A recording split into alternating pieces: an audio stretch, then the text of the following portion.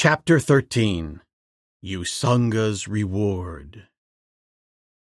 For 2 days, Tarzan of the Apes had been hunting leisurely to the north, and swinging in a wide circle, he had returned to within a short distance of the clearing where he had left Bertha Kircher and the young lieutenant. He had spent the night in a large tree that overhung the river only a short distance from the clearing, and now, in the early morning hours, he was crouching at the water's edge, waiting for an opportunity to capture Pissa, the fish, thinking that he would take it back with him to the hut where the girl could cook it for herself and her companion. Motionless as a bronze statue was the wily ape-man, for well he knew how wary is Pissa the fish. The slightest movement would frighten him away, and only by infinite patience might he be captured at all. Tarzan depended upon his own quickness and the suddenness of his attack, for he had no bait or hook. His knowledge of the ways of the denizens of the water told him where to wait for Pissa. It might be a minute or it might be an hour before the fish would swim into the little pool above which he crouched, but sooner or later one would come. That the ape-man knew, so with the patience of the beast of prey, he waited for his quarry. At last there was a glint of shiny scales. Pissa was coming. In a moment he would be within reach, and then with the swiftness of light, 2 strong brown hands would plunge into the pool and seize him. But just at the moment that the fish was about to come within reach, there was a great crashing in the underbrush behind the ape-man.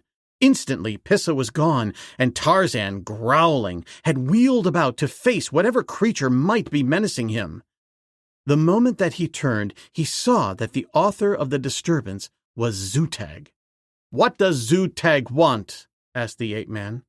"Zutag comes to the water to drink," replied the ape. "Where is the tribe?"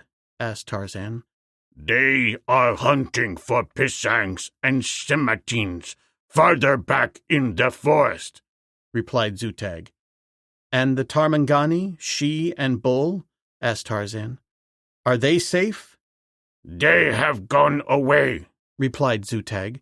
"Kudu has come out of his lair twice since they left." "Did the tribe chase them away?" asked Tarzan. "No," replied the ape. "We did not see them go. We do not know why they left." Tarzan swung quickly through the trees to the clearing. The hut and boma were as he had left them, but there was no sign of either the man or the woman. Crossing the clearing, he entered the boma and then the hut. Both were empty, and his trained nostrils told him that they had been gone for at least 2 days. As he was about to leave the hut, he saw a paper pinned upon the wall with a sliver of wood, and taking it down, he read, "After what you told me about Miss Kircher, and knowing that you dislike her, I feel it is not fair to her and to you that we should impose longer upon you. I know that our presence is keeping you from continuing your journey to the West Coast, and so I have decided that it is better for us to try to reach the white settlements immediately without imposing further upon you. We both thank you for your kindness and protection. If there was any way that I might repay the obligation I feel, I should be only too glad to do so." It was signed by Lieutenant Harold Percy Smith-Oldwick. Tarzan shrugged his shoulders, crumpled the note in his hand, and tossed it aside. He felt a certain sense of relief from responsibility, and was glad that they had taken the matter out of his hands.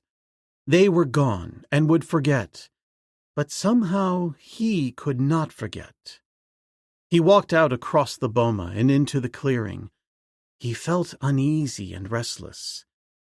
Once he started toward the north in response to a sudden determination to continue his way to the west coast. He would follow the winding river toward the north a few miles where its course turned to the west, and then on toward its source across a wooded plateau and up into the foothills and the mountains. Upon the other side of the range, he would search for a stream running downward toward the west coast, and thus, following the rivers, he would be sure of game and water in plenty. But he did not go far. A dozen steps, perhaps, and he came to a sudden stop. "He is an Englishman," he muttered, "and the other is a woman. They can never reach the settlements without my help. I could not kill her with my own hands when I tried, and if I let them go on alone, I will have killed her, just as surely as though I had run my knife into her heart. No," and again he shook his head, "Tarzan of the Apes is a fool and a weak old woman." And he turned back toward the south. Manu, the monkey, had seen the two Tarmangani pass 2 days before. Chattering and scolding, he told Tarzan all about it. They had gone in the direction of the village of the Gomangani. That much had Manu seen with his own eyes, so the ape-man swung on through the jungle in a southerly direction, and though with no concentrated effort to follow the spoor of those he trailed, he passed numerous evidences that they had gone this way. Faint suggestions of their scent spoor clung lightly to leaf or branch or bole that one or the other had touched, or in the earth of the trail their feet had trod, and where the way wound through the gloomy depth of dank forest, the impress of their shoes still showed occasionally in the damp mass of decaying vegetation that floored the way. An inexplicable urge spurred Tarzan to increasing speed. The same still, small voice that chided him for having neglected them seemed constantly whispering that they were in dire need of him now.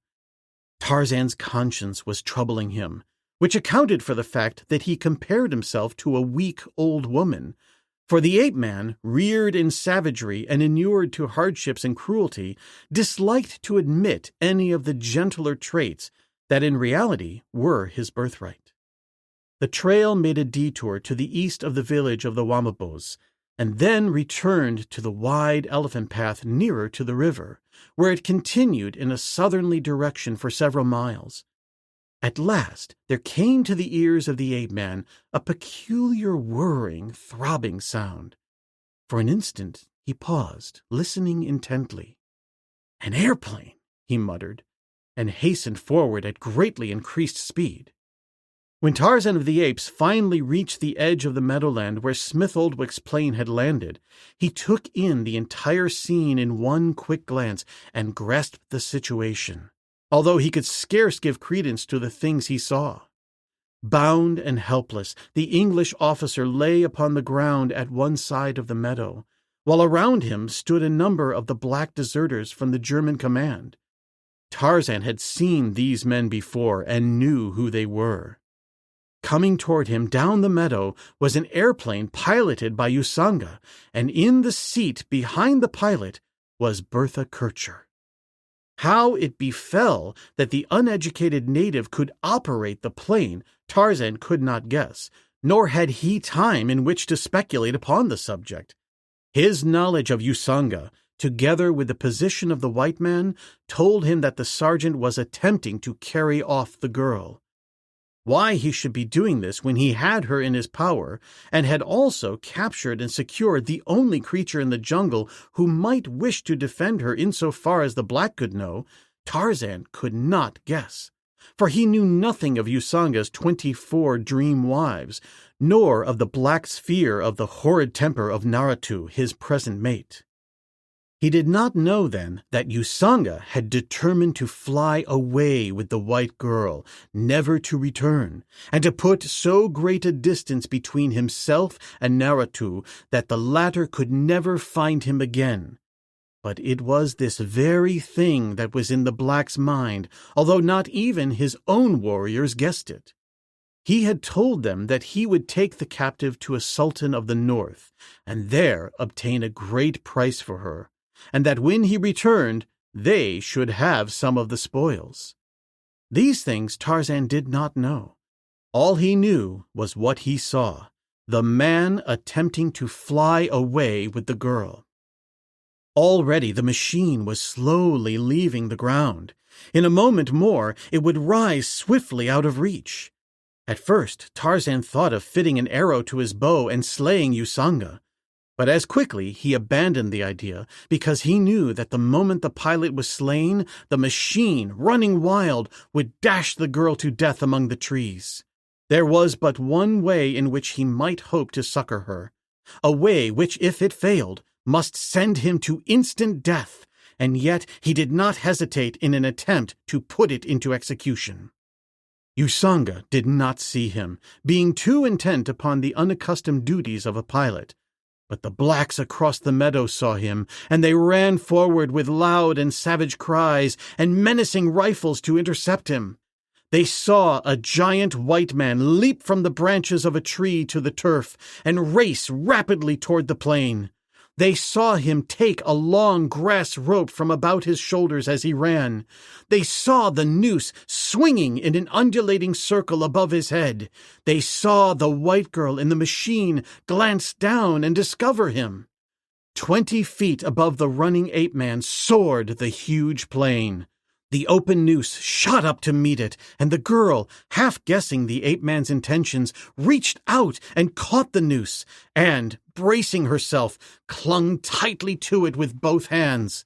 Simultaneously, Tarzan was dragged from his feet, and the plane lurched sideways in response to the new strain.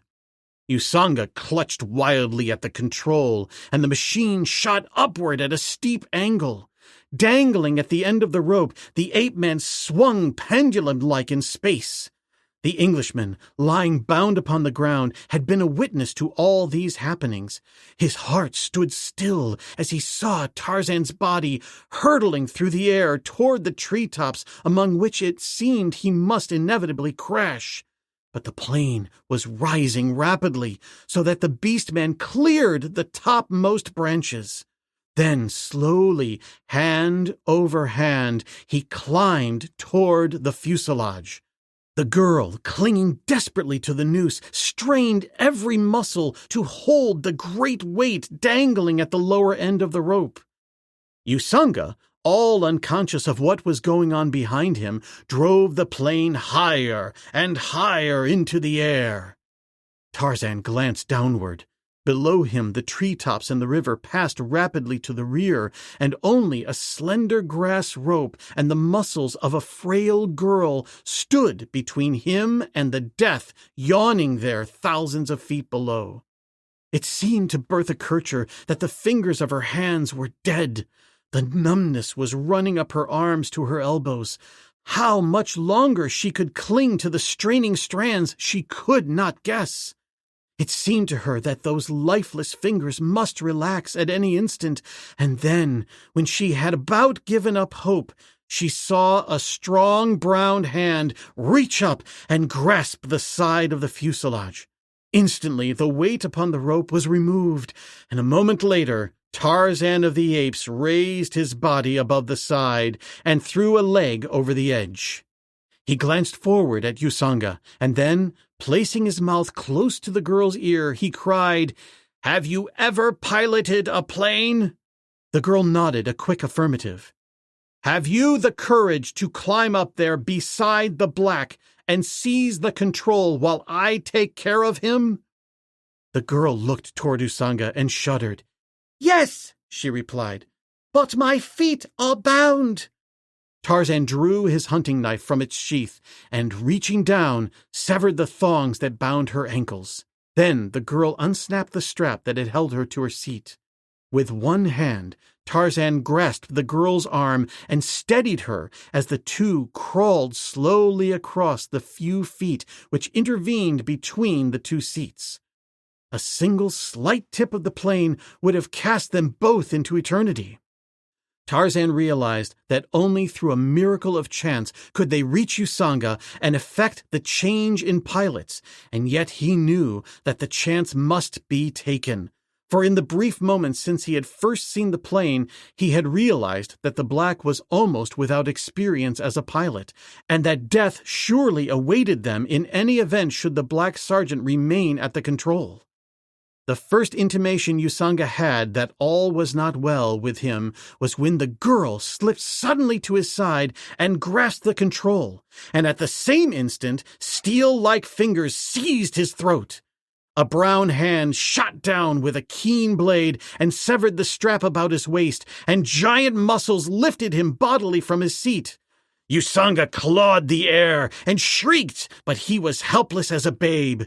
Far below, the watchers in the meadow could see the airplane careening in the sky, for with the change of control, it had taken a sudden dive. They saw it right itself and, turning in a short circle, return in their direction. But it was so far above them, and the light of the sun so strong, that they could see nothing of what was going on within the fuselage. But presently, Lieutenant Smith Oldwick gave a gasp of dismay as he saw a human body plunge downward from the plane. Turning and twisting in midair, it fell with ever-increasing velocity, and the Englishman held his breath as the thing hurtled toward them. With a muffled thud, it flattened upon the turf near the center of the meadow. And when at last the Englishman could gain the courage to again turn his eyes upon it, he breathed a fervent prayer of thanks, for the shapeless mass that lay upon the blood-stained turf was covered with an ebon hide. Usanga had reaped his reward. Again and again the plane circled above the meadow. The blacks, at first dismayed at the death of their leader, were now worked into a frenzy of rage and a determination to be avenged. The girl and the ape-man saw them gather in a knot about the body of their fallen chief. They saw, as they circled above the meadow, the black fists shaken at them, and the rifles brandishing a menace toward them. Tarzan still clung to the fuselage directly behind the pilot's seat. His face was close beside Bertha Kircher's, and at the top of his voice, above the noise of the propeller, engine, and exhaust, he screamed a few words of instruction into her ear. As the girl grasped the significance of his words, she paled, but her lips set in a hard line, and her eyes shone with a sudden fire of determination as she dropped the plane to within a few feet of the ground, and at the opposite end of the meadow from the blacks, and then at full speed bore down upon them. So quickly the plane came that Usanga's men had no time to escape it after they realized its menace. It touched the ground just as it struck among them and mowed through them, a veritable juggernaut of destruction. When it came to rest at the edge of the forest, the ape-man leaped quickly to the ground and ran toward the young lieutenant, and as he went, he glanced at the spot where the warriors had stood, ready to defend himself if necessary. But there was none there to oppose him. Dead and dying, they lay strewn for 50 feet along the turf. By the time Tarzan had freed the Englishmen, the girl joined them. She tried to voice her thanks to the ape-man, but he silenced her with a gesture. "You saved yourself," he insisted, "for had you been unable to pilot the plane, I could not have helped you. And now," he said, "you two have the means of returning to the settlements. The day is still young. You can easily cover the distance in a few hours if you have sufficient petrol." He looked inquiringly toward the aviator. Smith Oldwick nodded his head affirmatively. "I have plenty," he replied. "Then go at once," said the ape-man. "Neither of you belong in the jungle." A slight smile touched his lips as he spoke. The girl and the Englishman smiled too. "This jungle is no place for us, at least," said Smith Oldwick, "and it is no place for any other white man. Why don't you come back to civilization with us?" Tarzan shook his head. "I prefer the jungle," he said. The aviator dug his toe into the ground, and still looking down, blurted something which he evidently hated to say. "If it is a matter of living, old top," he said. Money, you know." Tarzan laughed. "No," he said. "I know what you are trying to say. It is not that. I was born in the jungle. I have lived all my life in the jungle, and I shall die in the jungle. I do not wish to live or die elsewhere." The others shook their heads. They could not understand him. "Go," said the ape-man. "The quicker you go, the quicker you will reach safety." They walked to the plane together. Smith Oldwick pressed the ape-man's hand and clambered into the pilot's seat. "Goodbye," said the girl as she extended her hand to Tarzan. "Before I go, won't you tell me you don't hate me anymore?" Tarzan's face clouded. Without a word, he picked her up and lifted her to a place behind the Englishman. An expression of pain crossed Bertha Kirch's face. The motor started, and a moment later the two were being borne rapidly toward the east. In the center of the meadow stood the ape-man watching them. "It is too bad that she is a German and a spy," he said, "for she is very hard to hate." Chapter 14. The Black Lion. Numa, the lion, was hungry. He had come out of the desert country to the east into a land of plenty, but though he was young and strong, the wary grass-eaters had managed to elude his mighty talons each time he had thought to make a kill. Numa the lion was hungry and very savage. For 2 days he had not eaten, and now he hunted in the ugliest of humors. No more did Numa roar forth a rumbling challenge to the world, but rather he moved silent and grim, stepping softly that no cracking twig might betray his presence to the keen-eared quarry he sought. Fresh was the spoor of Bara, the deer, that Numa picked up in the well-beaten game trail he was following. No hour had passed since Bara had come this way.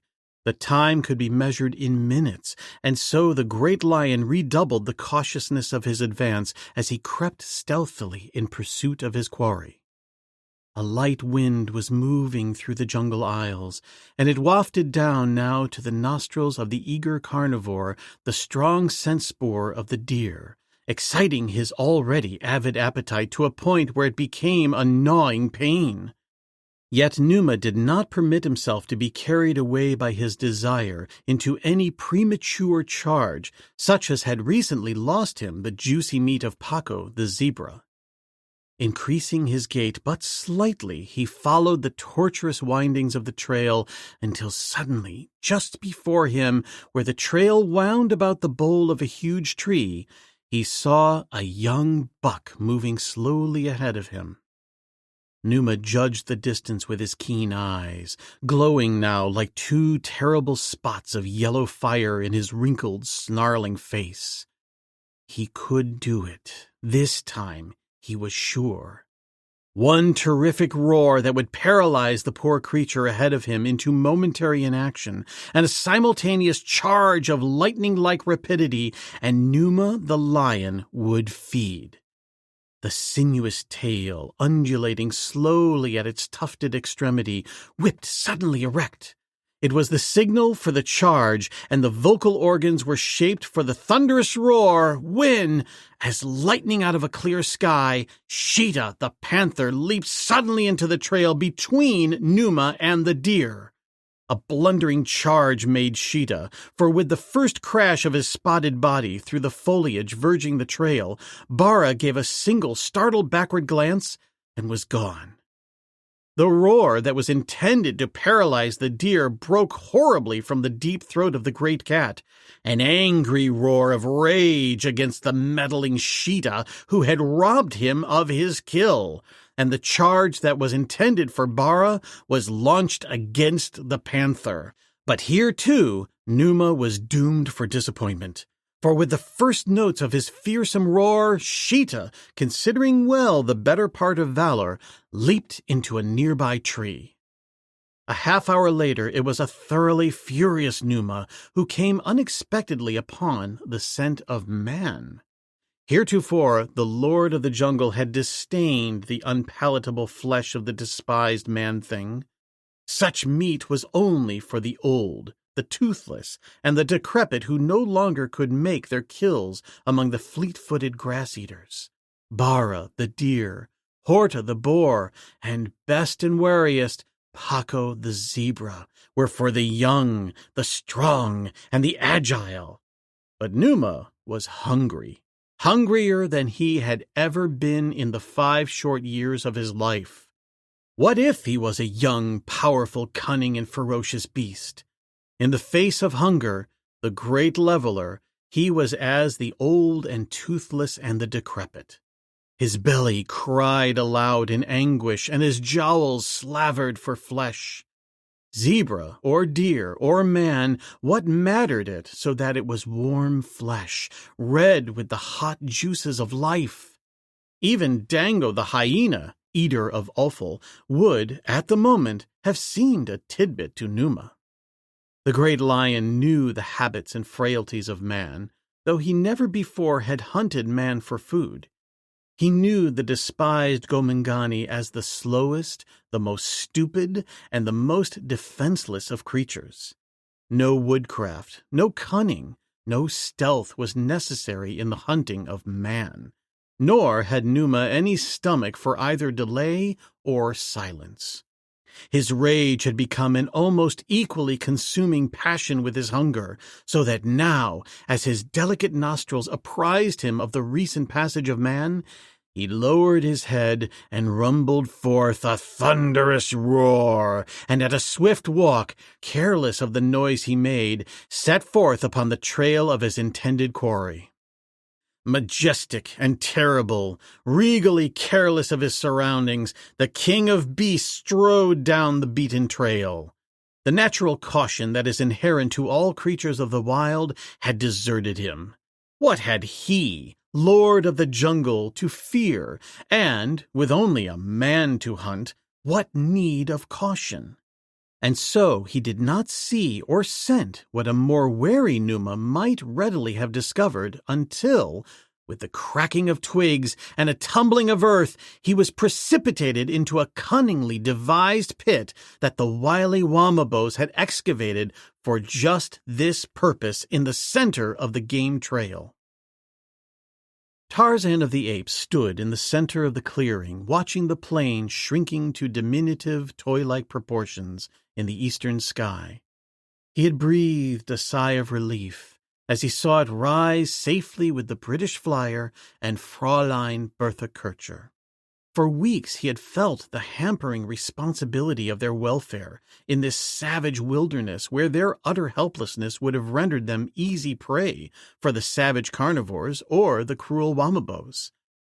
Tarzan of the Apes loved unfettered freedom, and now that these two were safely off his hands, he felt that he could continue upon his journey toward the west coast and the long, untenanted cabin of his dead father. And yet, as he stood there watching the tiny speck in the east, another sigh heaved his broad chest. Nor was it a sigh of relief, but rather a sensation which Tarzan had never expected to feel again, and which he now disliked to admit even to himself. It could not be possible that he, the jungle-bred, who had renounced forever the society of man to return to his beloved beasts of the wild, could be feeling anything akin to regret at the departure of these two, or any slightest loneliness now that they were gone. Lieutenant Harold Percy Smith Oldwick Tarzan had liked, but the woman whom he had known as a German spy he had hated, though he never had found it in his heart to slay her, as he had sworn to slay all Huns.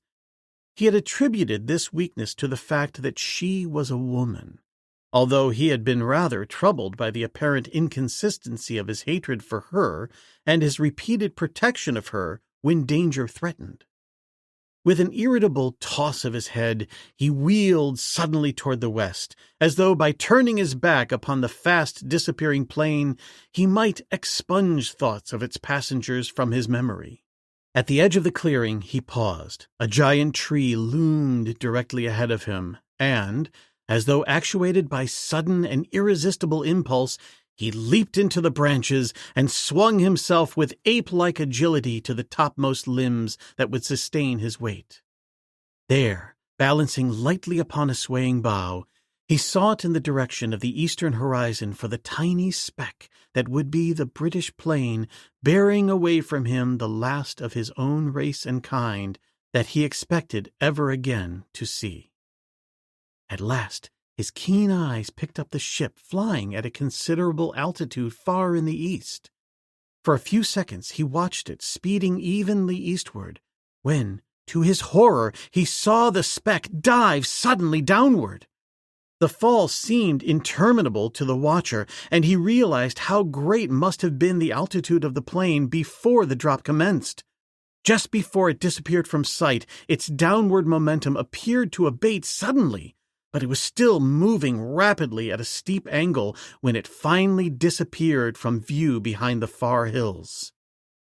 For half a minute, the ape-man stood, noting distant landmarks that he judged might be in the vicinity of the fallen plane, for no sooner had he realized that these people were again in trouble than his inherent sense of duty to his own kind impelled him once more to forego his plans and seek to aid them. The ape-man feared, from what he judged of the location of the machine, that it had fallen among the almost impassable gorges of the arid country just beyond the fertile basin that was bounded by the hills to the east of him. He had crossed that parched and desolate country of the dead himself, and he knew from his own experience and the narrow escape he had had from succumbing to its relentless cruelty, no lesser man could hope to win his way to safety from any considerable distance within its borders. Vividly he recalled the bleached bones of the long-dead warrior in the bottom of the precipitous gorge that had all but proved a trap for him as well. He saw the helmet of hammered brass and the corroded breastplate of steel, and the long, straight sword in its scabbard, and the ancient harquebus, mute testimonials to the mighty physique and the warlike spirit on him who had somehow won, thus illy comparisoned and pitifully armed, to the center of savage, ancient Africa. And he saw the slender English youth and the slight figure of the girl cast into the same fateful trap from which this giant of old had been unable to escape. Cast there, wounded and broken, perhaps, if not killed. His judgment told him that the latter possibility was probably the fact, and yet there was a chance that they might have landed without fatal injuries. And so, upon this slim chance, he started out upon what he knew would be an arduous journey, fraught with many hardships and unspeakable peril, that he might attempt to save them if they still lived.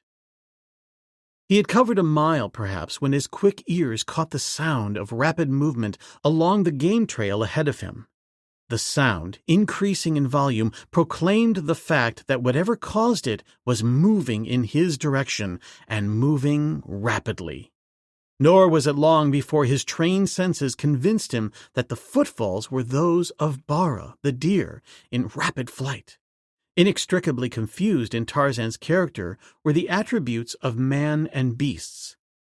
Long experience had taught him that he fights best or travels fastest who is best nourished, and so, with few exceptions, Tarzan could delay his most urgent business to take advantage of an opportunity to kill and feed. This, perhaps, was the predominant beast trait in him. The transformation from an English gentleman, impelled by the most humanitarian motives, to that of a wild beast crouching in the concealment of a dense bush, ready to spring upon its approaching prey, was instantaneous. And so, when Bara came, escaping the clutches of Numa and Sheeta, his terror and haste precluded the possibility of his sensing that other equally formidable foe lying in ambush for him. Abreast of the ape-man came the deer. A light brown body shot from the concealing verdure of the bush. Strong arms encircled the sleek neck of the young buck, and powerful teeth fastened themselves in the soft flesh. Together, the two rolled over in the trail, and a moment later, the ape-man rose, and with one foot upon the carcass of his kill, raised his voice in the victory cry of the bull ape. Like an answering challenge came suddenly to the ears of the ape-man the thunderous roar of a lion, a hideous, angry roar in which Tarzan thought that he discerned a note of surprise and terror. In the breast of the wild things of the jungle, as in the breasts of their more enlightened brothers and sisters of the human race, the characteristic of curiosity is well developed. Nor was Tarzan far from innocent of it. The peculiar note in the roar of his hereditary enemy aroused a desire to investigate. And so, throwing the carcass of Bara, the deer, across his shoulder, the ape-man took to the lower terraces of the forest and moved quickly in the direction from which the sound had come, which was in line with the trail he had set out upon. As the distance lessened, the sounds increased in volume, which indicated that he was approaching a very angry lion, and presently, where a jungle giant overspread the broad game trail that countless thousands of hoofed and padded feet had worn and trampled into a deep furrow during perhaps countless ages, he saw beneath him the lion pit of the Wamabos, and in it, leaping futilely for freedom, such a lion as even Tarzan of the Apes never before had beheld. A mighty beast it was that glared up at the ape-man, large, powerful, and young, with a huge black mane and a coat so much darker than any Tarzan had seen that in the depths of the pit it looked almost black. A black lion. Tarzan, who had been upon the point of taunting and reviling his captive foe, was suddenly turned to open admiration for the beauty of the splendid beast. What a creature! How, by comparison, the ordinary forest lion was dwarfed into insignificance! Here, indeed, was one worthy to be called king of beasts. With his first sight of the great cat, the ape-man knew that he had heard no note of terror in that initial roar. Surprise, doubtless, but the vocal cords of that mighty throat never had reacted to fear. With growing admiration came a feeling of quick pity for the hapless situation of the great brute, rendered futile and helpless by the wiles of the Gomangani. Enemy though the beast was, he was less an enemy to the ape-man than those blacks who had trapped him, for though Tarzan of the Apes claimed many fast and loyal friends among certain tribes of African natives, there were others of degraded character and bestial habits that he looked upon with utter loathing, and of such were the human flesh-eaters of Numabo the chief. For a moment, Numa the lion glared ferociously at the naked man-thing upon the tree limb above him. Steadily those yellow-green eyes bore into the clear eyes of the ape-man. And then the sensitive nostrils caught the scent of the fresh blood of Bara, and the eyes moved to the carcass lying across the brown shoulder. And there came from the cavernous depths of the savage throat a low whine. Tarzan of the Apes smiled.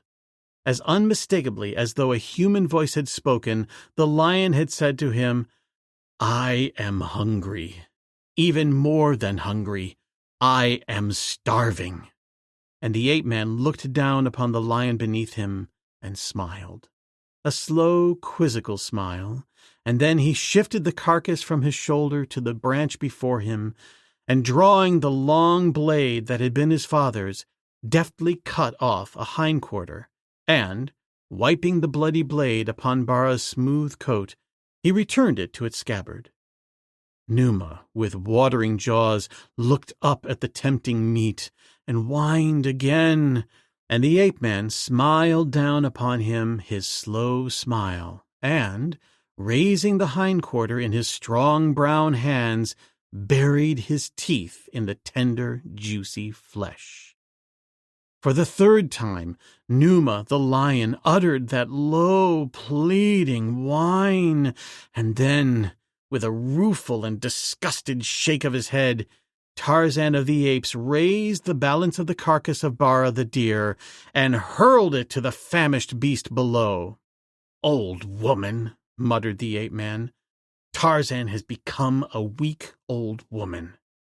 presently he would shed tears because he has killed Bara the deer. He cannot see Numa, his enemy, go hungry, because Tarzan's heart is turning to water by contact with the soft, weak creatures of civilization. But yet he smiled, nor was he sorry that he had given way to the dictates of a kindly impulse. As Tarzan tore the flesh from that portion of the kill he had retained for himself, his eyes were taking in each detail of the scene below. He saw the avidity with which Numa devoured the carcass. He noted with growing admiration the finer points of the beast, and also the cunning construction of the trap. The ordinary lion pit with which Tarzan was familiar had stakes embedded in the bottom, upon whose sharpened points the hapless lion would be impaled. But this pit was not so made. Here the short stakes were set at intervals of about a foot around the walls near the top, their sharpened points inclining downward so that the lion had fallen unhurt into the trap, but could not leap out because each time he essayed it, his head came in contact with the sharp end of a stake above him.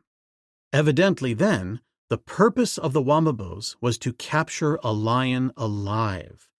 As this tribe had no contact whatsoever with white men insofar as Tarzan knew, their motive was doubtless due to a desire to torture the beast to death, that they might enjoy to the utmost his dying agonies.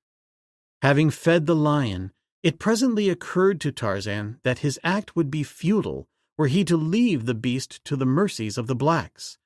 And then, too, it occurred to him that he could derive more pleasure through causing the blacks discomfiture than by leaving Numa to his fate.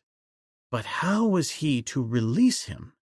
By removing 2 stakes, there would be left plenty of room for the lion to leap from the pit, which was not of any great depth. However, what assurance had Tarzan that Numa would not leap out instantly the way to freedom was open, and before the ape-man could gain the safety of the trees? Regardless of the fact that Tarzan felt no such fear of the lion as you and I might experience under like circumstances, he yet was imbued with the sense of caution that is necessary to all creatures of the wild if they are to survive. Should necessity require, Tarzan could face Numa in battle, although he was not so egotistical as to think that he could best a full-grown lion in mortal combat other than through accident or the utilization of the cunning of his superior man-mind. To lay himself liable to death futilely, he would have considered as reprehensible as to have shunned danger in time of necessity. But when Tarzan elected to do a thing, he usually found the means to accomplish it. He had now fully determined to liberate Numa, and having so determined, he would accomplish it even though it entailed considerable personal risk. He knew that the lion would be occupied with his feeding for some time, but he also knew that while feeding, he would be doubly resentful of any fancied interference. Therefore, Tarzan must work with caution. Coming to the ground at the side of the pit, he examined the stakes, and as he did so, was rather surprised to note that Numa gave no evidence of anger at his approach. Once he turned a searching gaze upon the ape-man for a moment, and then returned to the flesh of Bara. Tarzan felt of the stakes and tested them with his weight. He pulled upon them with the muscles of his strong arms, presently discovering that by working them back and forth he could loosen them. And then a new plan was suggested to him so that he fell to work, excavating with his knife at a point above where one of the stakes was embedded. The loam was soft and easily removed, and it was not long until Tarzan had exposed that part of one of the stakes which was embedded in the wall of the pit to almost its entire length, leaving only enough embedded to prevent the stake from falling into the excavation.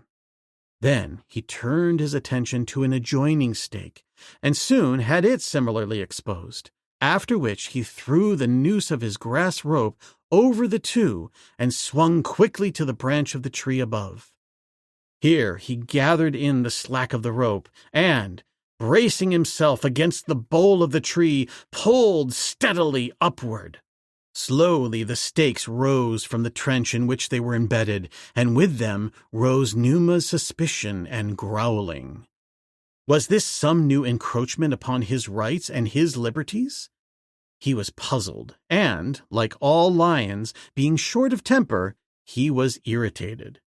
He had not minded it when the Tarmangani squatted upon the verge of the pit and looked down upon him, for had not this Tarmangani fed him? But now something else was afoot, and the suspicion of the wild beast was aroused. As he watched, however, Numa saw the stakes rise slowly to an erect position, tumble against each other, and then fall backward out of his sight upon the surface of the ground above. Instantly, the lion grasped the possibilities of the situation, and, too, perhaps he sensed the fact that the man-thing had deliberately opened a way for his escape. Seizing the remains of Bara in his great jaws, Numa the lion leaped agilely from the pit of the Wamabos, and Tarzan of the apes melted into the jungles to the east. On the surface of the ground, or through the swaying branches of the trees, the spoor of man or beast was an open book to the ape-man. But even his acute senses were baffled by the spoorless trail of the airship. Of what good were eyes or ears or the sense of smell in following a thing whose path had lain through the shifting air thousands of feet above the treetops? Only upon his sense of direction could Tarzan depend in his search for the fallen plane. He could not even judge accurately as to the distance it might lie from him, and he knew that from the moment that it disappeared beyond the hills, it might have traveled a considerable distance at right angles to its original course before it crashed to earth. If its occupants were killed or badly injured, the ape-man might search futilely in their immediate vicinity for some time before finding them. There was but one thing to do, and that was to travel to a point as close as possible to where he judged the plane had landed, and then to follow in ever-widening circles until he picked up their scent spoor. And this he did. Before he left the Valley of Plenty, he made several kills and carried the choicest cuts of meat with him, leaving all the dead weight of bones behind. The dense vegetation of the jungle terminated at the foot of the western slope, growing less and less abundant as he neared the summit, beyond which was a sparse growth of sickly scrub and sunburned grasses, with here and there a gnarled and hardy tree that had withstood the vicissitudes of an almost waterless existence. From the summit of the hills, Tarzan's keen eyes searched the arid landscape before him. In the distance, he discerned the ragged, tortuous lines that marked the winding course of the hideous gorges which scored the broad plain at intervals, the terrible gorges that had so nearly claimed his life in punishment for his temerity in attempting to invade the sanctity of their ancient solitude. For 2 days, Tarzan sought futilely for some clue to the whereabouts of the machine or its occupants. He cached portions of his kills at different points, building cairns of rock to mark their locations. He crossed the first deep gorge and circled far beyond it. Occasionally, he stopped and called aloud, listening for some response, but only silence rewarded him, a sinister silence that his cries only accentuated. Late in the evening of the second day, he came to the well-remembered gorge in which lay the clean-picked bones of the ancient adventurer, and here, for the first time, Ska the vulture picked up his trail. "Not this time, Ska!" cried the ape-man in a taunting voice. "For now indeed is Tarzan Tarzan. Before you stalked the grim skeleton of a Tarmangani, and even then you lost. Waste not your time upon Tarzan of the apes in the full of his strength." But still Ska the vulture circled and soared above him, and the ape-man, notwithstanding his boasts, felt a shudder of apprehension. Through his brain ran a persistent and doleful chant to which he involuntarily set two words repeated over and over again in horrible monotony. Ska knows. Ska knows. Until, shaking himself in anger, he picked up a rock and hurled it at the grim scavenger. Lowering himself over the precipitous side of the gorge, Tarzan half clambered and half slid to the sandy floor beneath. He had come upon the rift at almost the exact spot at which he had clambered from it weeks before, and there he saw, just as he had left it, just, doubtless, as it had lain for centuries, the mighty skeleton and its mighty armor. As he stood looking down upon this grim reminder that another man of might had succumbed to the cruel powers of the desert, he was brought to startled attention by the report of a firearm, the sound of which came from the depths of the gorge to the south of him, and reverberated along the steep walls of the narrow rift. Chapter 15. Mysterious Footprints. As the British plane, piloted by Lieutenant Harold Percy Smith-Oldwick, rose above the jungle wilderness, where Bertha Kircher's life had so often been upon the point of extinction, and sped toward the east, the girl felt a sudden contraction of the muscles of her throat. She tried very hard to swallow something that was not there. It seemed strange to her that she should feel regret in leaving behind her such hideous perils, and yet it was plain to her that such was the fact, for she was also leaving behind something beside the dangers that had menaced her, a unique figure that had entered her life, and for which she felt an unaccountable attraction. Before her, in the pilot's seat, sat an English officer and gentleman whom, she knew, loved her. And yet she dared to feel regret in his company at leaving the stamping ground of a wild beast. Lieutenant Smith-Oldwick, on his part, was in the seventh heaven of elation. He was in possession again of his beloved ship. He was flying swiftly in the direction of his comrades and his duty, and with him was the woman he loved. The fly in the ointment, however, was the accusation Tarzan had made against this woman. He had said that she was a German and a spy, and from the heights of bliss the English officer was occasionally plunged to the depths of despair in contemplation of the inevitable, were the ape-man's charges to prove true. He found himself torn between sentiments of love and honor. On the one hand, he could not surrender the woman he loved to the certain fate that must be meted out to her if she were in truth an enemy spy, while on the other it would be equally impossible for him as an Englishman and an officer to give her aid or protection. The young man contented himself, therefore, with repeated mental denials of her guilt.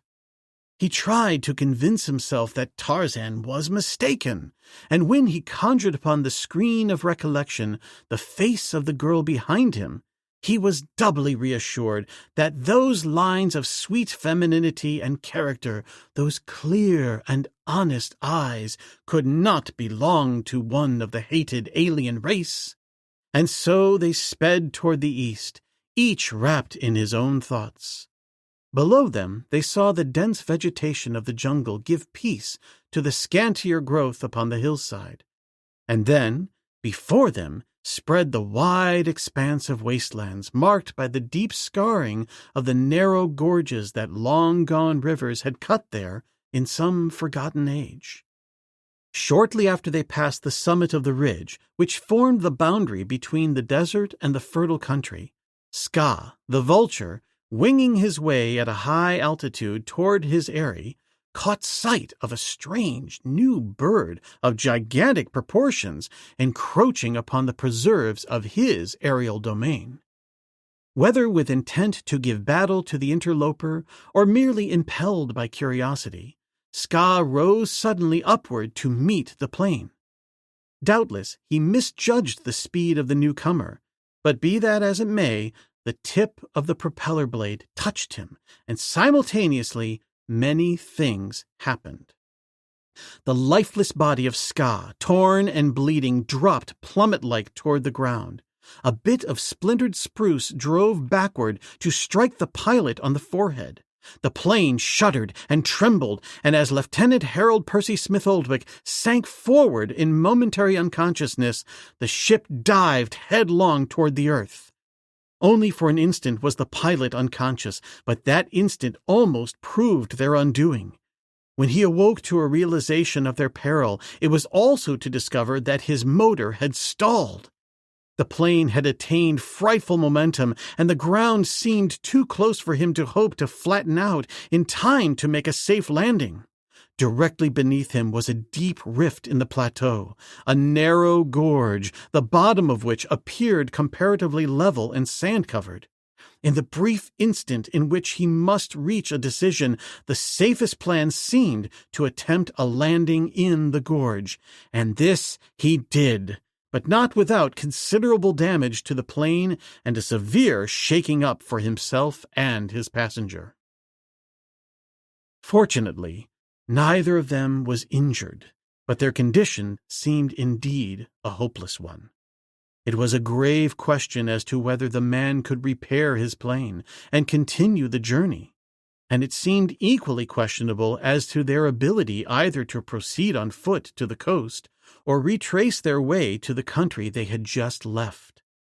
The man was confident that they could not hope to cross the desert country to the east in the face of thirst and hunger, while behind them in the Valley of Plenty lay almost equal danger in the form of carnivores and the warlike natives. After the plane came to its sudden and disastrous stop, Smith-Oldwick turned quickly to see what the effect of the accident had been on the girl. He found her pale but smiling, and for several seconds the two sat looking at each other in silence. "This is the end?" the girl asked. The Englishman shook his head. "It is the end of the first leg, anyway," he replied. "But you can't hope to make repairs here," she said dubiously. "No," he said. "Not if they amount to anything. But I may be able to patch it up. I will have to look her over a bit first. Let us hope there is nothing serious. It's a long, long way to the Tonga Railway." "We would not get far," said the girl, a slight note of hopelessness in her tone. "Entirely unarmed as we are. It would be little less than a miracle if we covered even a small fraction of the distance." "But we are not unarmed," replied the man. "I have an extra pistol here that the beggars didn't discover." And, removing the cover of a compartment, he drew forth an automatic. Bertha Kircher leaned back in her seat and laughed aloud, a mirthless, half-hysterical laugh. "That pop-gun!" she exclaimed. "What earthly good would it do other than to infuriate any beast of prey you might happen to hit with it?" Smith-Oldwick looked rather crestfallen. "But it is a weapon," he said. "You will have to admit that. And certainly I could kill a man with it." "You could if you happened to hit him," said the girl, "or the thing didn't jam. Really, I haven't much faith in an automatic. I have used them myself." "Oh, of course," he said ironically. "An express rifle would be better, for who knows but we might meet an elephant here in the desert." The girl saw that he was hurt, and she was sorry, for she realized that there was nothing he would not do in her service or protection, and that it was through no fault of his that he was so illy armed. Doubtless, too, he realized as well as she the futility of his weapon, and that he had only called attention to it in the hope of reassuring her and lessening her anxiety. "Forgive me," she said. "I did not mean to be nasty, but this accident is the proverbial last straw.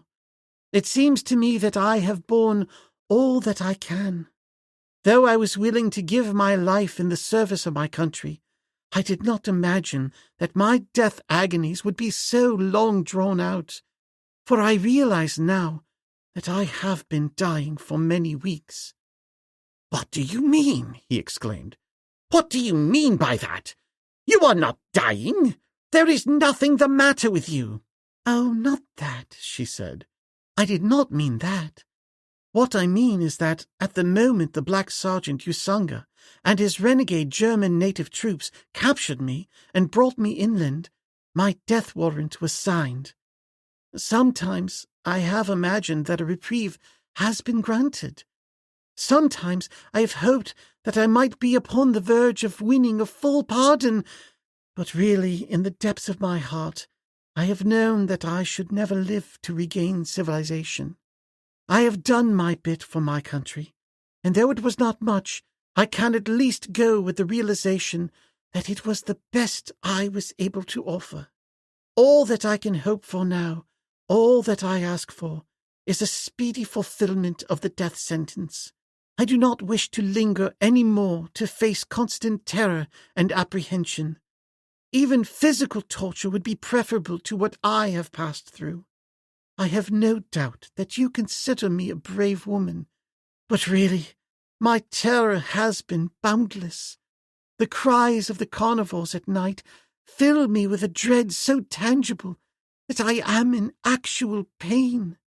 I feel the rending talons in my flesh and the cruel fangs munching upon my bones. It is as real to me as though I were actually enduring the horrors of such a death. I doubt if you can understand it. Men are so different." "Yes," he said, "I think I can understand it. And because I understand it, I can appreciate more than you imagine the heroism you have shown in your endurance of all that you have passed through. There can be no bravery when there is no fear. A child might walk into a lion's den, but it would take a very brave man to go to its rescue." "Thank you," she said, "but I am not brave at all.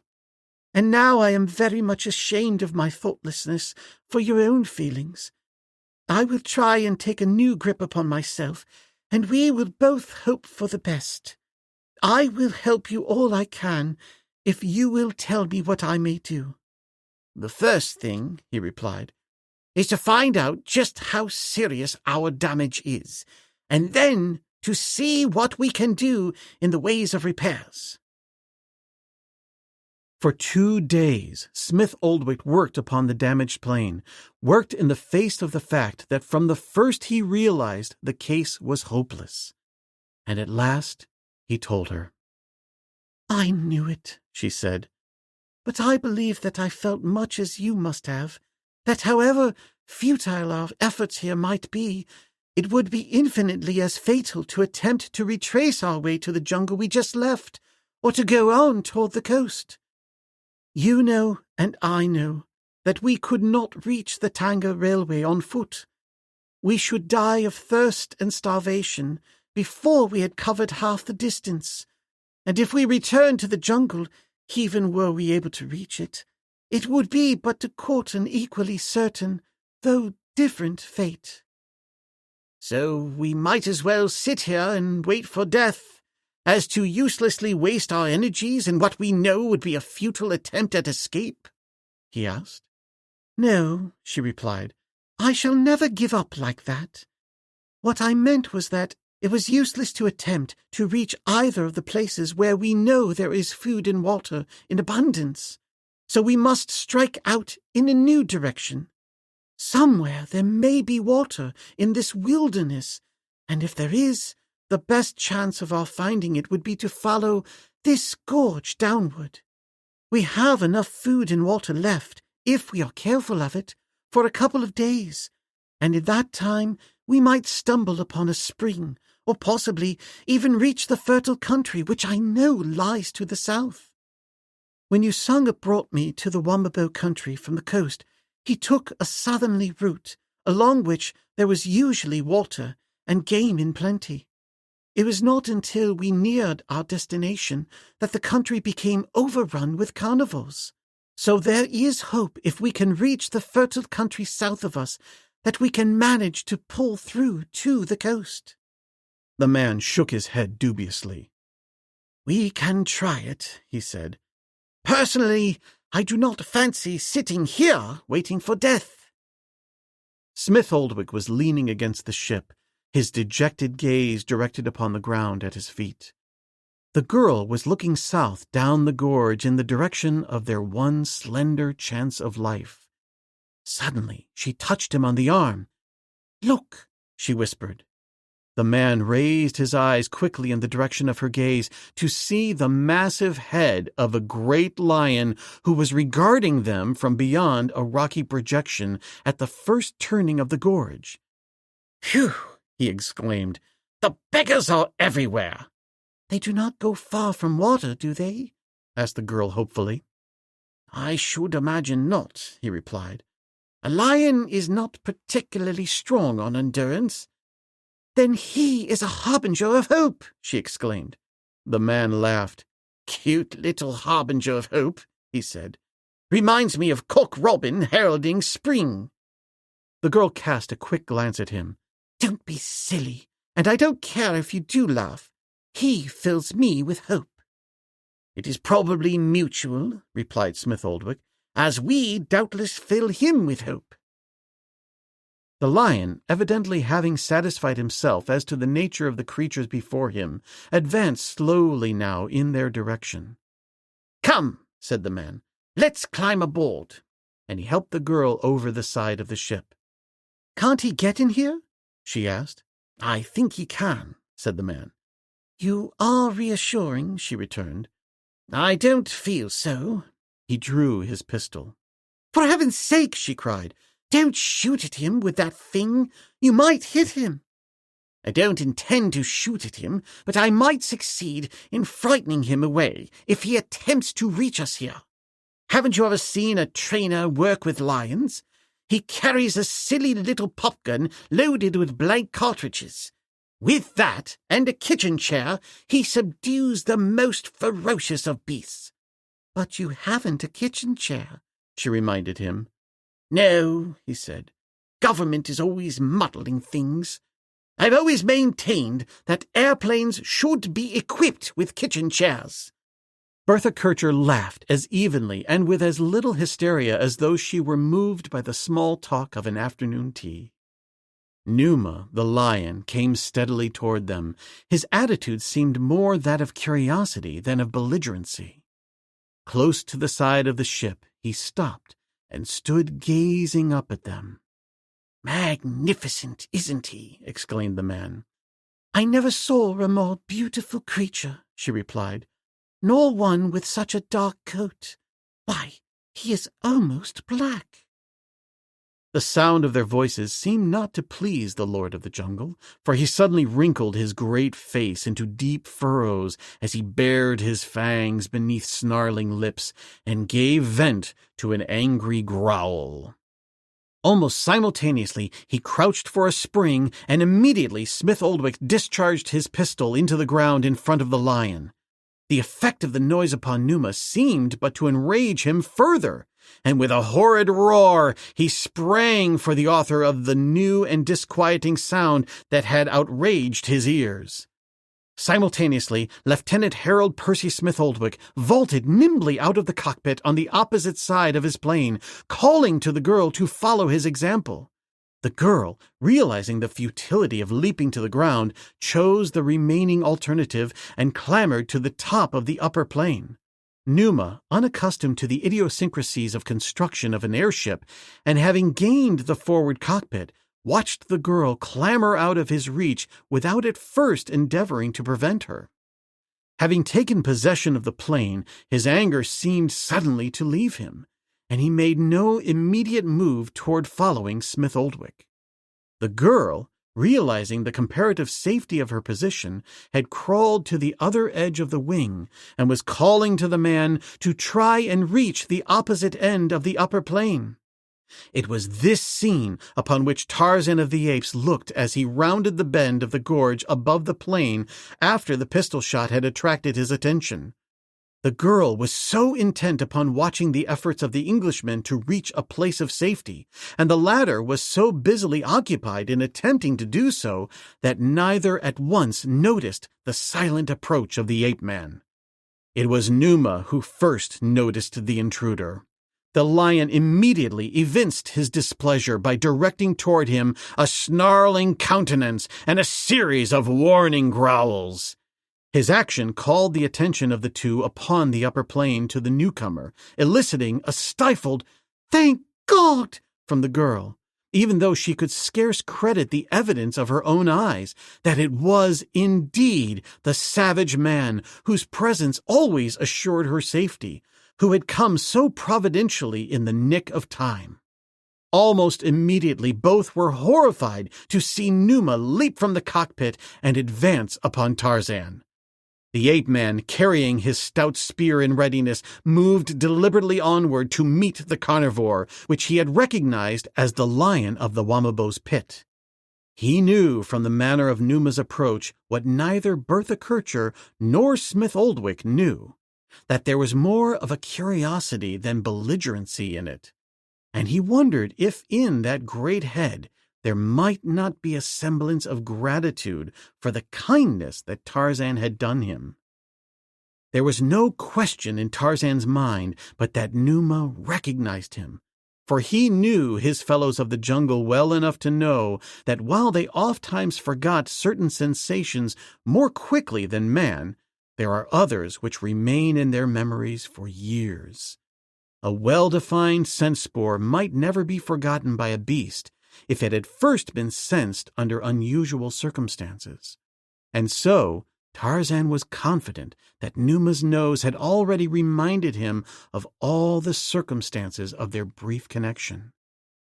Love of the sporting chance is inherent in the Anglo-Saxon race, and it was not now Tarzan of the Apes, but rather John Clayton, Lord Greystoke, who smilingly welcomed the sporting chance which he must take to discover how far-reaching was Numa's gratitude. Smith Oldwick and the girl saw the two nearing each other. The former swore softly beneath his breath while he nervously fingered the pitiful weapon at his hip.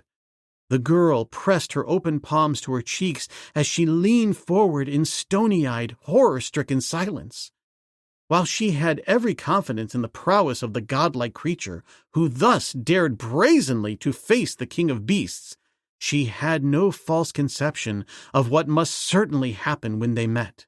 She had seen Tarzan battle with Sheeta, the panther, and she had realized then that, powerful as the man was, it was only agility, cunning, and chance that placed him upon anywhere near an equal footing with his savage adversary. And that of the three factors upon his side, chance was greatest. She saw the man and the lion stop simultaneously, not more than a yard apart. She saw the beast's tail whipping from side to side, and she could hear his deep-throated growls rumbling from his cavernous breast. But she could read correctly neither the movement of the lashing tail nor the notes of the growl. To her, they seemed to indicate nothing but bestial rage, while to Tarzan of the Apes they were conciliatory and reassuring in the extreme. And then she saw Numa move forward again until his nose touched the man's naked leg, and she closed her eyes and covered them with her palms. For what seemed like an eternity, she waited for the horrid sound of the conflict which she knew must come. But all she heard was an explosive sigh of relief from Smith Oldwick and a half-hysterical, "By Jove! Just fancy it!" She looked up to see the great lion rubbing his shaggy head against the man's hip, and Tarzan's free hand entangled in the black mane as he scratched Numa, the lion, behind a back-laid ear. Strange friendships are often formed between the lower animals of different species, but less often between man and the savage carnivora, because of the former's inherent fear of the great cats. And so, after all, therefore, the friendship so suddenly developed between the savage lion and the savage man was not inexplicable. As Tarzan approached the plain, Numa walked at his side, and when Tarzan stopped and looked up at the girl and the man, Numa stopped also. I had about given up hope of finding you," said the ape-man, "and it is evident that I found you just in time." "But how did you know we were in trouble?" asked the English officer. "I saw your plane fall," replied Tarzan. "I was watching you from a tree beside the clearing where you took off. I didn't have much to locate you by other than the general direction, but it seems that you volplaned a considerable distance toward the south after you disappeared from my view behind the hills. I have been looking for you farther toward the north. I was just about to turn back when I heard your pistol shot. Is your ship beyond repair?" "Yes," replied Smith Oldwick. "It is hopeless." "What are your plans, then? What do you wish to do?" Tarzan directed his question to the girl. "We want to reach the coast," she said, "but it seems impossible now." "I should have thought so a little while ago," replied the ape-man. "But if Numa is here, there must be water within a reasonable distance. I ran across this lion 2 days ago in the Wamabo country. I liberated him from one of their pits. To have reached this spot, he must have come by some trail unknown to me. At least, I crossed no game trail and no spoor of any animal after I came over the hills out of the fertile country. From which direction did he come upon you?" "It was from the south," replied the girl. "We thought, too, that there must be water in that direction." "Let's find out, then," said Tarzan. "But how about the lion?" asked Smith Oldwick. "That we will have to discover," replied the ape-man, "and we can only do so if you will come down from your perch." The officer shrugged his shoulders. The girl turned her gaze upon him to note the effect of Tarzan's proposal. The Englishman grew suddenly very white, but there was a smile upon his lips as, without a word, he slipped over the edge of the plane and clambered to the ground behind Tarzan. Bertha Kircher realized that the man was afraid, nor did she blame him, and she also realized the remarkable courage that he had shown in thus facing a danger that was very real to him. Numa, standing close to Tarzan's side, raised his head and glared at the young Englishman, growled once, and looked up at the ape-man. Tarzan retained a hold upon the beast's mane and spoke to him in the language of the great apes. To the girl and Smith Oldwick, the growling gutturals falling from human lips sounded uncanny in the extreme, but whether Numa understood them or not, they appeared to have the desired effect upon him, as he ceased growling, and as Tarzan walked to Smith Oldwick's side, Numa accompanied him. Nor did he offer to molest the officer. "What did you say to him?" asked the girl. Tarzan smiled. "I told him," he replied, "that I am Tarzan of the Apes, mighty hunter, killer of beasts, lord of the jungle, and that you are my friends. I have never been sure that all of the other beasts understand the language of the Mangani. I know that Manu, the monkey, speaks nearly the same tongue, and I am sure that Tantor, the elephant, understands all that I say to him. We of the jungle are great boasters. In our speech, in our carriage, in every detail of our demeanor, we must impress others with our physical powers and our ferocity. That is why we growl at our enemies. We are telling them to beware, or we shall fall upon them and tear them to pieces. Perhaps Numa does not understand the words that I use, but I believe that my tones and my manner carry the impression that I wish them to convey. Now you may come down and be introduced." It required all the courage that Bertha Kircher possessed to lower herself to the ground within reach of the talons and fangs of this untamed forest beast. But she did it.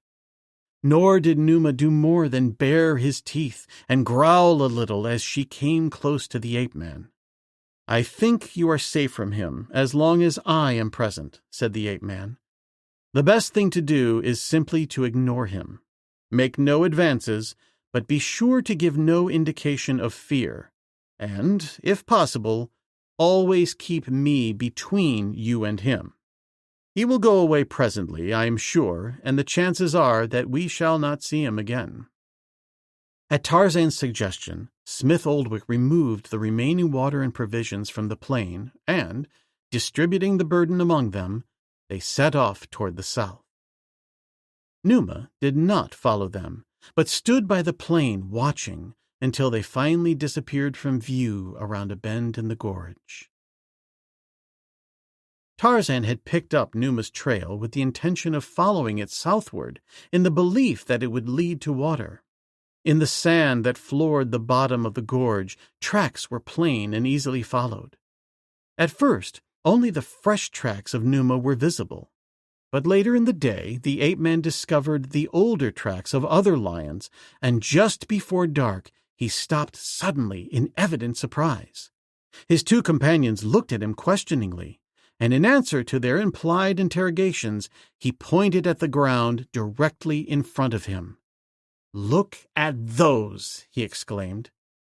At first, neither Smith Oldwick nor the girl saw anything but a confusion of intermingled prints of padded feet in the sand.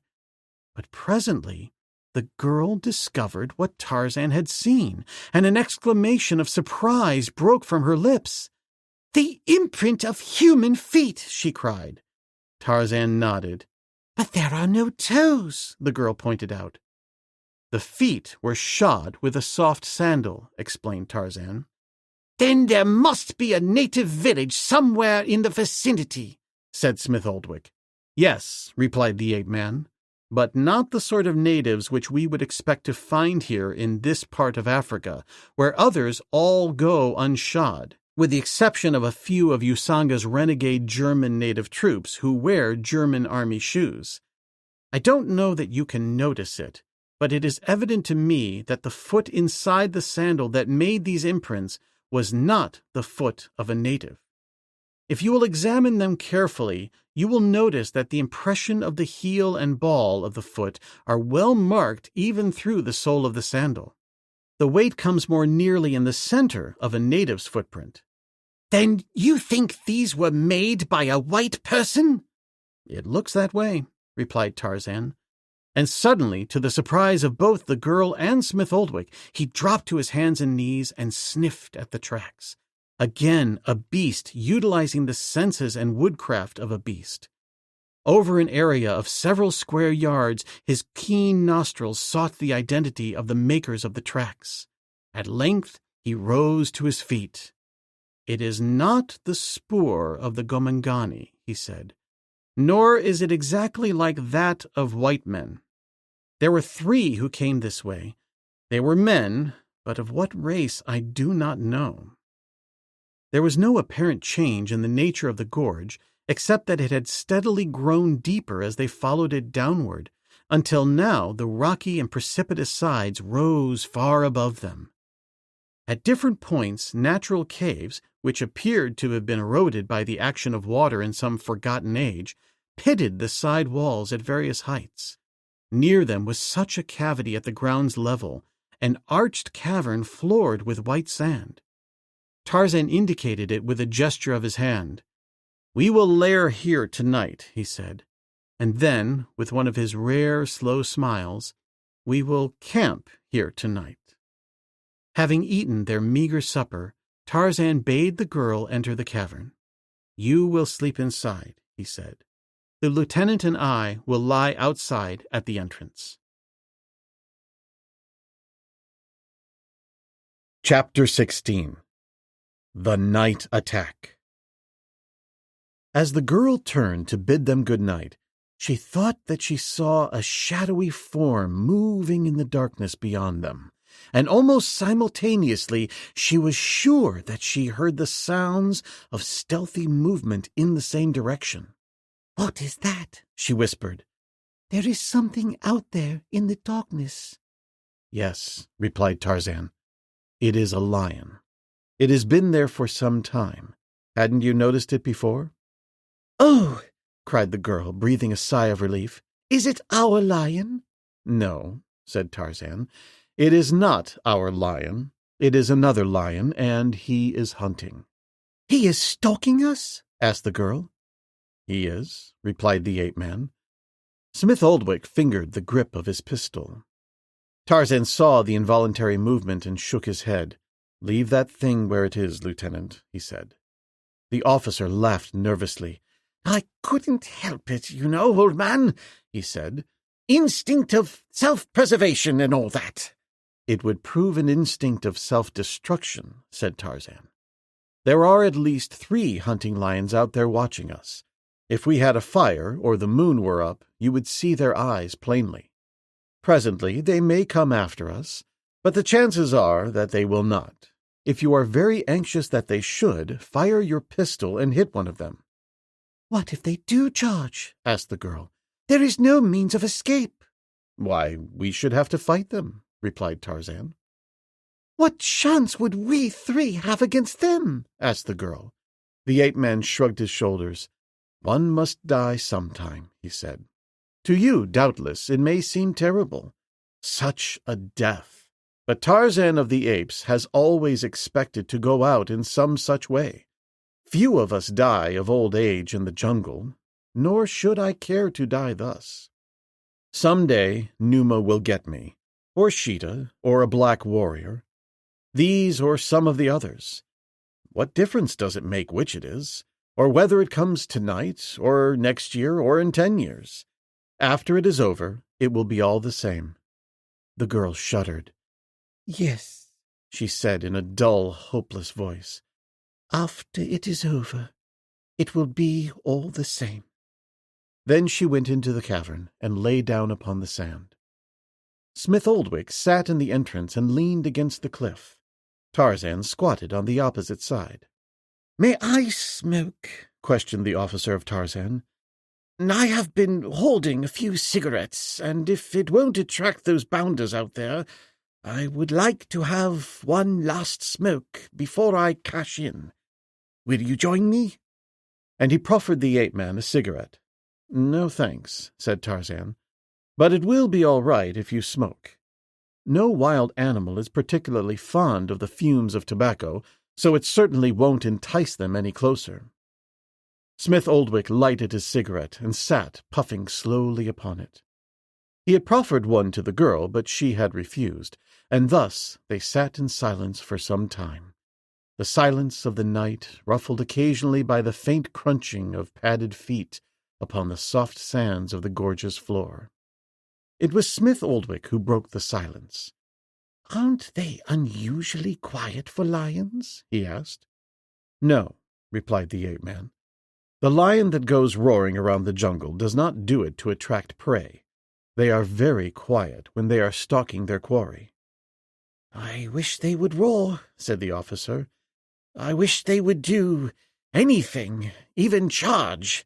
Just knowing that they are there and occasionally seeing something like a shadow in the darkness, and the faint sounds that come to us from them are getting on my nerves. But I hope," he said, "that all 3 don't charge at once." "3," said Tarzan. "There are 7 of them out there now." "Good Lord!" exclaimed Smith Oldwick. "Couldn't we build a fire," asked the girl, "and frighten them away?" "I don't know that it would do any good," said Tarzan, "as I have an idea that these lions are a little different from any that we are familiar with, and possibly for the same reason which at first puzzled me a little. I refer to the apparent docility in the presence of a man of a lion who was with us today. A man is out there now with those lions." "It is impossible!" exclaimed Smith Oldwick. "They would tear him to pieces." "What makes you think there is a man there?" asked the girl. Tarzan smiled and shook his head. "I am afraid you would not understand," he replied.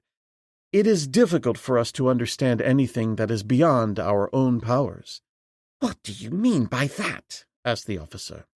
"Well," said Tarzan, "if you had been born without eyes, you could not understand sense impressions that the eyes of others transmit to their brains.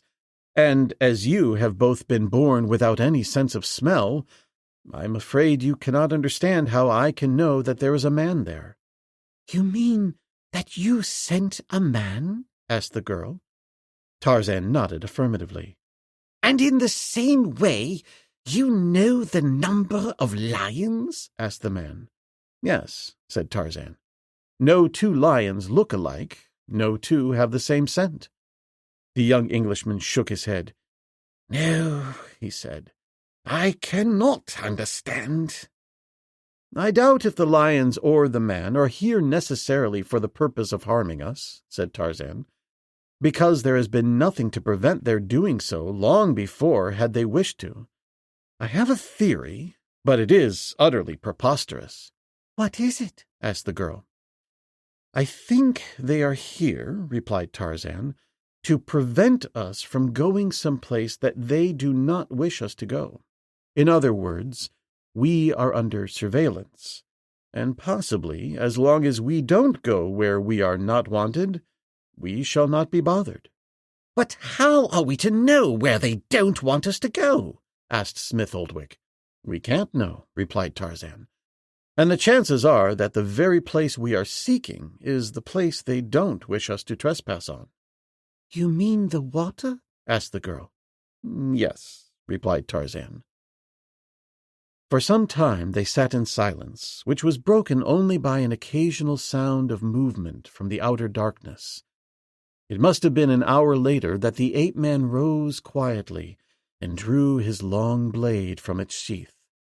Smith Oldwick was dozing against the rocky wall of the cavern entrance, while the girl, exhausted by the excitement and fatigue of the day, had fallen into deep slumber.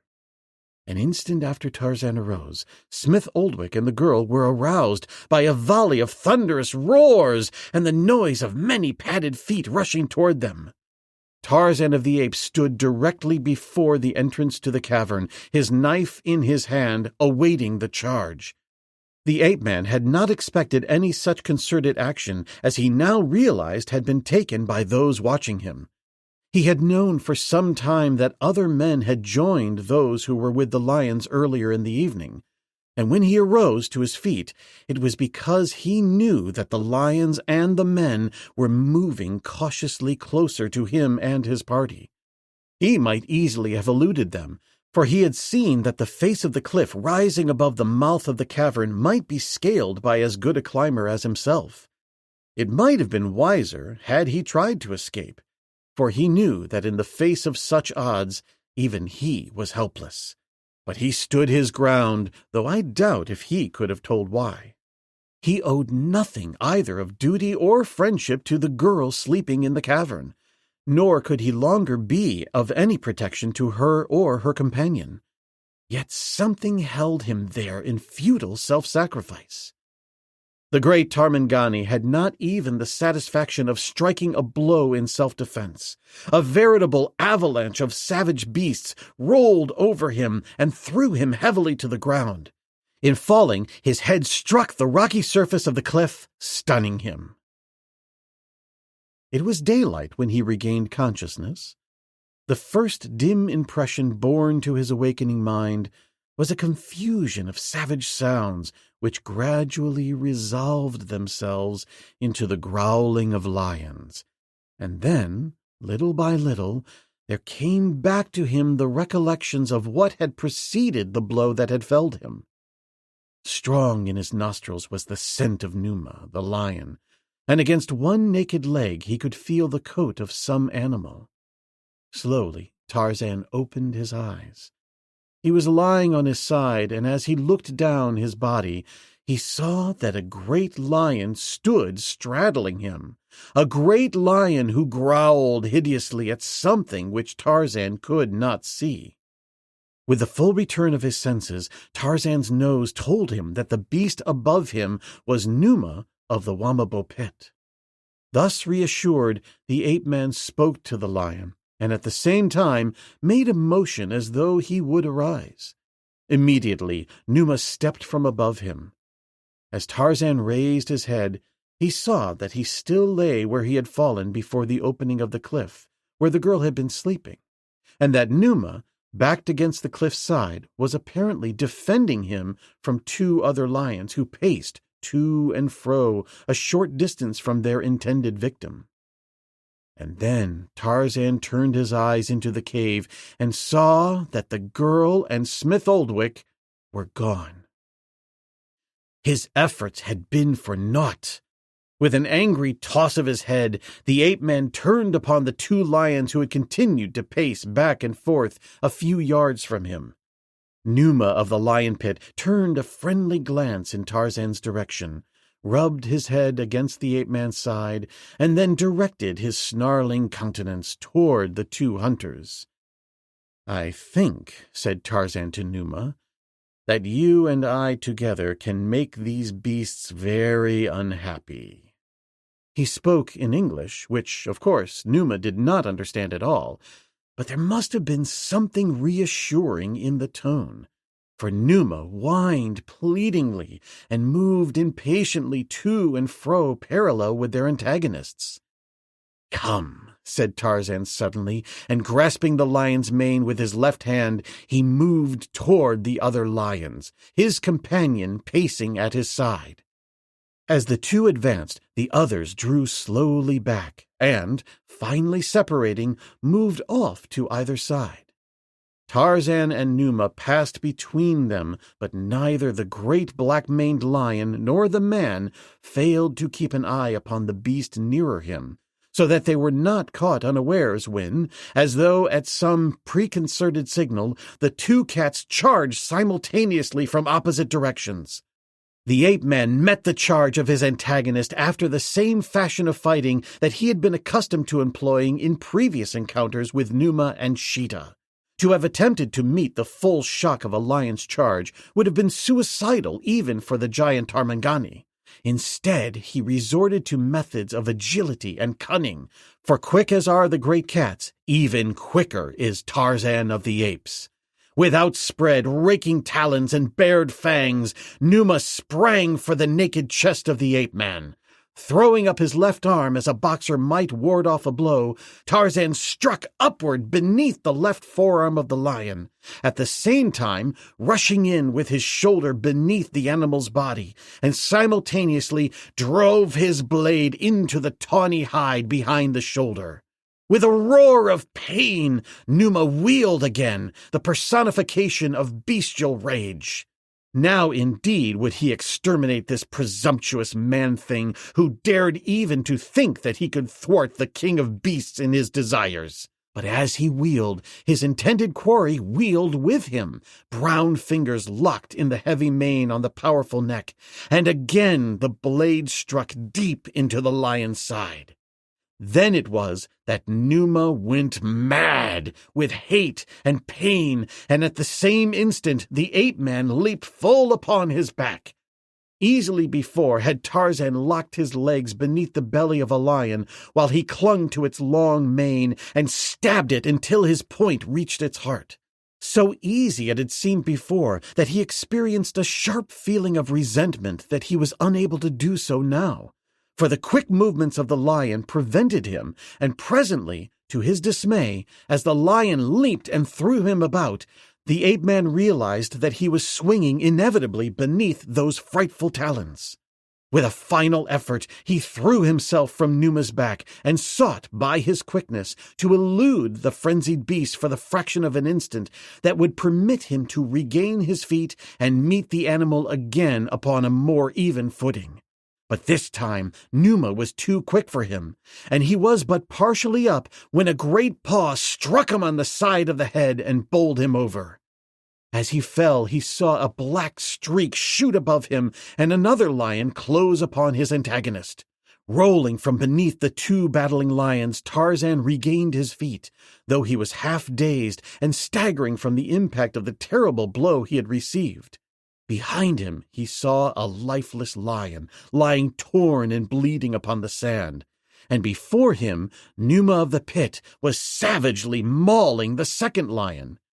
He of the black coat tremendously outclassed his adversary in point of size and strength as well as in ferocity. The battling beasts made a few feints and passes at each other before the larger succeeded in fastening his fangs in the other's throat, and then, as a cat shakes a mouse, the larger lion shook the lesser, and when his dying foe sought to roll beneath and rake his conqueror with his hind claws, the other met him halfway at his own game, and as the great talons buried themselves in the lower part of the other's chest, and then were raked downward with all the terrific strength of the mighty hind legs, the battle was ended. As Numa rose from his second victim and shook himself, Tarzan could not but again note the wondrous proportions and symmetry of the beast. The lions they had bested were splendid specimens themselves, and in their coats Tarzan noted a suggestion of the black, which was such a strongly marked characteristic of Numa of the Pit. Their manes were just a trifle darker than an ordinary black-maned lion, but the tawny shade on the balance of their coats predominated. However, the ape-man realized that they were a distinct species from any he had seen, as though they had sprung originally from a cross between the forest lion of his acquaintance and a breed of which Numa of the Pit might be typical. The immediate obstruction in his way having been removed, Tarzan was for setting out in search of the spoor of the girl and Smith Oldwick, that he might discover their fate. He suddenly found himself tremendously hungry, and as he circled about over the sandy bottom, searching among the tangled network of innumerable tracks for those of his protégés, there broke from his lips involuntarily the whine of a hungry beast. Immediately, Numa of the Pit pricked up his ears, and, regarding the ape-man steadily for a moment, he answered the call of hunger and started briskly off toward the south, stopping occasionally to see if Tarzan was following.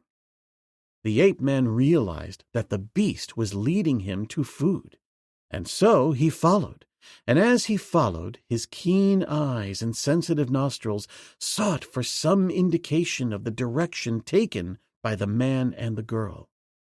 Presently, out of the mass of lion tracks, Tarzan picked up those of many sandaled feet and the scent spoor of the members of the strange race, such as had been with the lions the night before. And then, faintly, he caught the scent spoor of the girl, and a little later that of Smith Oldwick. Presently the tracks thinned, and here those of the girl and the Englishman became well marked.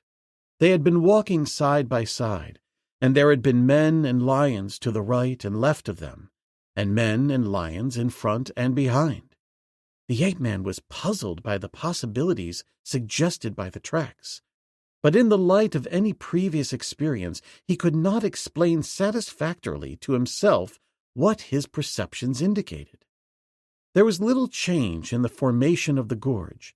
It still wound its erratic course between precipitous cliffs. In places it widened out, and again it became very narrow, and always deeper the farther south they traveled. Presently, the bottom of the gorge began to slope more rapidly. Here and there were indications of ancient rapids and waterfalls.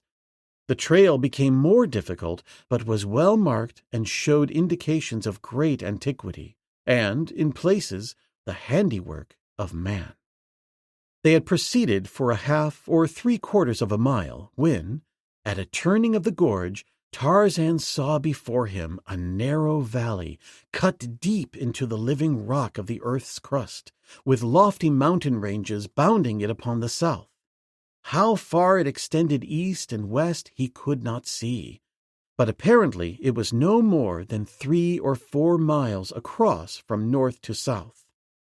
That it was a well-watered valley was indicated by the wealth of vegetation that carpeted its floor from the rocky cliffs upon the north to the mountains on the south.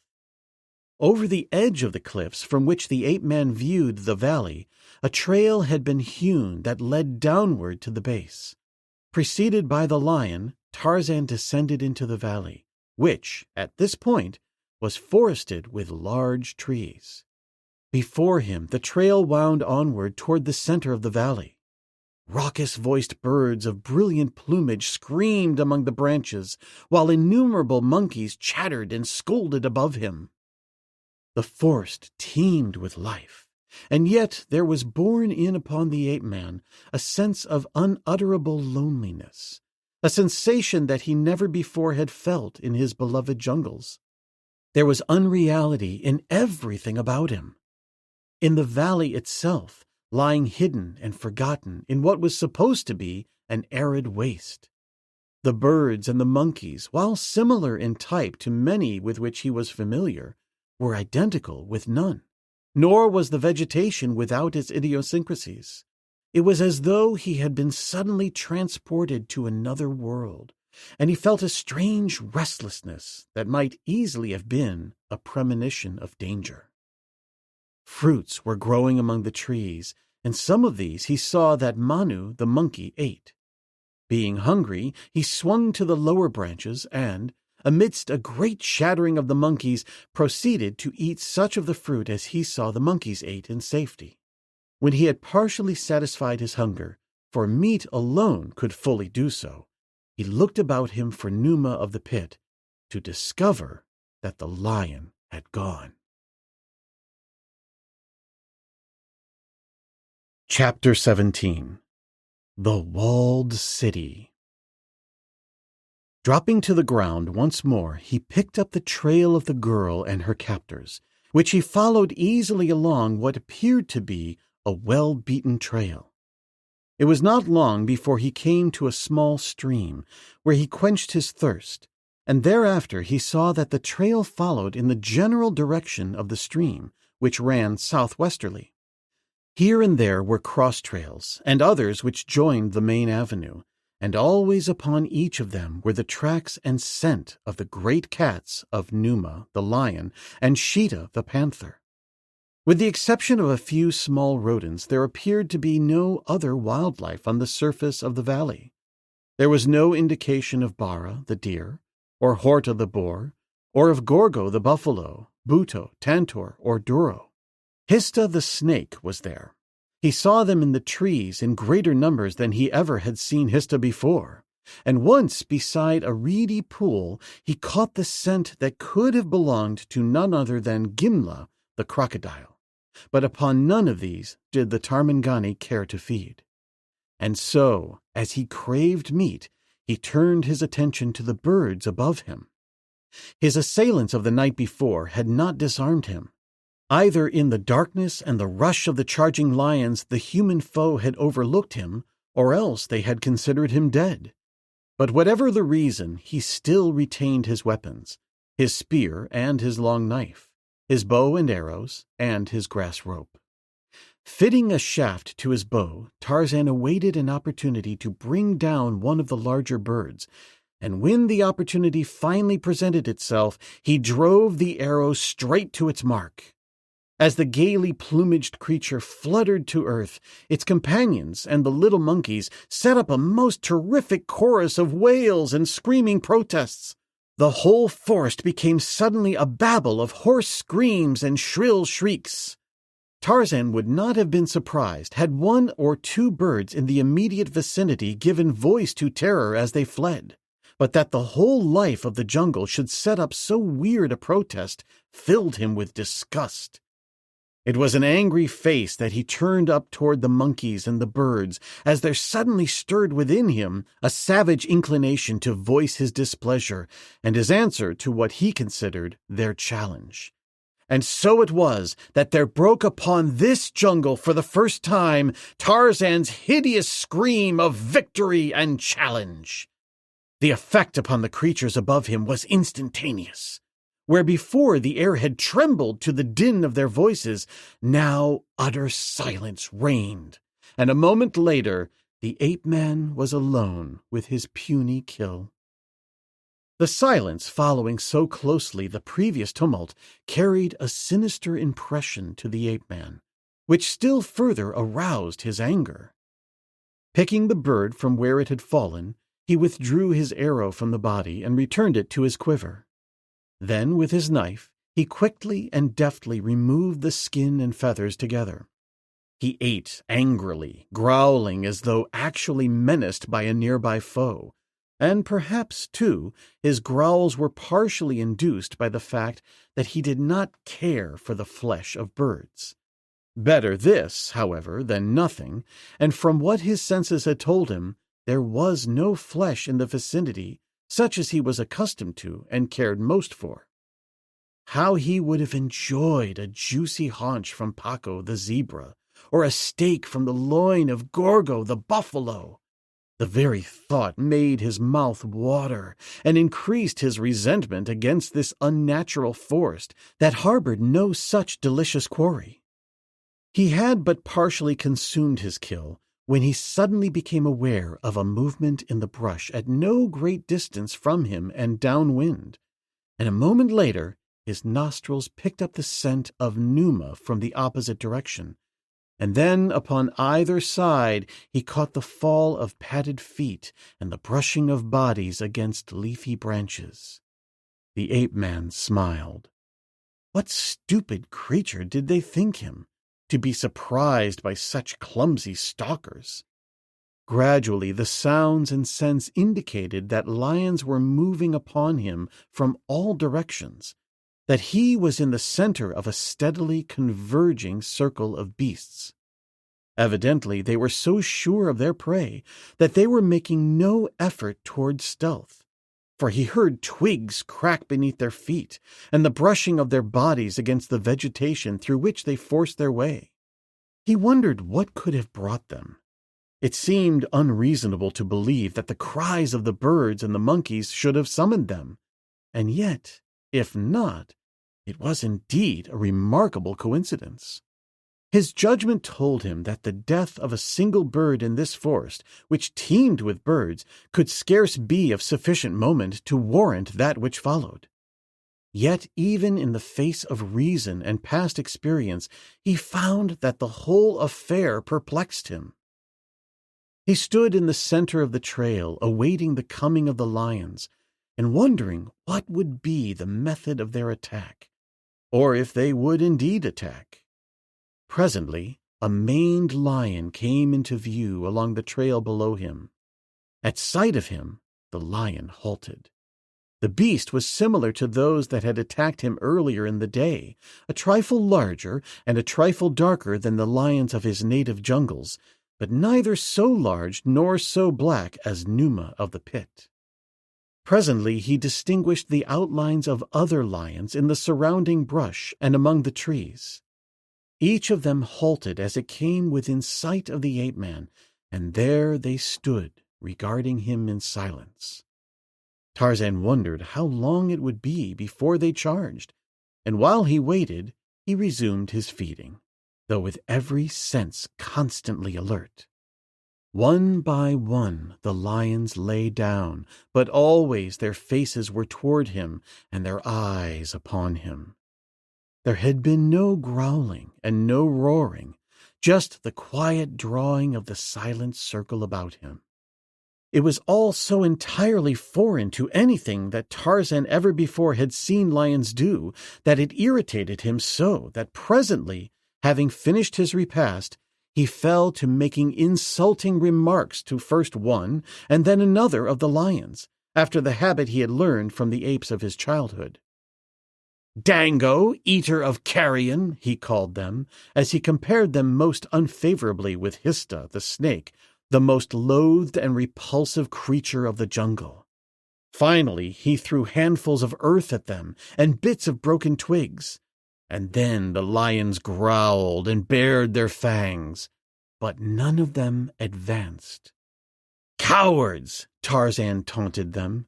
Numa with a heart of Bara the deer. He told them who he was, and after the manner of the jungle folk, he boasted as to the horrible things he would do to them. But the lions only lay and watched him. It must have been a half-hour after their coming that Tarzan caught in the distance, along the trail, the sound of footsteps approaching. They were the footsteps of a creature who walked upon two legs, and though Tarzan could catch no scent spoor from that direction, he knew that a man was approaching. Nor had he long to wait before his judgment was confirmed by the appearance of a man who halted in the trail directly behind the first lion that Tarzan had seen.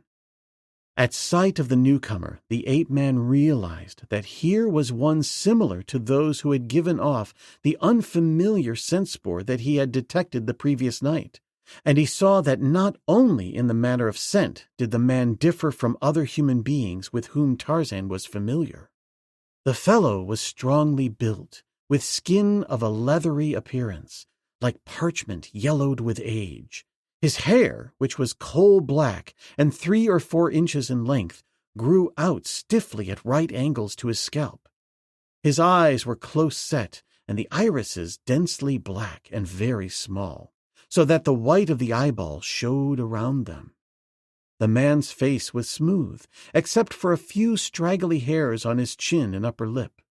The nose was aquiline and fine, but the hair grew so far down on the forehead as to suggest a very low and brutal type.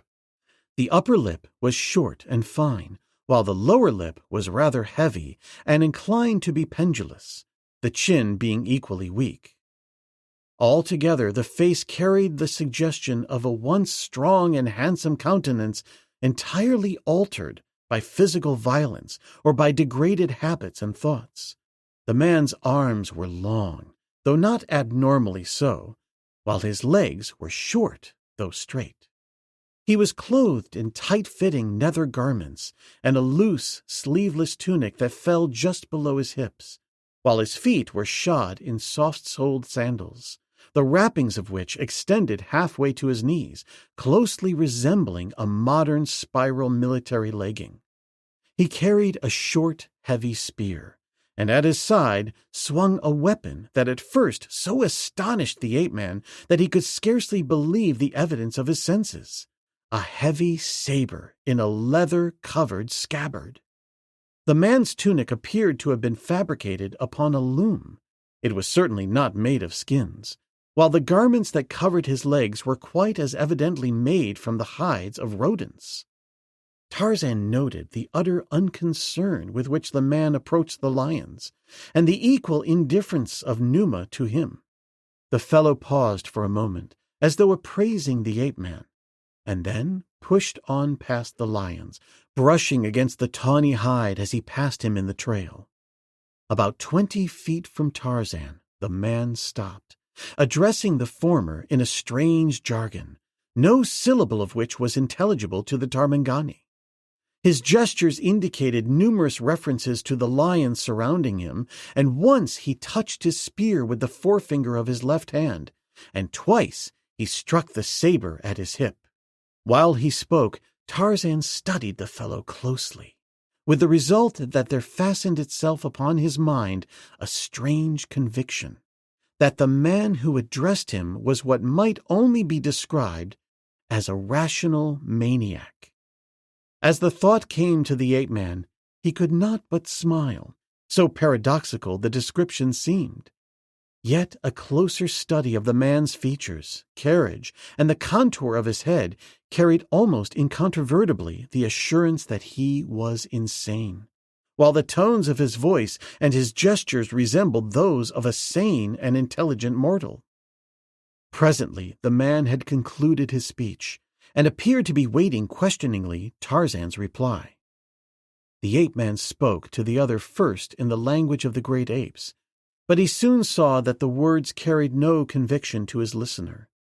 Then, with equal futility, he tried several native dialects, but to none of these did the man respond. By this time Tarzan began to lose patience. He had wasted sufficient time by the road, and as he had never depended much upon speech in the accomplishment of his ends, he now raised his spear and advanced toward the other.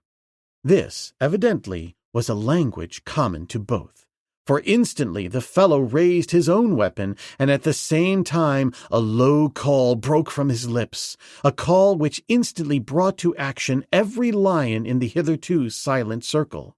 A volley of roars shattered the silence of the forest, and simultaneously lions sprang into view upon all sides as they closed in rapidly upon their quarry. The man who had called them stepped back, his teeth bared in a mirthless grin. It was then that Tarzan first noticed that the fellow's upper canines were unusually long and exceedingly sharp. It was just a flashing glimpse he got of them as he leaped agilely from the ground and, to the consternation of both the lions and their master, disappeared into the foliage of the lower terrace, flinging back over his shoulder as he swung rapidly away, "I am Tarzan of the apes, mighty hunter, mighty fighter. None in the jungle more powerful, none more cunning than Tarzan." A short distance beyond the point at which they had surrounded him, Tarzan came to the trail again and sought for the spoor of Bertha Kircher and Lieutenant Smith Oldwick. He found them quickly and continued upon his search for the two. The spoor lay directly upon the trail for another half-mile when the way suddenly debauched from the forest into an open land, and there broke upon the astonished view of the ape-man the domes and minarets of a walled city. Directly before him, in the wall nearest him, Tarzan saw a low-arched gateway to which a well-beaten trail led from that which he had been following. In the open space between the forest and the city walls, quantities of garden stuff was growing, while before him at his feet, in an open man-made ditch, ran a stream of water. The plants in the garden were laid out in well-spaced symmetrical rows and appeared to have been given excellent attention and cultivation. Tiny streams were trickling between the rows from the main ditch before him, and at some distance to his right he could see people at work among the plants. The city wall appeared to be about 30 feet in height, its plastered expanse unbroken except by occasional embrasures. Beyond the wall rose the domes of several structures, and numerous minarets dotted the skyline of the city. The largest and central dome appeared to be gilded, while others were red or blue or yellow. The architecture of the wall itself was of uncompromising simplicity. It was of a cream shade and appeared to be plastered and painted. At its base was a line of well-tended shrubs, and at some distance toward its eastern extremity, it was vine-covered to the top. As he stood in the shadow of the trail, his keen eyes taking in every detail of the picture before him, he became aware of the approach of a party in his rear, and there was borne to him the scent of the man and the lions whom he had so readily escaped. Taking to the trees, Tarzan moved a short distance to the west, and, finding a comfortable crotch at the edge of the forest where he could watch the trail leading through the gardens to the city gate, he awaited the return of his would-be captors. And soon they came, the strange man followed by the pack of great lions. Like dogs, they moved along behind him down the trail among the gardens to the gate. Here the man struck upon the panels of the door with the butt of his spear, and when it opened in response to his signal, he passed in with his lions. Beyond the open door, Tarzan, from his distant perch, caught but a fleeting glimpse of life within the city, just enough to indicate that there were other human creatures who abode there, and then the door closed. Through that door he knew that the girl and the man whom he sought to succor had been taken into the city. What fate lay in store for them, or whether already it had been meted out to them, he could not even guess, nor where, within that forbidding wall, they were incarcerated he could not know. But of one thing he was assured, that if he were to aid them, he could not do it from outside the wall. He must gain entrance to the city first, nor did he doubt that once within, his keen senses would eventually reveal the whereabouts of those whom he sought. The low sun was casting long shadows across the gardens when Tarzan saw the workers returning from the eastern field. A man came first, and as he came, he lowered little gates along the large ditch of running water, shutting off the streams that had run between the rows of growing plants. And behind him came other men carrying burdens of fresh vegetables in great woven baskets upon their shoulders. Tarzan had not realized that there had been so many men working in the field, but now, as he sat there at the close of the day, he saw a procession filing in from the east, bearing the tools and the produce back into the city. And then, to gain a better view, the ape-man ascended to the topmost branches of a tall tree, where he overlooked the nearer wall. From this point of vantage, he saw that the city was long and narrow, and that while the outer walls formed a perfect rectangle, the streets within were winding.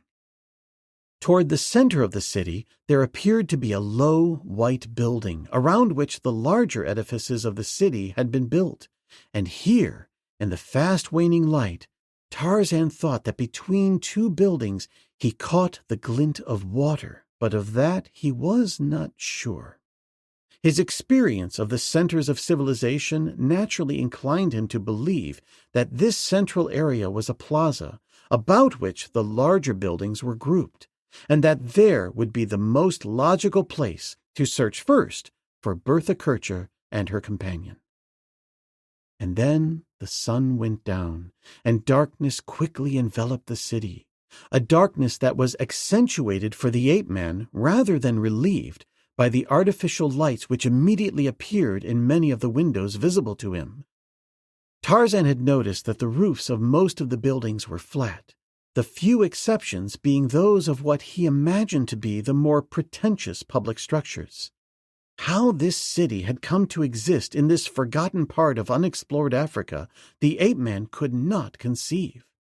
Better than another, he realized something of the unsolved secrets of the great dark continent, enormous areas of which have as yet been untouched by the foot of civilized man. Yet he could scarce believe that a city of this size, and apparently thus well constructed, could have existed for the generations that it must have been there, without intercourse with the outer world.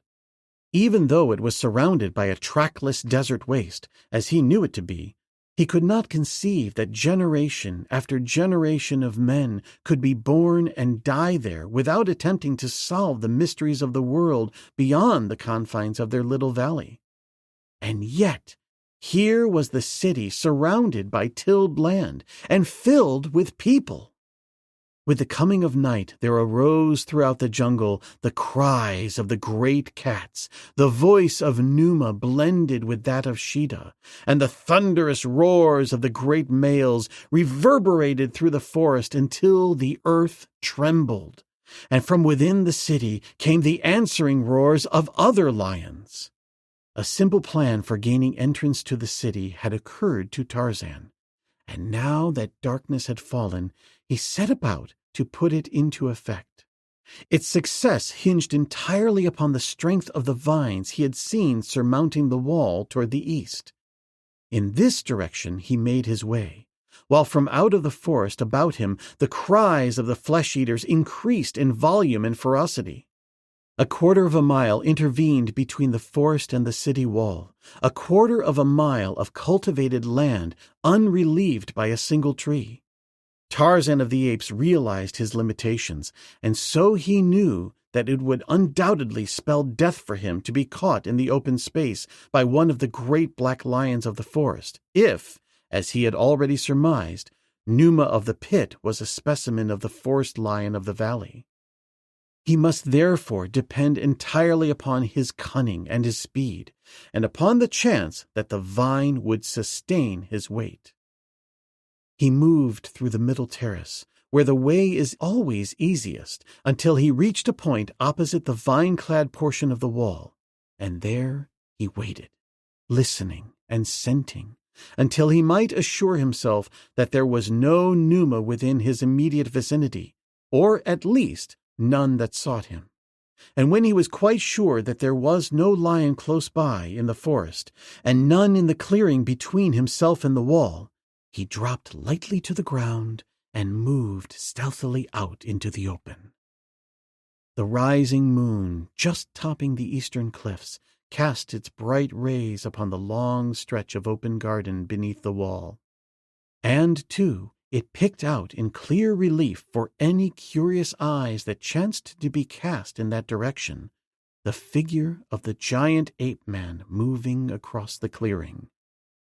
It was only chance, of course, that a great lion hunting at the edge of the forest saw the figure of the man halfway between the forest and the wall. Suddenly, there broke upon Tarzan's ears a menacing sound. It was not the roar of a hungry lion, but the roar of a lion in rage, and as he glanced back in the direction from which the sound came, he saw a huge beast moving out from the shadow of the forest toward him. Even in the moonlight and at a distance, Tarzan saw that the lion was huge, that it was indeed another of the black-maned monsters similar to Numa of the pit.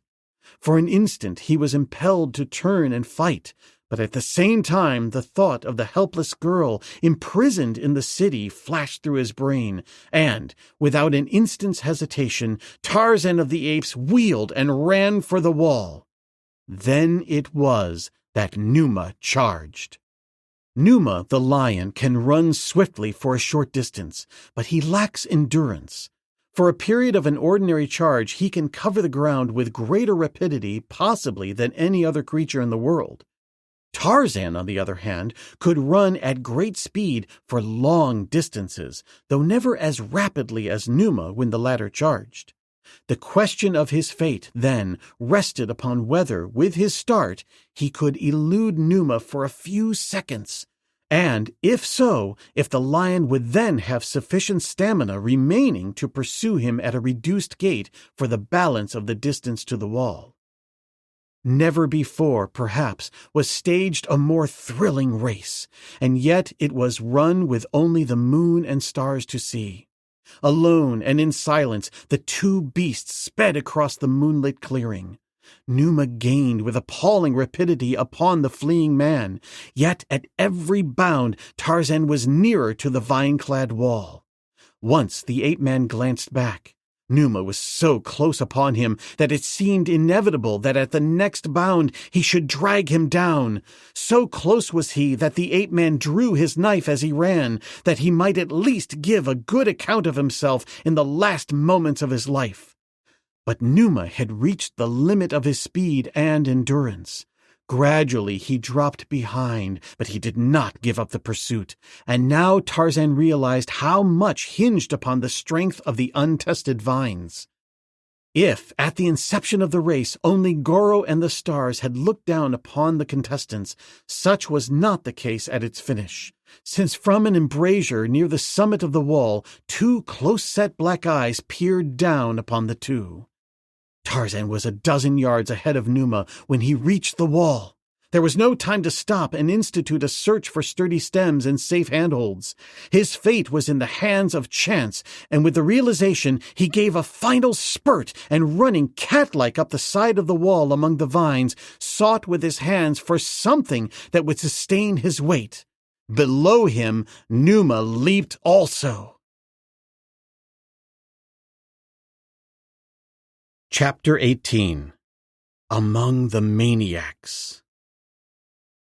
As the lion swarmed over her protectors, Bertha Kircher shrank back in the cave in a momentary paralysis of fright, superinduced, perhaps, by the long days of terrific nerve strain which she had undergone. Mingled with the roars of the lions had been the voices of men, and presently, out of the confusion and turmoil, she felt the near presence of a human being, and then hands reached forth and seized her. It was dark, and she could see but little nor any sign of the English officer or the ape-man.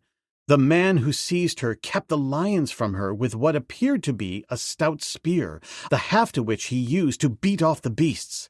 The fellow dragged her from the cavern, the while he shouted what appeared to be commands and warnings to the lions.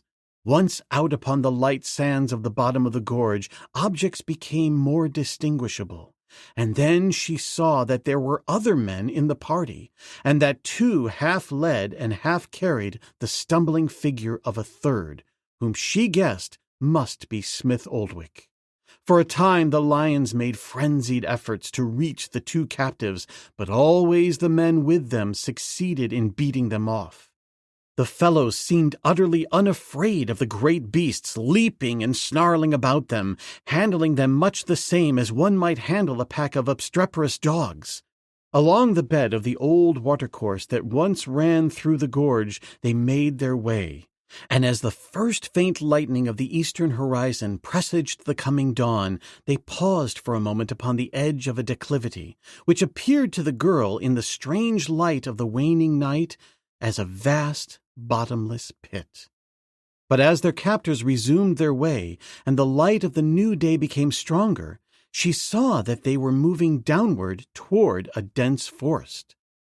Once beneath the overarching trees, all was again Cimmerian darkness, nor was the gloom relieved until the sun finally arose beyond the eastern cliffs, when she saw that they were following what appeared to be a broad and well-beaten game trail through a forest of great trees. The ground was unusually dry for an African forest, and the underbrush, while heavily foliaged, was not nearly so rank and impenetrable as that which she had been accustomed to find in similar woods. It was as though the trees and the bushes grew in a waterless country. Nor was there the musty odor of decaying vegetation, or the myriads of tiny insects such as are bred in damp places. As they proceeded and the sun rose higher, the voices of the arboreal jungle life rose in discordant notes and loud chattering above them. Innumerable monkeys scolded and screamed in the branches overhead, while harsh-voiced birds of brilliant plumage darted hither and thither. She noted presently that their captors often cast apprehensive glances in the direction of the birds, and on numerous occasions seemed to be addressing the winged denizens of the forest. One incident made a marked impression on her. The man who immediately preceded her was a fellow of powerful build, yet when a brilliantly colored parrot swooped downward toward him, he dropped upon his knees, and covering his face with his arms, bent forward until his head touched the ground. Some of the others looked at him and laughed nervously. Presently the man glanced upward, and seeing that the bird had gone, rose to his feet and continued along the trail. It was at this brief halt that Smith Oldwick was brought to her side by the men who had been supporting him. He had been rather badly mauled by one of the lions, but was now able to walk alone, though he was extremely weak from shock and loss of blood. "Pretty mess, what?" he remarked with a wry smile, indicating his bloody and disheveled state. "It is terrible," said the girl. "I hope you are not suffering." "Not as much as I should have expected," he replied. "But I feel as weak as a fool. What sort of creatures are these beggars, anyway?" "I don't know," she replied. "There is something terribly uncanny about their appearance." The man regarded one of their captors closely for a moment, and then, turning to the girl, asked, "Did you ever visit a madhouse?" She looked up at him in quick understanding, and with a horrified expression in her eyes. "That's it!" she cried. "They have all the earmarks," he said. "Whites of the eyes showing all around the irises, hair growing stiffly erect from the scalp and low down upon the forehead. Even their mannerisms and their carriage are those of maniacs." The girl shuddered. "Another thing about them," continued the Englishman, "that doesn't appear normal is that they are afraid of parrots and utterly fearless of lions." "Yes," said the girl. "And did you notice that the birds seem utterly fearless of them, rarely seem to hold them in contempt? Have you any idea what language they speak?" "No," said the man. "I have been trying to figure that out. It's not like any of the few native dialects of which I have any knowledge." "It doesn't sound at all like the native language," said the girl, "but there is something familiar about it.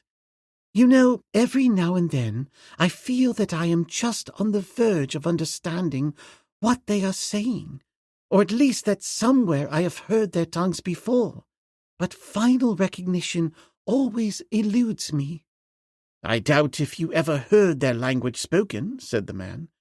"These people must have lived in this out-of-the-way valley for ages, and even if they had retained the original language of their ancestors without change, which is doubtful, It must be some tongue that is no longer spoken in the outer world. At one point, where a stream of water crossed the trail, the party halted while the lions and the men drank.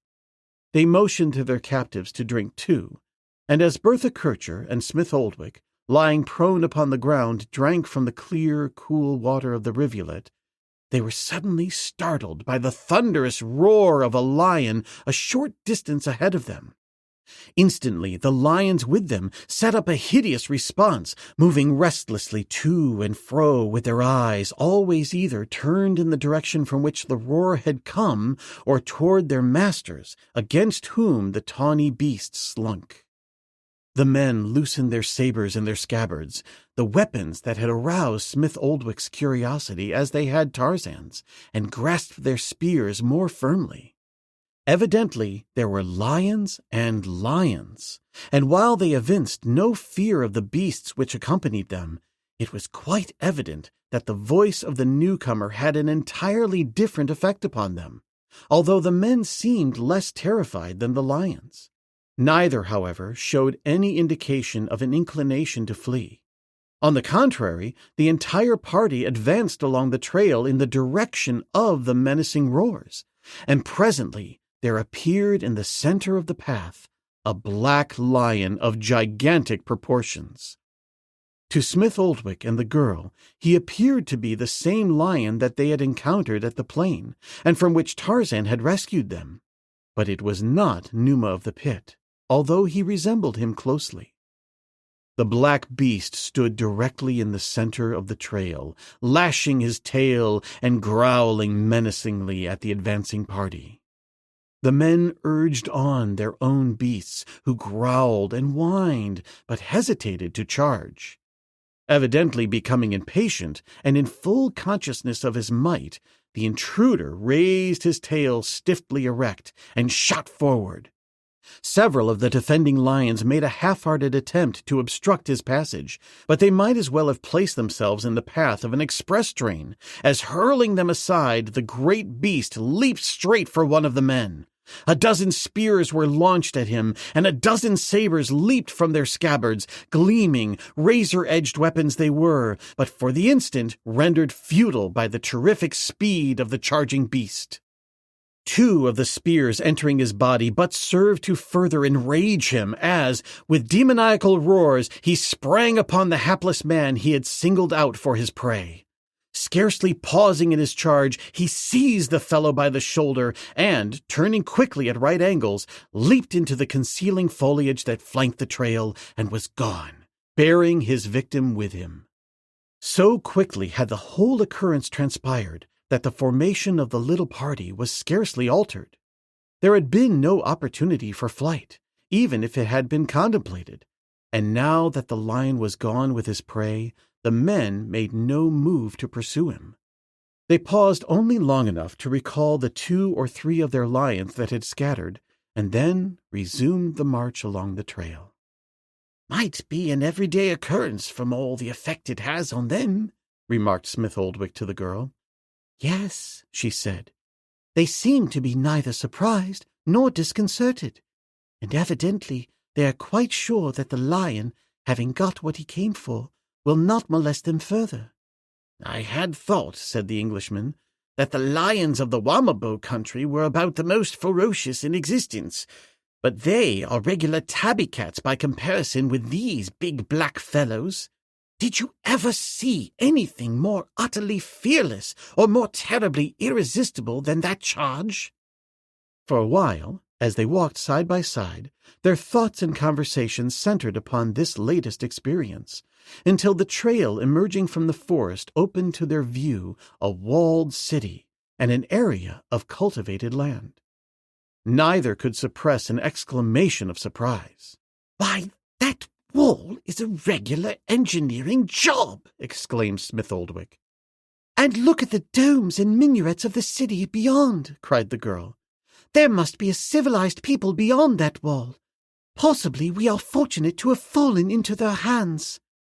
Smith Oldwick shrugged his shoulders. "I hope so," he said, "though I am not at all sure about people who travel about with lions and are afraid of parrots. There must be something wrong with them. The party followed the trail across the field to an arched gateway which opened at the summons of one of their captors, who beat upon the heavy wooden panels with his spear. Beyond, the gate opened into a narrow street, which seemed but a continuation of the jungle trail leading from the forest. Buildings on either hand adjoined the wall and fronted the narrow, winding street, which was only visible for a short distance ahead. The houses were practically all two-storied structures, the upper stories flush with the street, while the walls of the first story were set back some 10 feet. A series of simple columns and arches supporting the front of the second story and forming an arcade on either side of the narrow thoroughfare. The pathway in the center of the street was unpaved, but the floors of the arcades were cut stone of various shapes and sizes, but all carefully fitted and laid without mortar. These floors gave evidence of great antiquity, there being a distinct depression down the center, as though the stone had been worn away by the passage of countless sandaled feet during the ages that it had lain there. There were few people astir at this early hour, and these were of the same type as their captors. At first, those whom they saw were only men, but as they went deeper into the city, they came upon a few naked children playing in the soft dust of the roadway. Many they passed showed the greatest surprise and curiosity in the prisoners, and often made inquiries of the guards, which the two assumed must have been in relation to themselves, while others appeared not to notice them at all. "I wish we could understand their bally language," exclaimed Smith Oldwick. "Yes," said the girl. "I would like to ask them what they are going to do with us." "That would be interesting," said the man. "I have been doing considerable wondering along that line myself." "I don't like the way their canine teeth are filed," said the girl. "It's too suggestive of some of the cannibals I have seen." "Their skin is yellow," remarked the man. "But yet it doesn't resemble the Chinese exactly, nor are any of their features Chinese." It was at this juncture that they caught their first glimpse of a native woman. She was similar in most respects to the men, though her stature was smaller, and her figure more symmetrical. Her face was more repulsive than that of the men, possibly because of the fact that she was a woman, which rather accentuated the idiosyncrasies of eyes, pendulous lip, pointed tusks, and stiff, low-growing hair. The latter was longer than that of the men, and much heavier. It hung about her shoulders and was confined by a colored bit of some lacy fabric. Her single garment appeared to be nothing more than a filmy scarf, which was wound tightly around her body from below her naked breasts, being caught up some way at the bottom near her ankles. Bits of shiny metal resembling gold ornamented both the headdress and the skirt. Otherwise, the woman was entirely without jewelry. Her bare arms were slender and shapely, and her hands and feet well proportioned and symmetrical. She came close to the party as they passed her, jabbering to the guards who paid no attention to her. The prisoners had an opportunity to observe her closely as she followed at their side for a short distance. "The figure of a houri," remarked Smith Oldwick, "with the face of an imbecile." The street they followed was intersected at irregular intervals by crossroads which, as they glanced down them, proved to be equally as tortuous as that through which they were being conducted. The houses varied but little in design. Occasionally there were bits of color, or some attempt at other architectural ornamentation. Through open windows and doors they could see that the walls of the houses were very thick, and that all apertures were quite small, as though the people had built against extreme heat, which they realized must have been necessary in this valley buried deep in an African desert. Ahead, they occasionally caught glimpses of larger structures, and as they approached them, came upon what was evidently part of the business section of the city. There were numerous small shops and bazaars interspersed among the residences, and over the doors of these were signs painted in characters strongly suggesting Greek origin, and yet it was not Greek, as both the Englishman and the girl knew. Smith Oldwick was by this time beginning to feel more acutely the pain of his wounds and the consequent weakness that was greatly aggravated by loss of blood. He staggered now occasionally, and the girl, seeing his plight, offered him her arm. "No," he expostulated. "You have passed through too much yourself to have any extra burden imposed upon you." But though he made a valiant effort to keep up with their captors, he occasionally lagged. And upon one such occasion, the guards, for the first time, showed any disposition toward brutality. It was a big fellow who walked at Smith Oldwick's left. Several times he took hold of the Englishman's arm and pushed him forward, not ungently. But when the captive lagged again and again, the fellow suddenly, and certainly with no just provocation, flew into a perfect frenzy of rage. He leaped upon the wounded man, striking him viciously with his fists, and, bearing him to the ground, grasped his throat in his left hand, while with his right he drew his long, sharp saber. Screaming terribly, he waved the blade above his head. The others stopped and turned to look upon the encounter with no particular show of interest. It was as though one of the party had paused to readjust a sandal, and the others merely waited until he was ready to march on again.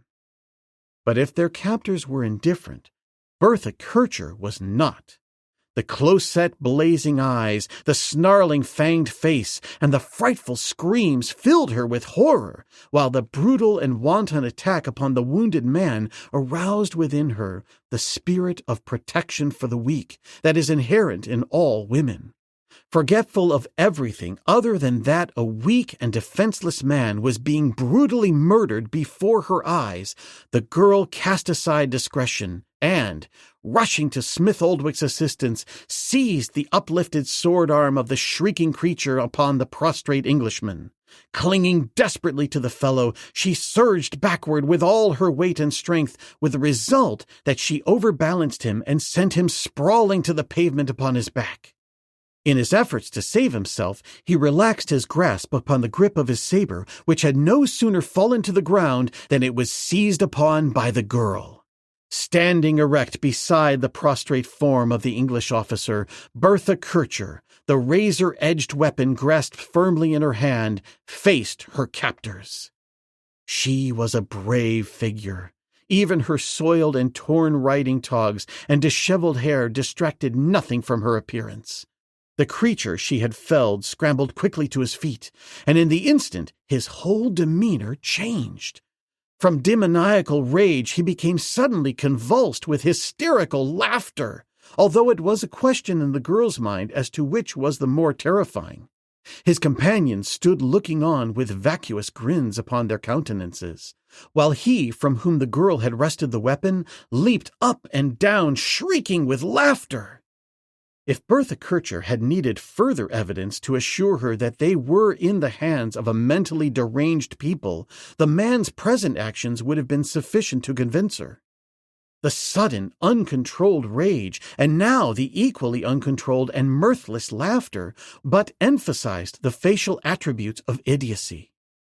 Suddenly realizing how helpless she was in the event any one of the men should seek to overpower her, and moved by a sudden revulsion of feeling that brought on almost a nausea of disgust, the girl hurled the weapon upon the ground at the feet of the laughing maniac and, turning, kneeled beside the Englishman. "It was wonderful of you," he said, "but you shouldn't have done it. Don't antagonize them. I believe they are all mad, and you know they say that one should always humor a madman." She shook her head. "I couldn't see him kill you," she said. A sudden light sprang to the man's eyes as he reached out a hand and grasped the girl's fingers. "Do you care a little now?" he asked. "Can't you tell me that you do? Just a bit." She did not withdraw her hand from his, but she shook her head sadly. "Please don't," she said. "I am sorry that I can only like you very much." The light died from his eyes, and his fingers relaxed their grasp on hers. "Please forgive me," he murmured. "I intended waiting until we got out of this mess, and you were safe among your own people. It must have been the shock or something like that, and seeing you defending me as you did. Anyway, I couldn't help it, and really, it doesn't make much difference what I say now, does it?" "What do you mean?" she asked quickly. He shrugged and smiled ruefully. "I will never leave this city alive," he said. "I wouldn't mention it, except that I realize that you must know it as well as I. I was pretty badly torn up by the lion, and this fellow here has about finished me. There might be some hope if we were among civilized people, but here, with these frightful creatures, what care could we get even if they were friendly?" Bertha Kircher knew that he spoke the truth, and yet she could not bring herself to an admission that Smith Oldwick would die. She was very fond of him. In fact, her great regret was that she did not love him, but she knew that she did not. It seemed to her it could be such an easy thing for any girl to love Lieutenant Harold Percy Smith Oldwick, an English officer and a gentleman, the scion of an old family and himself a man of ample means, young, good-looking, and affable. What more could a girl ask for than to have such a man love her? And that she possessed Smith Oldwick's love, there was no doubt in Bertha Kircher's mind. She sighed, and then, laying her hand impulsively on his forehead, she whispered, "Do not give up hope, though. Try to live for my sake, and for your sake. I will try to love you." It was as though new life had suddenly been injected into the man's veins. His face lightened instantly, and with strength that he himself did not know he possessed, he rose slowly to his feet, albeit somewhat unsteadily. The girl helped him and supported him after he had arisen. For the moment they had been entirely unconscious of their surroundings, and now, as she looked at their captors, she saw that they had fallen again into their almost habitual manner of stolid indifference. And at a gesture from one of them, the march was resumed, as though no untoward incident had occurred. Bertha Kircher experienced a sudden reaction from the momentary exultation of her recent promise to the Englishman. She knew that she had spoken more for him than for herself. But now that it was over, she realized, as she had realized the moment before she had spoken, that it was unlikely she would ever care for him the way he wished. But what had she promised? Only that she would try to love him. And now, she asked herself.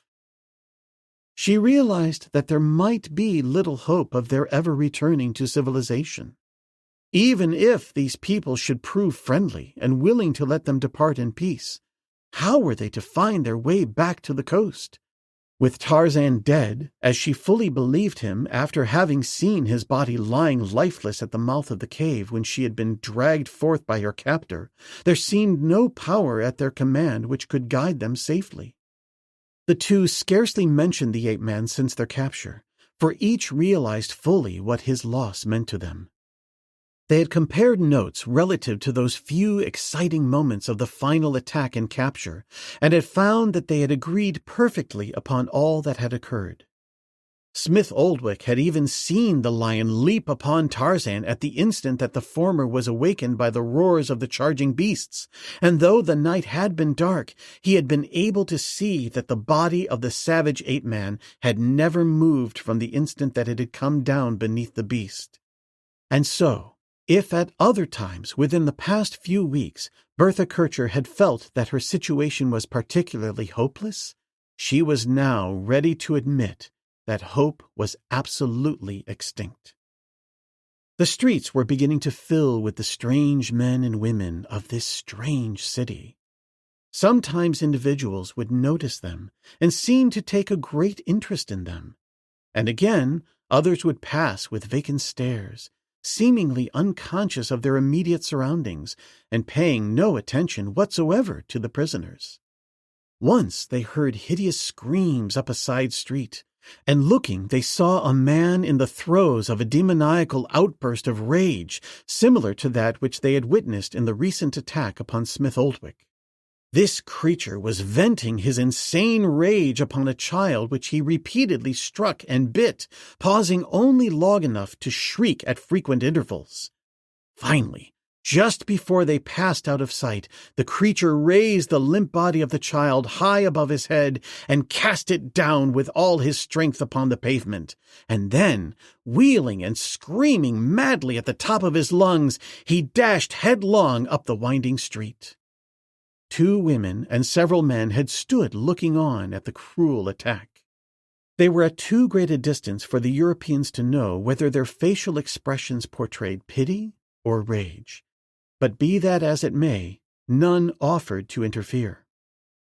A few yards farther on, a hideous hag leaned from a second-story window, where she laughed and gibbered and made horrid grimaces at all who passed her. Others went their ways, apparently attending to whatever duties called them, as soberly as the inhabitants of any civilized community. God, muttered Smith Oldwick, what an awful place. The girl turned suddenly toward him. You still have your pistol? She asked him. Yes, he replied. I tucked it inside my shirt. They did not search me, and it was too dark for them to see whether I carried any weapons or not, so I hid it in the hope that I might get through with it. She moved closer to him and took hold of his hand. Save 1 cartridge for me, please, she begged. Smith Oldwick looked down at her and blinked his eyes very rapidly. An unfamiliar and disconcerting moisture had come into them. He had realized, of course, how bad a plight was theirs, but somehow it had seemed to affect him only. It did not seem possible that anyone could harm this sweet and beautiful girl, and that she should have to be destroyed by him. It was too hideous. It was unbelievable, unthinkable. If he had been filled with apprehension before, he was doubly perturbed now. I don't believe I could do it, Bertha, he said. Not even to save me from something worse? She asked. He shook his head dismally. I could never do it, he replied. The street that they were following suddenly opened upon a wide avenue, and before them spread a broad and beautiful lagoon, the quiet surface of which mirrored the clear cerulean of the sky. Here the aspect of all their surroundings changed. The buildings were higher and much more pretentious in design and ornamentation. The street itself was paved in mosaics of barbaric but stunningly beautiful design. In the ornamentation of the buildings there was considerable color and a great deal of what appeared to be gold leaf. In all the decorations there was utilized in various ways the conventional figure of the parrot and, to a lesser extent, that of the lion and the monkey. Their captors led them along the pavement beside the lagoon for a short distance, and then through an arched doorway into one of the buildings facing the avenue. Here, directly within the entrance, was a large room furnished with massive benches and tables, many of which were elaborately hand-carved with the figures of the inevitable parrot, the lion, or the monkey, the parrot always predominating. Behind one of the tables sat a man who differed in no way that the captives could discover from those who accompanied them. Before this person the party halted, and one of the men who had brought them made what seemed to be an oral report.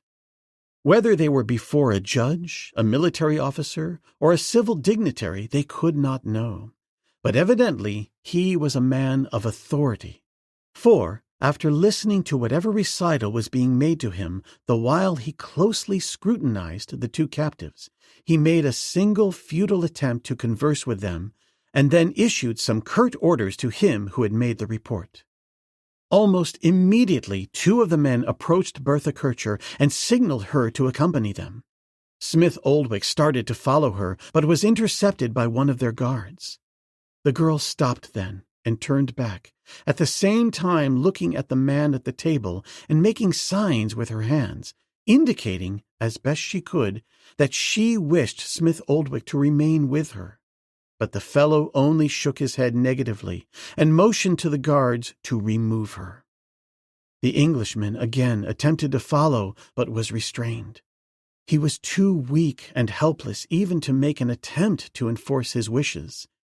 He thought of the pistol inside his shirt, and then of the futility of attempting to overcome an entire city with the few rounds of ammunition left to him. So far, with the single exception of the attack made upon him, they had no reason to believe that they might not receive fair treatment from their captors, and so he reasoned that it might be wiser to avoid antagonizing them until such a time as he became thoroughly convinced that their intentions were entirely hostile. He saw the girl led from the building, and just before she disappeared from his view, she turned and waved her hand to him. "Good luck," she cried, and was gone. The lions that had entered the building with the party had, during their examination by the man at the table, been driven from the apartment through a doorway behind him. Toward this same doorway 2 of the men now led Smith Oldwick. He found himself in a long corridor, from the sides of which other doorways opened, presumably into other apartments of the building. At the far end of the corridor he saw a heavy grating beyond which appeared an open courtyard.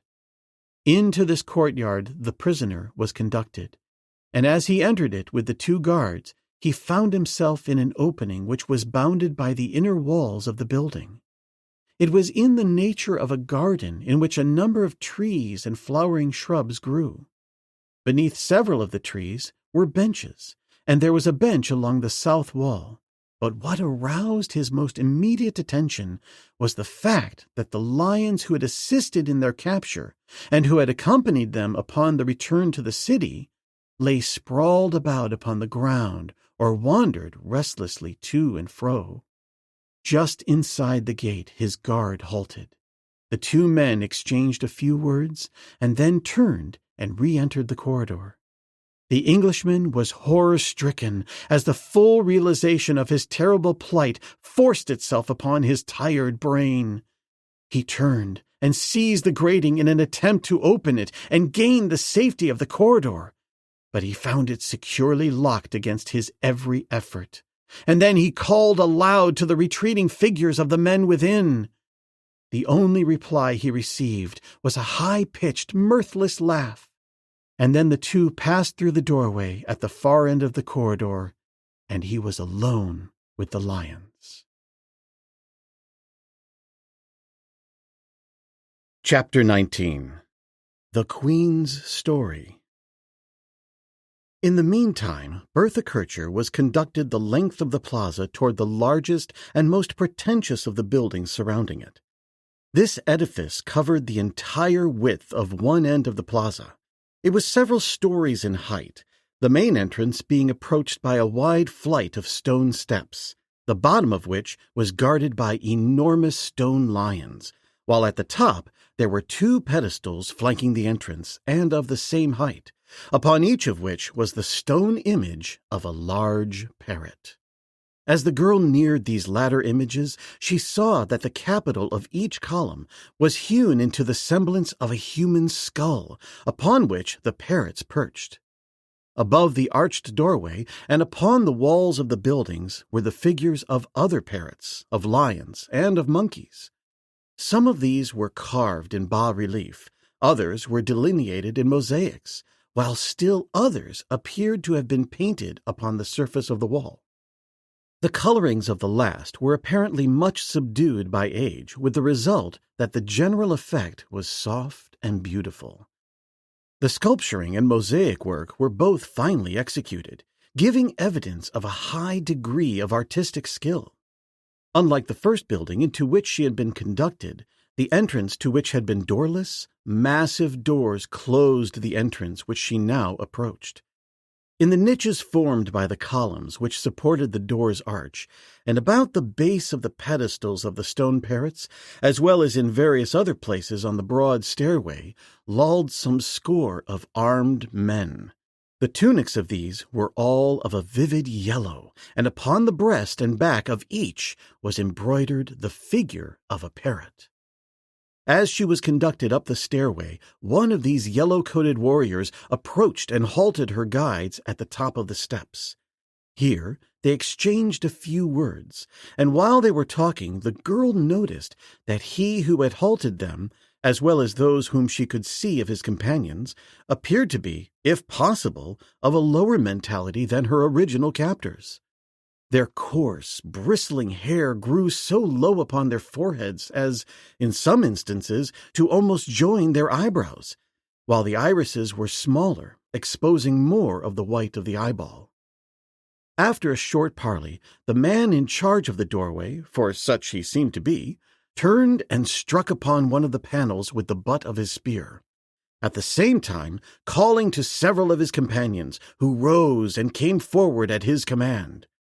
Soon the great doors commenced slowly to swing creakingly open, and presently, as they separated, the girl saw behind them the motive force which operated the massive doors, to each door a half-dozen naked blacks. At the doorway, her 2 guards were turned back, and their places taken by a half-dozen of the yellow-coated soldiery. These conducted her through the doorway which the blacks, pulling upon heavy chains, closed behind them. And as the girl watched them, she noted with horror that the poor creatures were chained by the neck to the doors. Before her led a broad hallway, in the center of which was a little pool of clear water. Here again, in floor and walls, was repeated in new and ever-changing combinations and designs the parrots, the monkeys, and the lions. But now many of the figures were of what the girl was convinced must be gold. The walls of the corridor consisted of a series of open archways, through which, upon either side, other spacious apartments were visible. The hallway was entirely unfurnished, but the rooms on either side contained benches and tables. Glimpses of some of the walls revealed the fact that they were covered with hangings of some colored fabric, while upon the floors were thick rugs of barbaric design and the skins of black lions and beautifully marked leopards. The room directly to the right of the entrance was filled with men wearing the yellow tunics of her new guard, while the walls were hung with numerous spears and sabers. At the far end of the corridor, a low flight of steps led to another closed doorway. Here the guard was again halted. One of the guards at this doorway, after receiving the report of one of those who accompanied her, passed through the door, leaving them standing outside.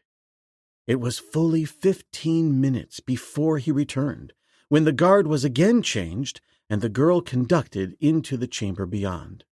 Through 3 other chambers, past 3 more massive doors, at each of which her guard was changed, the girl was conducted before she was ushered into a comparatively small room, back and forth across the floor of which paced a man in a scarlet tunic, upon the front and back of which was embroidered an enormous parrot, and upon whose head was a barbaric headdress surmounted by a stuffed parrot. The walls of this room were entirely hidden by hangings upon which hundreds, even thousands of parrots were embroidered. Inlaid in the floor were golden parrots, while, as thickly as they could be painted, upon the ceiling were brilliant-hued parrots with wings outspread as though in the act of flying. The man himself was larger of stature than any she had yet seen within the city. His parchment-like skin was wrinkled with age, and he was much fatter than any other of his kind that she had seen. His bared arms, however, gave evidence of great strength, and his gait was not that of an old man. His facial expression denoted almost utter imbecility, and he was quite the most repulsive creature that ever Bertha Kircher had looked upon. For several minutes after she was conducted into his presence, he appeared not to be aware that she was there, but continued his restless pacing to and fro. Suddenly, without the slightest warning, and while he was at the far end of the room from her, with his back toward her, he wheeled and rushed madly at her. Involuntarily, the girl shrank back, extending her open palms toward the frightful creature, as though to hold him aloof. But a man upon either side of her, the two who had conducted her into the apartment, seized and held her. Although he rushed violently toward her, the man stopped without touching her. For a moment, his horrid, white-rimmed eyes glared searchingly into her face, immediately following which he burst into maniacal laughter. For 2 or 3 minutes the creature gave himself over to merriment, and then, stopping as suddenly as he had commenced to laugh, he fell to examining the prisoner. He felt of her hair, her skin, the texture of the garment she wore, and by means of signs made her understand she was to open her mouth. In the latter he seemed much interested, calling the attention of one of the guards to her canine teeth, and then baring his own sharp fangs for the prisoner to see. Presently he resumed pacing to and fro across the floor, and it was fully 15 minutes before he again noticed the prisoner. And then it was to issue a curt order to her guards, who immediately conducted her from the apartment. The guards now led the girl through a series of corridors and apartments to a narrow stone stairway, which led to the floor above, finally stopping before a small door where stood a naked native armed with a spear. At a word from one of her guards, the man opened the door, and the party passed into a low-ceilinged apartment, the windows of which immediately caught the girl's attention through the fact that they were heavily barred. The room was furnished similarly to those that she had seen in other parts of the building. The same carved tables and benches, the rugs upon the floor, the decorations upon the walls, although in every respect it was simpler than anything she had seen on the floor below. In one corner was a low couch covered with a rug similar to those on the floor, except that it was of a lighter texture, and upon this sat a woman. As Bertha Kircher's eyes alighted upon the occupant of the room, the girl gave a little gasp of astonishment, for she recognized immediately that here was a creature more nearly of her own kind than any she had seen within the city's walls. An old woman it was who looked at her through faded blue eyes, sunken deep in a wrinkled and toothless face. But the eyes were those of a sane and intelligent creature, and the wrinkled face was the face of a white woman. At sight of the girl, the woman rose and came forward, her gait so feeble and unsteady that she was forced to support herself with a long staff, which she grasped in both her hands. One of the guards spoke a few words to her, and then the men turned and left the apartment. The girl stood just within the door, waiting in silence for what might next befall her. The old woman crossed the room and stopped before her, raising her weak and watery eyes to the fresh young face of the newcomer. Then she scanned her from head to foot, and once again the old eyes returned to the girl's face. Bertha Kircher, on her part, was not less frank in her survey of the little old woman. It was the latter who spoke first. In a thin, cracked voice she spoke, hesitatingly, falteringly, as though she were using unfamiliar words and speaking in a strange tongue. "You are from the outer world?" she asked in English. "God grant that you may speak and understand this tongue." "English!" the girl exclaimed. "Yes, of course I speak English." "Thank God!" cried the little old woman. "I did not know whether I myself might speak it so that another could understand. For 60 years I have spoken only their accursed gibberish. For 60 years I have not heard a word in my native language. Oh, poor creature, she mumbled. What accursed misfortune threw you into their hands? You are an English woman? Asked Bertha Kircher. Did I understand you aright, that you are an English woman, and have been here for 60 years? The old woman nodded her head affirmatively. For 60 years I have never been outside of this palace. Come, she said, stretching forth a bony hand. I am very old and cannot stand long. Come and sit with me on my couch. The girl took the proffered hand and assisted the old lady back to the opposite side of the room, and when she was seated, the girl sat down beside her. Poor child, moaned the old woman. Far better to have died than to have let them bring you here. At first I might have destroyed myself, but there was always the hope that someone would come who would take me away, but none ever comes. Tell me how they got you. Very briefly, the girl narrated the principal incidents which led up to her capture by some of the creatures of the city. Then there is a man with you in the city? Asked the old woman.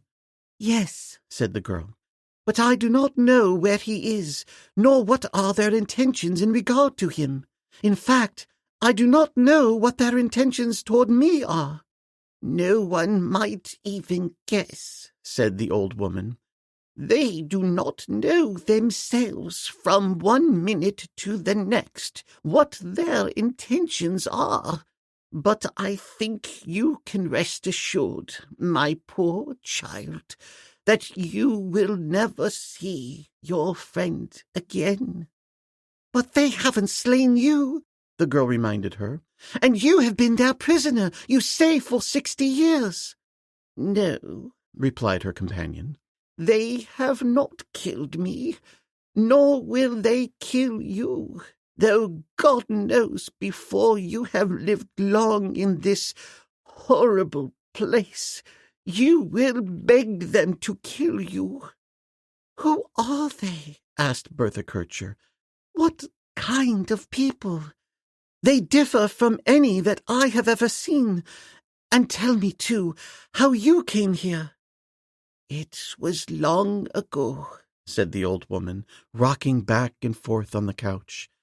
It was long ago. Oh, how long it was! I was only 20 then. Think of it, child. Look at me. I have no mirror other than my bath. I cannot see what I look like, for my eyes are old. But with my fingers I can feel my old and wrinkled face, my sunken eyes, and these flabby lips drawn over toothless gums. I am old and bent and hideous, but then I was young, and they said I was beautiful. No, I will not be a hypocrite. I was beautiful. My glass told me that. My father was a missionary in the interior, and one day there came a band of Arabian slave raiders. They took the men and women of the little native village where my father labored, and they took me too. They did not know much about our part of the country, so they were compelled to rely upon the men of our village, whom they had captured, to guide them. They told me that they never before had been so far south, and that they had heard there was a country rich in ivory and slaves west of us. They wanted to go there, and from there they would take us north, where I was to be sold into the harem of some black sultan. They often discussed the price I would bring, and that price might not lessen, they guarded me jealously from one another, so the journeys were made as little fatiguing for me as possible. I was given the best food at their command, and I was not harmed. But after a short time, when we had reached the confines of the country with which the men of our village were familiar, and had entered upon a desolate and arid desert waste, the Arabs realized at last that we were lost. But they still kept on, ever toward the west, crossing hideous gorges and marching across the face of a burning land beneath the pitiless sun. The poor slaves they had captured were, of course, compelled to carry all the camp equipage and loot, and thus heavily burdened. Half-starved and without water, they soon commenced to die like flies.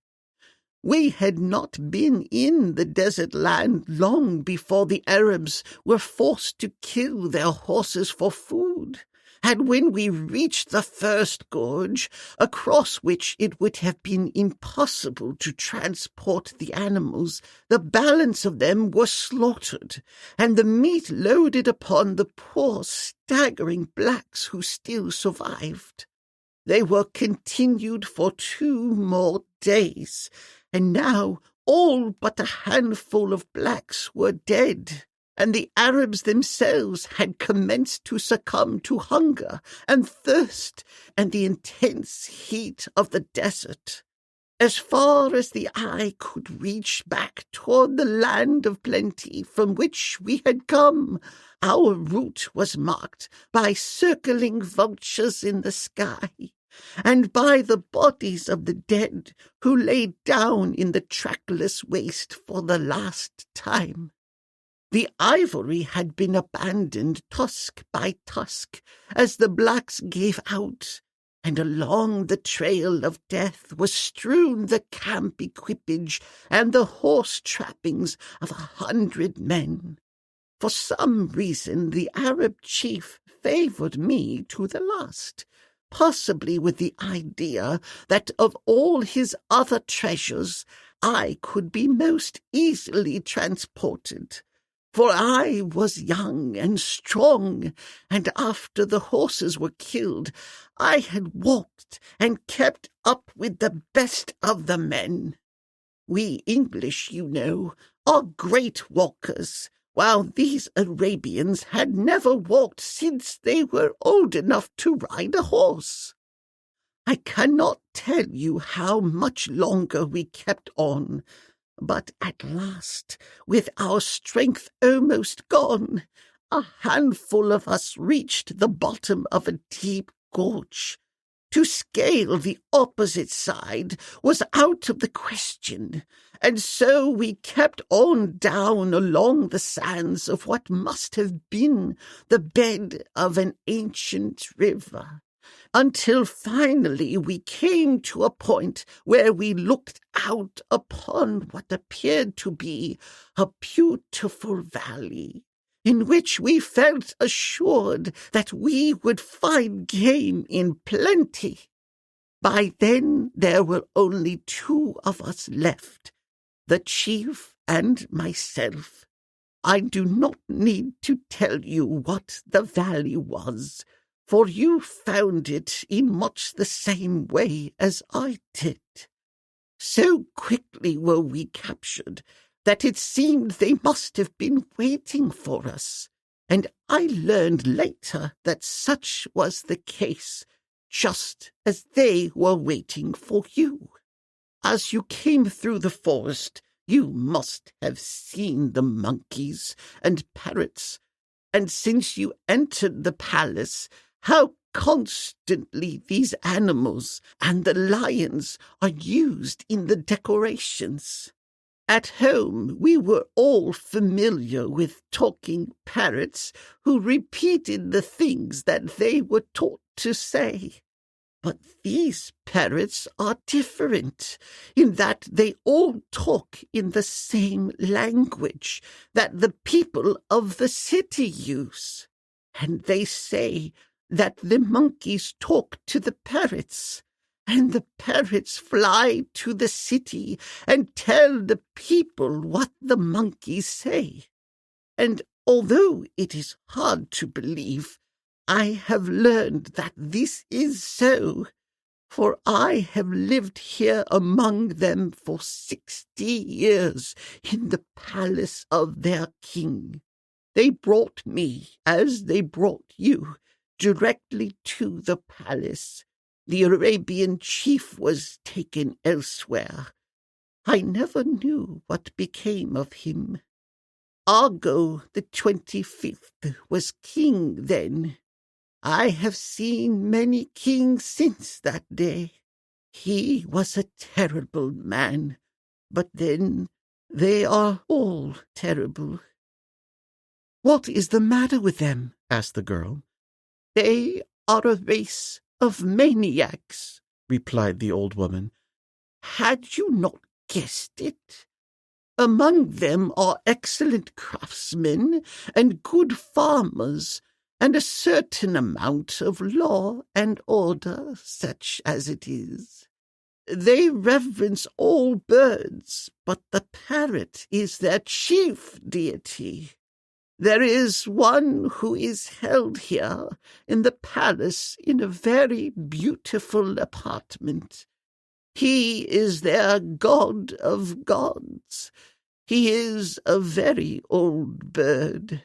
If what Argo told me when I came is true, he must be nearly 300 years old by now.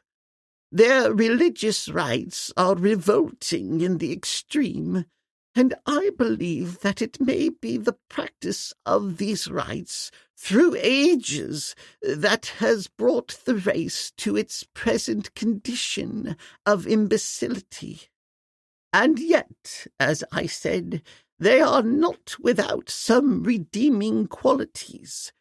If legend may be credited, their forebearers, a little handful of men and women who came from somewhere out of the north and became lost in the wilderness of Central Africa, found here only a barren desert valley. To my own knowledge, rain seldom, if ever, falls here. And yet you have seen a great forest and luxuriant vegetation outside of the city, as well as within. This miracle is accomplished by the utilization of natural springs which their ancestors developed, and upon which they have improved to such an extent that the entire valley receives an adequate amount of moisture at all times. Argo told me that many generations before his time the forest was irrigated by changing the course of the streams which carried the spring water to the city, but that when the trees had sent their roots down to the natural moisture of the soil and required no further irrigation, the course of the stream was changed and other trees were planted. And so the forest grew until today it covers almost the entire floor of the valley, except for the open space where the city stands. I do not know that this is true. It may be that the forest has always been here, but it is one of their legends, and it is born out of the fact that there is not sufficient rainfall here to support vegetation. They are peculiar people in many respects, not only in their form of worship and religious rites, but also in that they breed lions as other people breed cattle. You have seen how they use some of these lions, but the majority of them they fatten and eat. At first, I imagine, they ate lion meat as a part of their religious ceremony, but after many generations, they came to crave it so that now it is practically the only flesh they eat.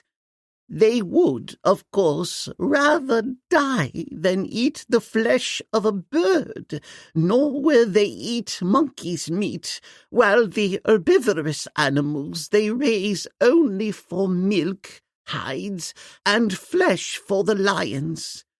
Upon the south side of the city are the corrals and pastures, where the herbivorous animals are raised.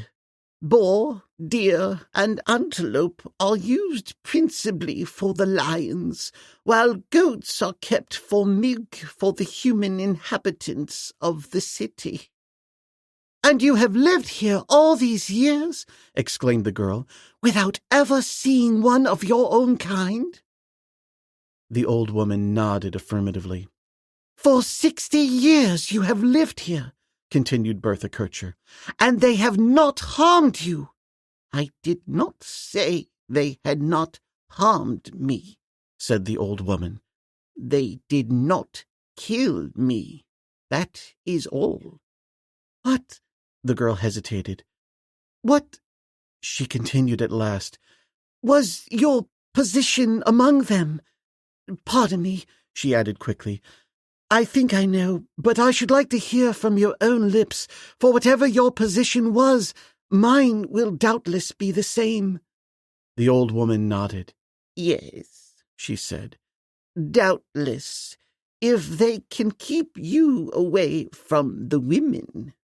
"What do you mean?" asked the girl. "For 60 years I have never been allowed near a woman. They would kill me even now if they could reach me. The men are frightful. God knows they are frightful. But heaven keep you from the women." "You mean," asked the girl, "that the men will not harm me?" "Argo the 25th made me his queen," said the old woman. "But he had many other queens, nor were they all human. He was not murdered for 10 years after I came here. Then the next king took me, and so it has been always. I am the oldest queen now. Very few of their women live to a great age. Not only are they constantly liable to assassination, but, owing to their subnormal mentalities, they are subject to periods of depression, during which they are very likely to destroy themselves." She turned suddenly and pointed to the barred windows. "You see this room," she said, "with the black eunuch outside? Wherever you see these, you will know that there are women, for with very few exceptions, they are never allowed out of captivity. They are considered, and really are, more violent than the men." For several minutes the two sat in silence, and then the younger woman turned to the older. "Is there no way to escape?" she asked. The old woman pointed again to the barred windows, and then to the door, saying, "And there is the armed eunuch, and if you should pass him, how could you reach the street? And if you reached the street, how could you pass through the city to the outer wall? And even if, by some miracle, you should gain the outer wall, and, by another miracle, you should be permitted to pass through the gate, could you ever hope to traverse the forest where the great black lions roam and feed upon men? No, she exclaimed, answering her own question. "There is no escape, for after one has escaped from the palace and the city and the forest, it would be but to invite death in the frightful desert land beyond. In 60 years you are the first to find this buried city. In 1,000 no denizen of this valley has ever left it, and within the memory of man, or even in their legends, none have found them prior to my coming other than a single warlike giant, the story of whom has been handed down from father to son. I think from the description that he must have been a Spaniard, a giant of a man in buckler and helmet, who fought his way through the terrible forest to the city gate, who fell upon those who were sent out to capture him, and slew them with his mighty sword. And when he had eaten of the vegetables from the garden, and the fruit from the trees, and drank of the water from the stream, he turned about and fought his way back through the forest to the mouth of the gorge. But though he escaped the city and the forest, he did not escape the desert. For a legend runs that the king, fearful that he would bring others to attack him, sent a party after him to slay him. For 3 weeks they did not find him, for they went in the wrong direction. But at last they came upon his bones, picked clean by the vultures, lying a day's march up the same gorge through which you and I entered the valley. I do not know, continued the old woman, that this is true. It is just one of their many legends. Yes, said the girl, it is true. I am sure it is true, for I have seen the skeleton and the corroded armor of this great giant. At this juncture the door was thrown open without ceremony, and a servant entered bearing 2 flat vessels in which were several smaller ones. These he set down on one of the tables near the women, and, without a word, turned and left. With the entrance of the man with the vessels, a delightful odor of cooked food had aroused the realization in the girl's mind that she was very hungry, and at a word from the old woman she walked to the table to examine the viands. The larger vessels, which contained the smaller ones, were of pottery, while those within them were quite evidently of hammered gold. To her intense surprise, she found lying between the smaller vessels a spoon and a fork, which, while of quaint design, were quite as serviceable as any she had seen in more civilized communities. The tines of the fork were quite evidently of iron or steel, the girl did not know which, while the handle of the spoon were of the same material as the smaller vessels.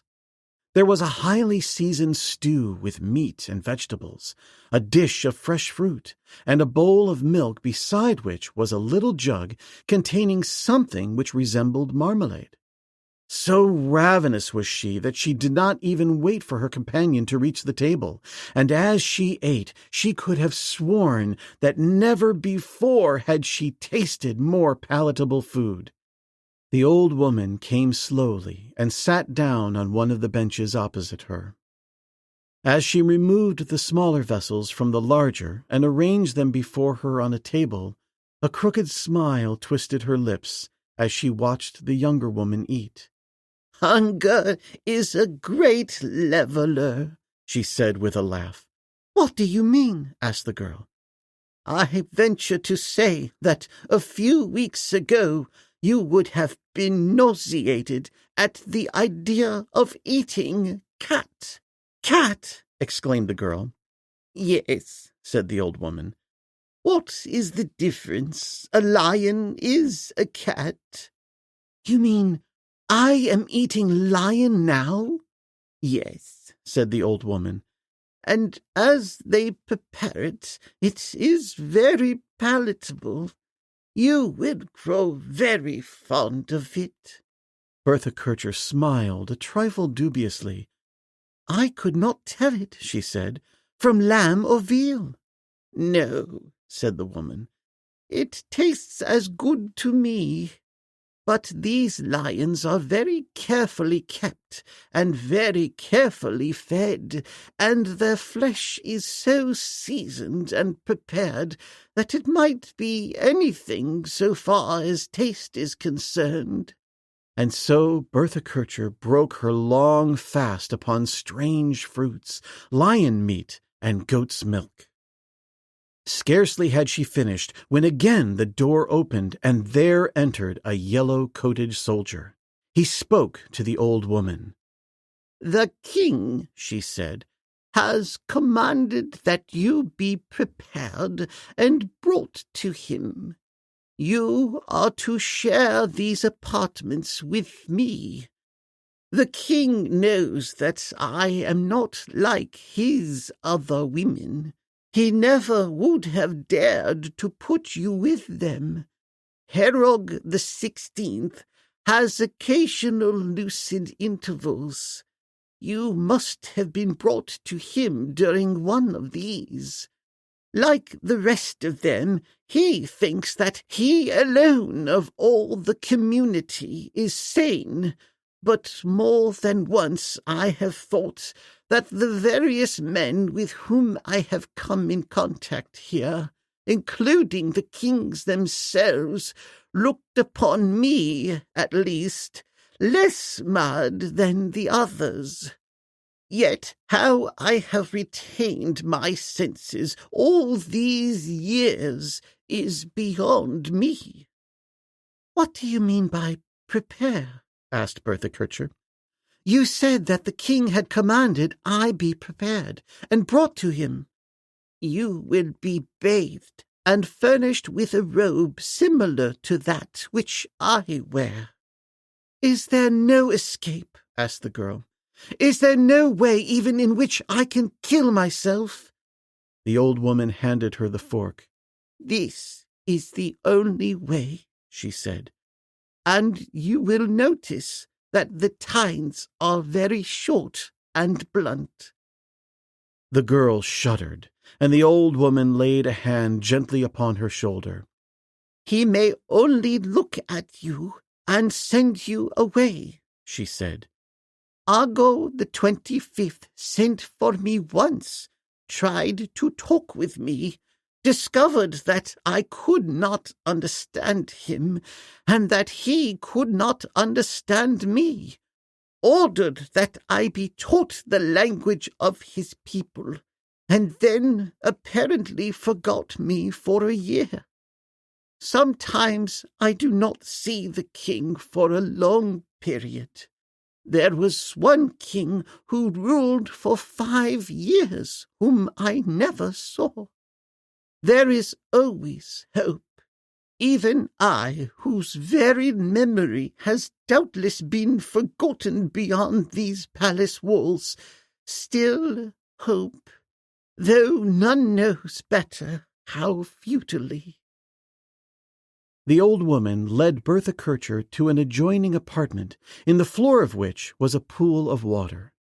Here the girl bathed, and afterward her companion brought her one of the clinging garments of the native women, and adjusted it about her figure.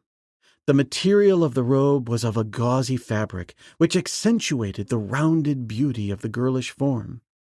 "There," said the old woman, as she gave a final pat to one of the folds of the garment. "You are a queen indeed." The girl looked down at her naked breasts and but half-concealed limbs in horror. "They are going to lead me into the presence of men in this half-nude condition," she exclaimed. The old woman smiled her crooked smile. "It is nothing," she said. "You will become accustomed to it, as did I, who was brought up in the home of a minister of the gospel, where it was considered little short of a crime for a woman to expose her stockinged ankle. By comparison with what you will doubtless see, and the things that you may be called upon to undergo, this is but a trifle." For what seemed hours to the distraught girl, she paced the floor of her apartment, awaiting the final summons to the presence of the mad king. Darkness had fallen, and the oil flares within the palace had been lighted long before two messengers appeared, with instructions that Herog demanded her immediate presence, and that the old woman, whom they called Zanilla, was to accompany her. The girl felt some slight relief when she discovered that she was to have at least one friend with her, however powerless to assist her the old woman might be. The messengers conducted the two to a small apartment on the floor below. Zanilla explained that this was one of the anterooms off the main throne room, in which the king was accustomed to hold court with his entire retinue. A number of yellow-tunicked warriors sat about upon the benches within the room. For the most part, their eyes were bent upon the floor, and their attitudes that of moody dejection. As the two women entered, several glanced indifferently at them, but for the most part, no attention was paid to them. While they were waiting in the anteroom, there entered from another apartment a young man uniformed similarly to the others, with the exception that upon his head was a fillet of gold, in the front of which a single parrot feather rose erectly above his forehead. As he entered, the other soldiers in the room rose to their feet. "That is Matak, one of the king's sons," Zanilla whispered to the girl. The prince was crossing the room toward the audience chamber when his glance happened to fall upon Bertha Kircher. He halted in his tracks and stood looking at her for a full minute without speaking. The girl, embarrassed by his bold stare and her scant attire, flushed and, dropping her gaze to the floor, turned away.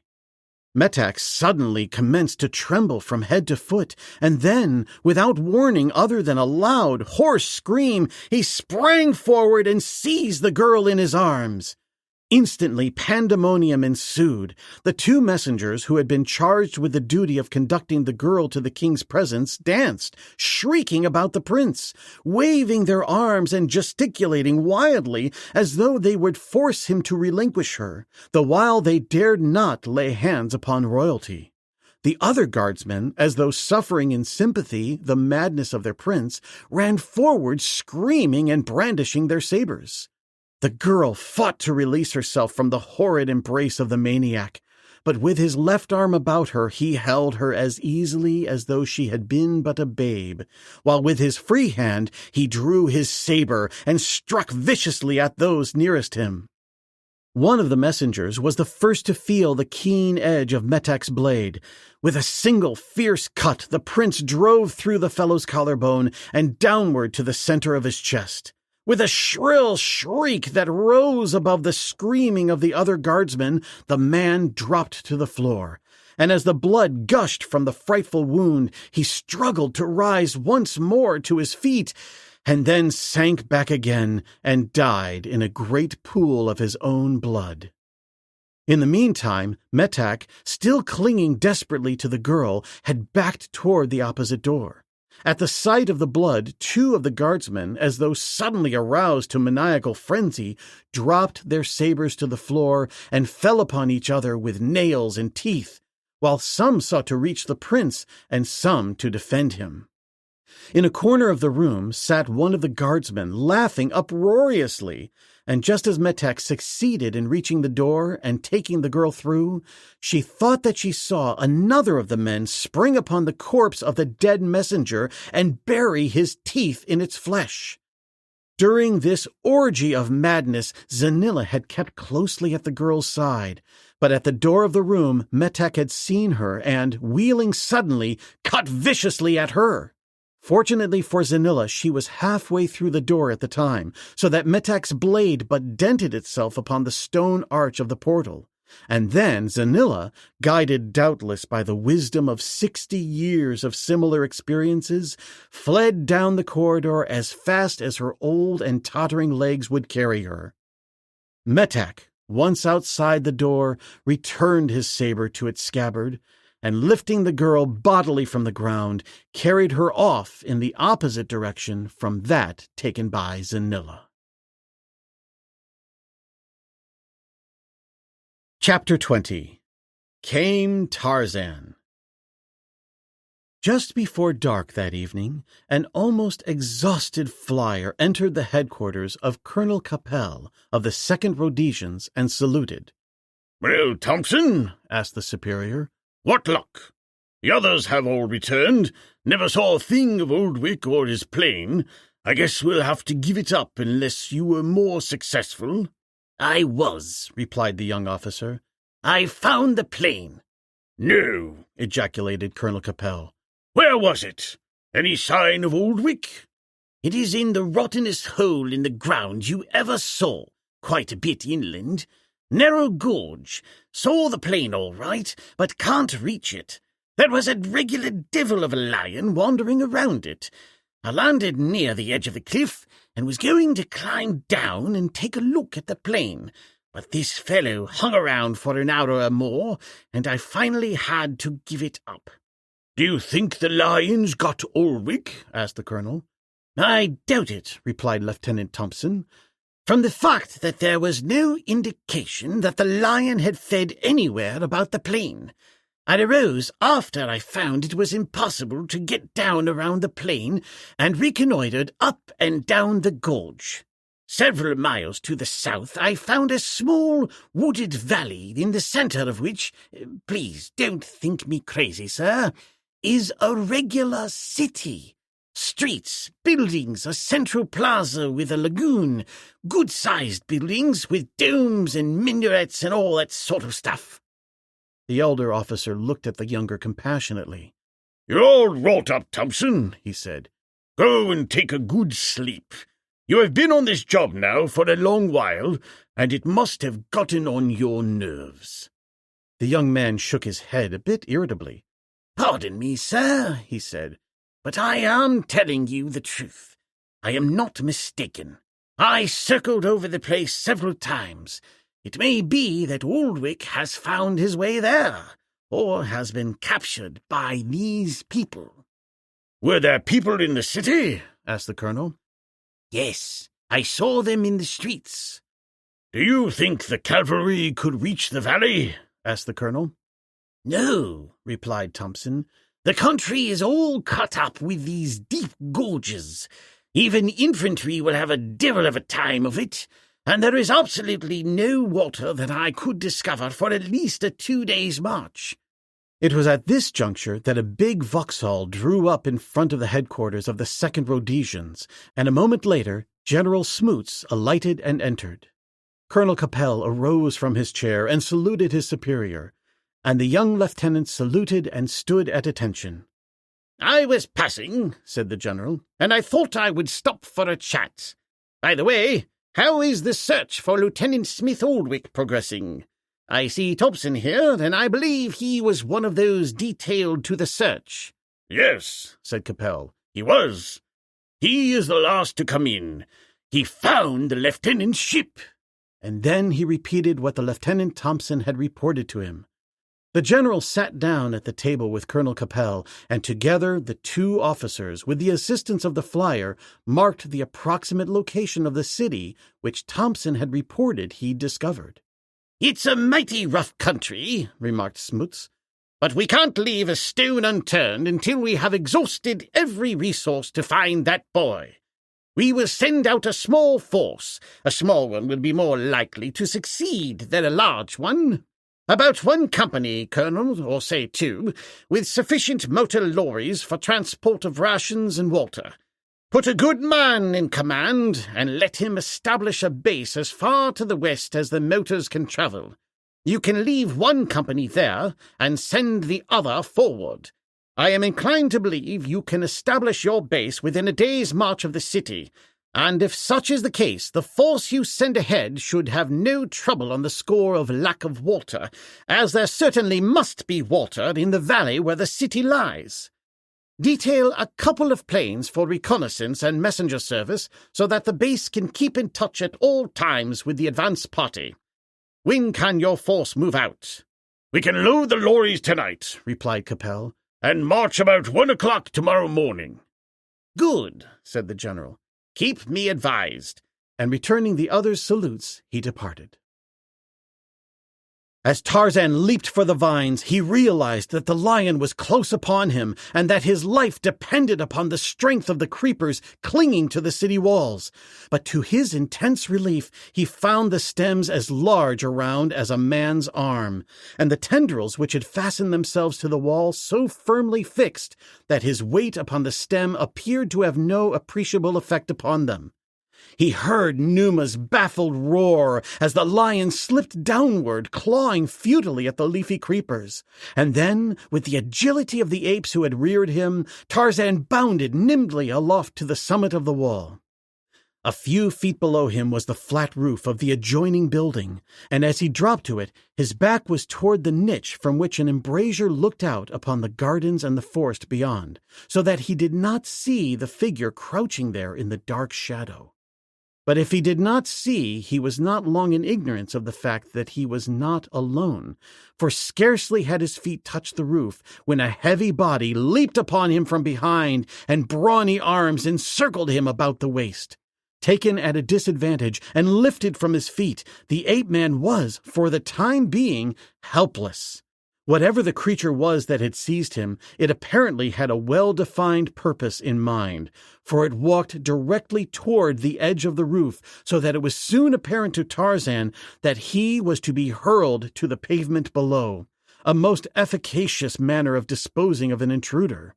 That he would be either maimed or killed, the ape-man was confident, but he had no intention of permitting his assailant to carry out the plan. Tarzan's arms and legs were free, but he was in such a disadvantageous position that he could not use them to any good effect. His only hope lay in throwing the creature off its balance, and to this end Tarzan straightened his body and leaned as far back against his captor as he could, and then he suddenly lunged forward. The result was as satisfactory as he could possibly have hoped. The great weight of the ape-man, thrown suddenly out from an erect position, caused the other also to lunge violently forward, with the result that to save himself, he involuntarily released his grasp. Cat-like in his movements, the ape-man had no sooner touched the roof than he was upon his feet again, facing his adversary, a man almost as large as himself, and armed with a saber which he now whipped from its scabbard. Tarzan, however, had no mind to allow the use of this formidable weapon, and so he dove for the other's legs beneath the vicious cut that was directed at him from the side. And as a football player tackles an opposing runner, Tarzan tackled his antagonist, carrying him backward several yards and throwing him heavily to the roof upon his back. No sooner had the man touched the roof than the ape-man was upon his chest. One brawny hand sought and found the sword wrist, and the other the throat of the yellow-tunicked guardsman. Until then, the fellow had fought in silence, but just as Tarzan's fingers touched his throat, he emitted a single piercing shriek that the brown fingers cut off almost instantly. The fellow struggled to escape the clutch of the naked creature upon his breast, but equally as well might he have fought to escape the talons of Numa the lion. Gradually his struggles lessened, his pinpoint eyes popped from their sockets, rolling horribly upward, while from his foam-flecked lips his swollen tongue protruded. As his struggles ceased, Tarzan arose, and placing a foot upon the carcass of his kill, was upon the point of screaming forth his victory cry, when the thought that the work before him required the utmost caution sealed his lips. Walking to the edge of the roof, he looked down into the narrow, winding street below. At intervals, apparently at each street intersection, an oil flare sputtered dimly from brackets set in the walls a trifle higher than a man's head. For the most part, the winding alleys were in dense shadow, and even in the immediate vicinity of the flares, the illumination was far from brilliant. In the restricted area of his vision, he could see that there were still a few of the strange inhabitants moving about the narrow thoroughfares. To prosecute his search for the young officer and the girl, he must be able to move about the city as freely as possible. But to pass beneath one of the corner flares, naked as he was, except for a loincloth, and in every other respect markedly different from the inhabitants of the city, would be but to court almost immediate discovery. As these thoughts flashed through his mind and he cast about for some feasible plan of action, his eyes fell upon the corpse upon the roof near him, and immediately there occurred to him the possibility of disguising himself in the raiment of his conquered adversary. It required but a few moments for the ape-man to clothe himself in the tights, sandals, and parrot-emblazoned yellow tunic of the dead soldier. Around his waist he buckled the saber belt, but beneath his tunic he retained the hunting knife of his dead father. His other weapons he could not lightly discard, and so, in the hope that he might eventually recover them, he carried them to the edge of the wall and dropped them among the foliage at its base. At the last moment he found it difficult to part with his rope, which, with his knife, was his most accustomed weapon, and the one which he had used for the greatest length of time. He found that by removing the saber belt he could wind the rope about his waist beneath his tunic, and then replacing the belt, still retain it entirely concealed from chance observation. At last, satisfactorily disguised, and with even his shock of black hair adding to the verisimilitude of his likeness to the natives of the city, he sought for some means of reaching the street below. While he might have risked a drop from the eaves of the roof, he feared to do so lest he attract the attention of passers-by and probable discovery. The roofs of the buildings varied in height, but as the ceilings were all low, he found that he could easily travel along the rooftops, and this he did for some little distance, until he suddenly discovered, just ahead of him, several figures reclining upon the roof of a nearby building. He had noticed openings in each roof, evidently giving ingress to the apartments below, and now, his advance cut off by those ahead of him, he decided to risk the chance of reaching the street through the interior of one of the buildings. Approaching one of the openings, he leaned over the black hole and listened for sounds of life in the apartment below. Neither his ears nor his nose registered evidence of the presence of any living creature in the immediate vicinity, and so, without further hesitation, the ape-man lowered his body through the aperture and was about to drop when his foot came in contact with the rung of a ladder, which he immediately took advantage of to descend to the floor of the room below. Here all was almost total darkness, until his eyes became accustomed to the interior, the darkness of which was slightly alleviated by the reflected light from a distant street flare, which shone intermittently through the narrow windows fronting the thoroughfare. Finally, assured that the apartment was unoccupied, Tarzan sought for a stairway to the ground floor. This he found in a dark hallway upon which the room opened, a flight of narrow stone steps leading downward toward the street. Chance favored him so that he reached the shadows of the arcade without encountering any of the inmates of the house. Once on the street, he was not at a loss as to the direction in which he wished to go, for he had tracked the two Europeans practically to the gate, which he felt assured must have given them entry to the city.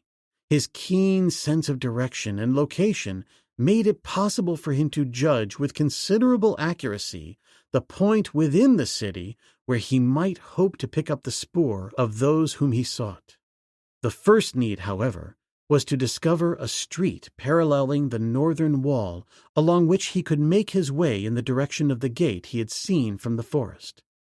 Realizing that his greatest hope of success lay in the boldness of his operations, he moved off in the direction of the nearest street flare without making any other attempt at concealment than keeping in the shadows of the arcade, which he judged would draw no particular attention to him, in that he saw other pedestrians doing likewise. The few he passed gave him no heed, and he had almost reached the nearest intersection when he saw several men wearing yellow tunics identical to that which he had taken from his prisoner. They were coming directly toward him, and the ape-man saw that should he continue on, he would meet them directly at the intersection of the two streets, in the full light of the flare.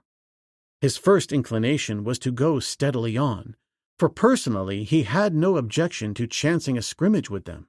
But a sudden recollection of the girl, possibly a helpless prisoner in the hands of these people, caused him to seek some other and less hazardous plan of action. He had almost emerged from the shadow of the arcade into the full light of the flare, and the approaching men were but a few yards from him, when he suddenly kneeled and pretended to adjust the wrappings of his sandals, wrappings which, by the way, he was not at all sure that he had adjusted as their makers had intended them to be adjusted. He was still kneeling when the soldiers came abreast of him. Like the others he had passed, they paid no attention to him, and the moment they were behind him, he continued upon his way, turning to the right at the intersection of the two streets. The street he now took was, at this point, so extremely winding that, for the most part, it received no benefit from the flares at either corner, so that he was forced practically to grope his way in the dense shadows of the arcade. The street became a little straighter just before he reached the next flare, and as he came within sight of it, he saw silhouetted against a patch of light the figure of a lion. The beast was coming slowly down the street in Tarzan's direction.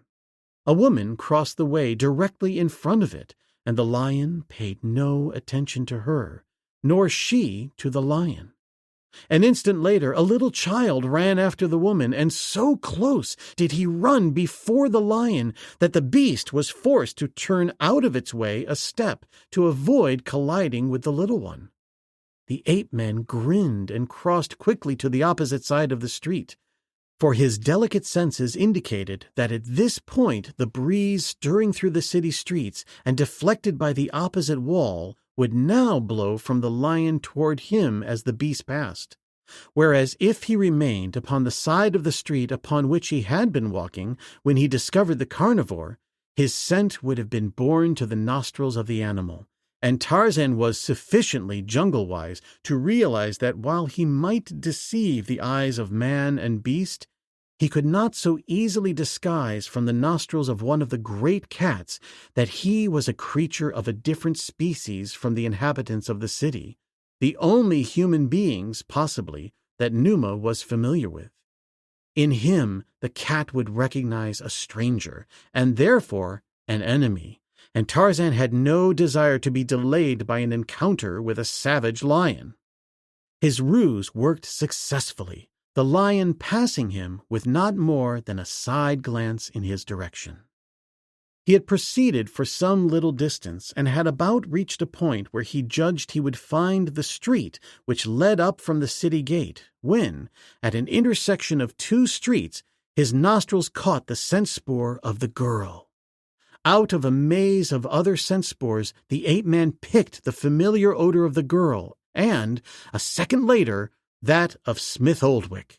He had been forced to accomplish it, however, by bending very low at each street intersection in repeated attention to his sandal wrappings, bringing his nostrils as close to the pavement as possible. As he advanced along the street through which the two had been conducted earlier in the day, he noted, as had they, the change in the type of buildings as he passed from a residence district into that portion occupied by shops and bazaars. Here the number of flares was increased so that they appeared not only at street intersections, but midway between as well, and there were many more people abroad. The shops were open and lighted, for with the setting of the sun, the intense heat of the day had given place to a pleasant coolness. Here also the number of lions roaming loose through the thoroughfares increased, and also, for the first time, Tarzan noted the idiosyncrasies of the people. Once he was nearly upset by a naked man running rapidly through the street, screaming at the top of his voice. And again he nearly stumbled over a woman who was making her way in the shadows of one of the arcades upon all fours. At first the ape-man thought she was hunting for something she had dropped, but as he drew to one side to watch her, he saw that she was doing nothing of the kind, that she had merely elected to walk upon her hands and knees rather than erect upon her feet. In another block he saw two creatures struggling upon the roof of an adjacent building, until finally one of them, wrenching himself free from the grasp of the other, gave his adversary a mighty push which hurled him to the pavement below, where he lay motionless upon the dusty road. For an instant a wild shriek re-echoed through the city from the lungs of the victor, and then, without an instant's hesitation, the fellow leaped headfirst to the street beside the body of his victim. A lion moved out from the dense shadows of a doorway and approached the two bloody and lifeless things before him. Tarzan wondered what effect the odor of blood would have upon the beast, and was surprised to see that the animal only sniffed at the corpses and the hot red blood, and then laid down beside the two dead men. He had passed the lion but a short distance when his attention was called to the figure of a man lowering himself laboriously from the roof of a building upon the east side of the thoroughfare. Tarzan's curiosity was aroused.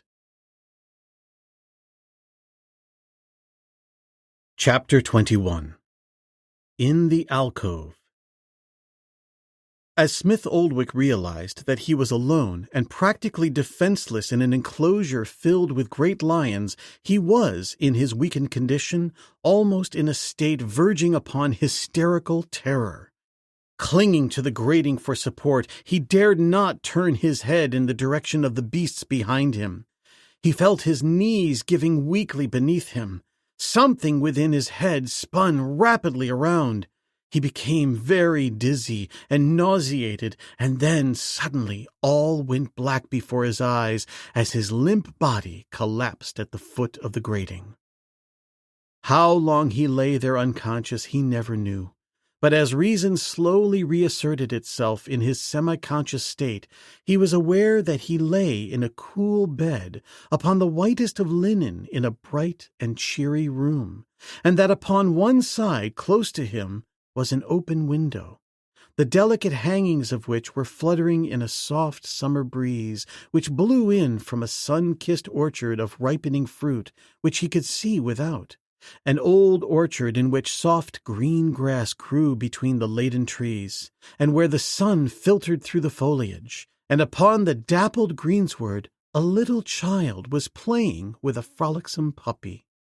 "God," thought the man, "what a horrible nightmare I have passed through."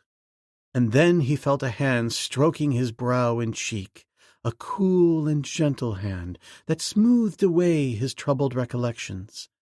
For a long minute Smith Oldwick lay in utter peace and content, until gradually there was forced upon his sensibilities the fact that the hand had become rough, and that it was no longer cool but hot and moist. And suddenly he opened his eyes and looked into the face of a huge lion. Lieutenant Harold Percy Smith Oldwick was not only an English gentleman and an officer in name, he was also what these implied, a brave man. But when he realized that the sweet picture he had looked upon was but the figment of a dream, and that in reality he still lay where he had fallen at the foot of the grating, with a lion standing over him, licking his face, the tears sprang to his eyes and ran down his cheeks. Never, he thought, had an unkind fate played so cruel a joke upon a human being. For some time he lay feigning death, while the lion, having ceased to lick him, sniffed about his body. There are some things than which death is to be preferred, And there came at last to the Englishman the realization that it would be better to die swiftly than to lie in this horrible predicament until his mind broke beneath the strain and he went mad. And so, deliberately and without haste, he rose, clinging to the grating for support. At his first move, the lion growled, but after that, he paid no further attention to the man. And when at last Smith Oldwick had regained his feet, the lion moved indifferently away. Then it was that the man turned and looked about the enclosure. Sprawled beneath the shade of the trees and lying upon the long bench beside the south wall, the great beasts rested, with the exception of 2 or 3 who moved restlessly about.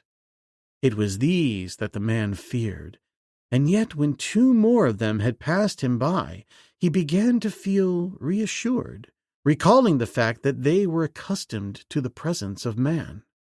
And yet he dared not move from the grating. As the man examined his surroundings, he noted that the branches of one of the trees near the farther wall spread close beneath an open window. If he could reach that tree, and had the strength to do so, he could easily climb out upon the branch and escape, at least from the enclosure of the lions. But in order to reach the tree, he must pass the full length of the enclosure, and at the very bole of the tree itself 2 lions lay sprawled out in slumber. For half an hour the man stood gazing longingly at this seeming avenue of escape, and at last, with a muttered oath, he straightened up, and throwing back his shoulders in a gesture of defiance, he walked slowly and deliberately down the center of the courtyard. One of the prowling lions turned from the side wall and moved toward the center directly in the man's path. But Smith Oldwick was committed to what he considered his one chance for even temporary safety, and so he kept on, ignoring the presence of the beast. The lion slouched to his side and sniffed him, and then, growling, he bared his teeth. Smith Oldwick drew the pistol from his shirt. "If he has made up his mind to kill me," he thought, "I can't see that it will make any difference in the long run whether I infuriate him or not. The beggar can't kill me any deader in one mood than another."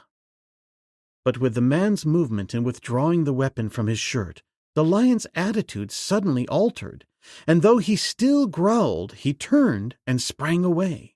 And then, at last, the Englishman stood almost at the foot of the tree that was his goal, and between him and safely sprawled a sleeping lion.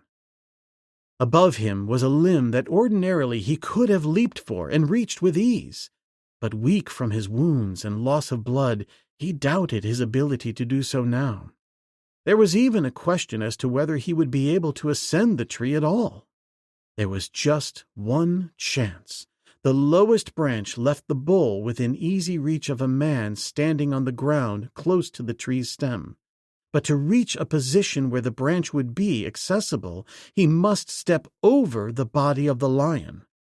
Taking a deep breath, he placed one foot between the sprawled legs of the beast and gingerly raised the other to plant it upon the opposite side of the tawny body.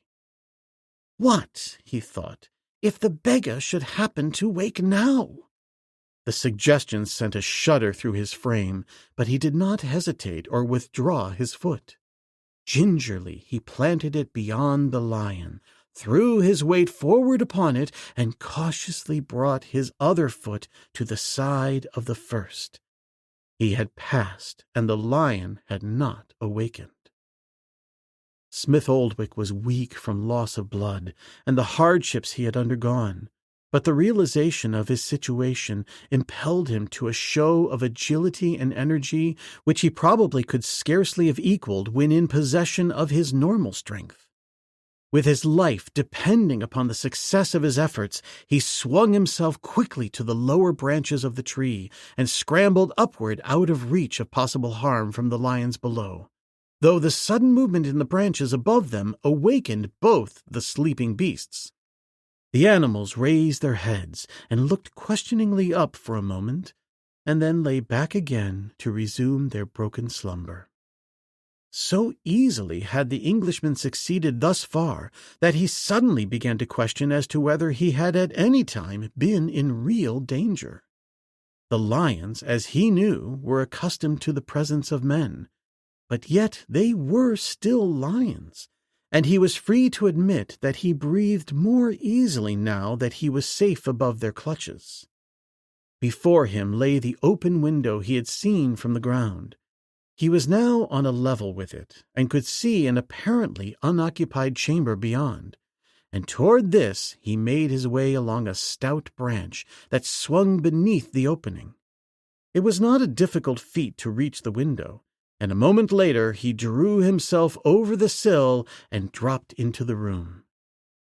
He found himself in a rather spacious apartment, the floor of which was covered with rugs of barbaric design, while the few pieces of furniture were of a similar type to that which he had seen in the room on the first floor into which he and Bertha Kircher had been ushered at the conclusion of their journey. At one end of the room was what appeared to be a curtained alcove, the heavy hangings of which completely hid the interior. In the wall opposite the window and near the alcove was a closed door, apparently the only exit from the room. He could see in the waning light without that the close of the day was fast approaching, and he hesitated while he deliberated the advisability of waiting until darkness had fallen, or of immediately searching for some means of escape from the building and the city. He at last decided that it would do no harm to investigate beyond the room, that he might have some idea as how best to plan his escape after dark. To this end, he crossed the room toward the door, but he had taken only a few steps when the hangings before the alcove separated and the figure of a woman appeared in the opening. She was young and beautifully formed. The single drapery wound around her body from below her breasts left no detail of her symmetrical proportions unrevealed, but her face was the face of an imbecile. At sight of her, Smith Oldwick halted, momentarily expecting that his presence would elicit screams for help from her.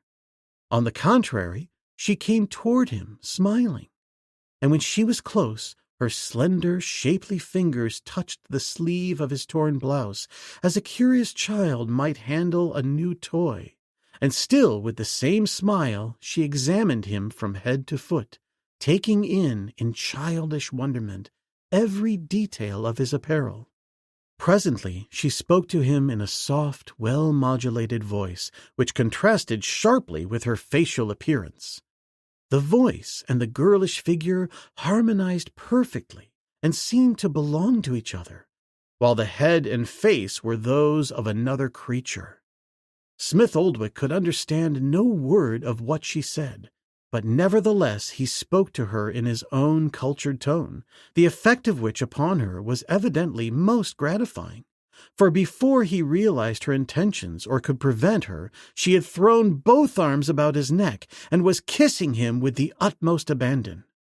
The man tried to free himself from her rather surprising attentions, but she only clung more tightly to him, and suddenly, as he recalled that he had always heard that one must humor the mentally deficient, and at the same time seeing in her a possible agency of escape, he closed his eyes and returned her embraces. It was at this juncture that the door opened and a man entered.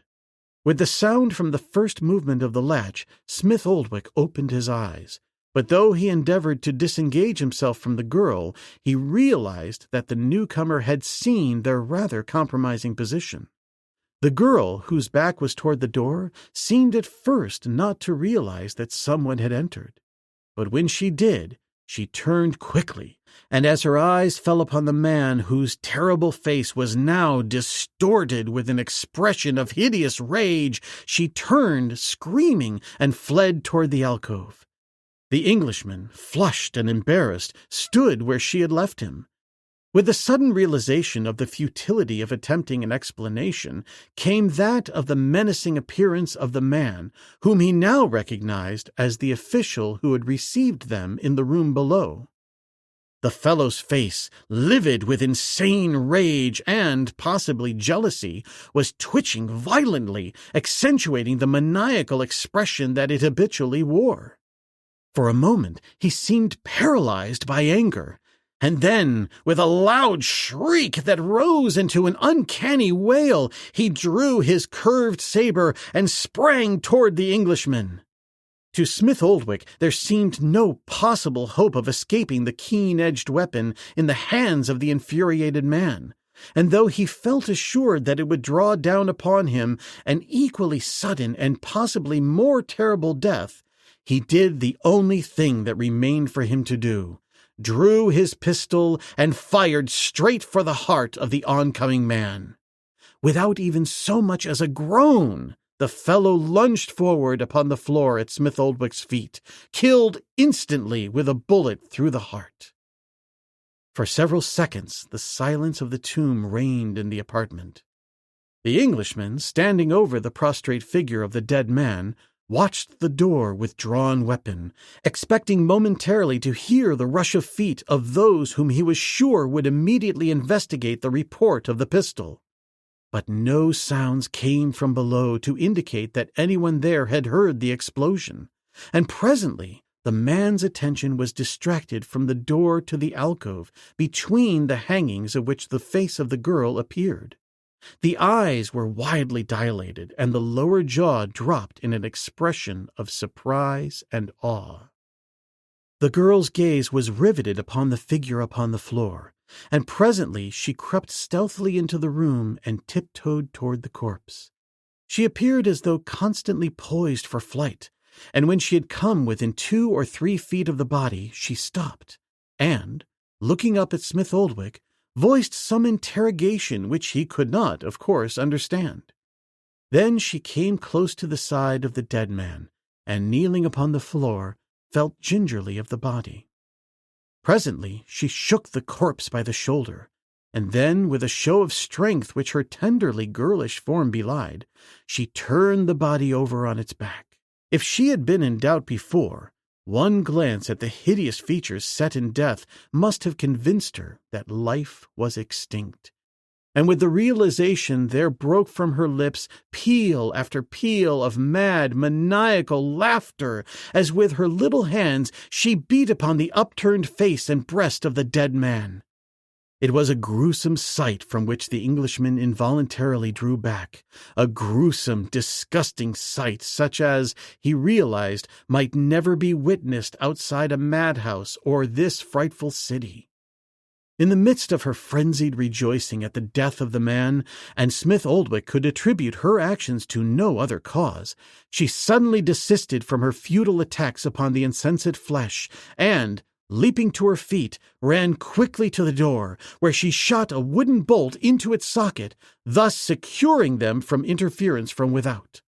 Then she returned to the center of the room and spoke rapidly to the Englishman, gesturing occasionally toward the body of the slain man. When he could not understand, she presently became provoked, and in a sudden hysteria of madness she rushed forward as though to strike the Englishman. Smith Oldwick dropped back a few steps and leveled his pistol upon her. Mad though she must have been, she evidently was not so mad but what she had connected the loud report, the diminutive weapon, and the sudden death of the man in whose house she dwelt, for she instantly desisted, and quite as suddenly as it had come upon her, her homicidal mood departed. Again the vacuous imbecile smile took possession of her features, and her voice, dropping its harshness, resumed the soft, well-modulated tones with which she had first addressed him. Now she attempted by signs to indicate her wishes, and motioning Smith Oldwick to follow her, she went to the hangings and, opening them, disclosed the alcove. It was rather more than an alcove, being a fair-sized room heavy with rugs and hangings and soft-pillowed couches. Turning at the entrance, she pointed to the corpse upon the floor of the outer room, and then, crossing the alcove, she raised some draperies which covered a couch and fell to the floor upon all sides, disclosing an opening beneath the furniture. To this opening she pointed, and then again to the corpse, indicating plainly to the Englishman that it was her desire that the body be hidden here. But if he had been in doubt, she essayed to dispel it by grasping his sleeve and urging him in the direction of the body, which the two of them then lifted and half carried and half dragged into the alcove. At first they encountered some difficulty when they endeavored to force the body of the man into the small space she had selected for it, but eventually they succeeded in doing so. Smith Oldwick was again impressed by the fiendish brutality of the girl. In the center of the room lay a blood-stained rug which the girl quickly gathered up and draped over a piece of furniture in such a way that the stain was hidden. By rearranging the other rugs and by bringing one from the alcove, she restored the room to order, so no outward indication of the tragedy so recently enacted there was apparent. These things attended to, and the hangings draped once more about the couch that they might hide the gruesome thing beneath, the girl once more threw her arms about the Englishman's neck and dragged him toward the soft and luxurious pillows above the dead man. Acutely conscious of the horror of his position, filled with loathing, disgust, and an outraged sense of decency, Smith Oldwick was also acutely alive to the demands of self-preservation. He felt that he was warranted in buying his life at almost any price, but there was a point at which his finer nature rebelled. It was at this juncture that a loud knock sounded upon the door of the outer room. Springing from the couch, the girl seized the man by the arm and dragged him after her to the wall close by the head of the couch. Here she drew back one of the hangings, revealing a little niche behind, into which she shoved the Englishman and dropped the hangings before him, effectually hiding him from observation from the rooms beyond. He heard her cross the alcove to the door of the outer room, and heard the bolt withdrawn, followed by the voice of a man mingled with that of the girl. The tones of both seemed rational, so that he might have been listening to an ordinary conversation in some foreign tongue. Yet, with the gruesome experiences of the day behind him, he could not but momentarily expect some insane outbreak from beyond the hangings. He was aware from the sounds that the two had entered the alcove, and, prompted by a desire to know what manner of man he might next have to contend with, he slightly parted the heavy folds that hid the two from his view, and looking out, saw them sitting on the couch with their arms about each other, the girl with the same expressionless smile upon her face that she had vouchsafed him. He found he could so arrange the hangings that a very narrow slit between two of them permitted him to watch the actions of those in the alcove without revealing himself or increasing his liability of detection. He saw the girl lavishing her kisses upon the newcomer, a much younger man than he whom Smith Oldwick had dispatched. Presently, the girl disengaged herself from the embrace of her lover as though struck by a sudden memory.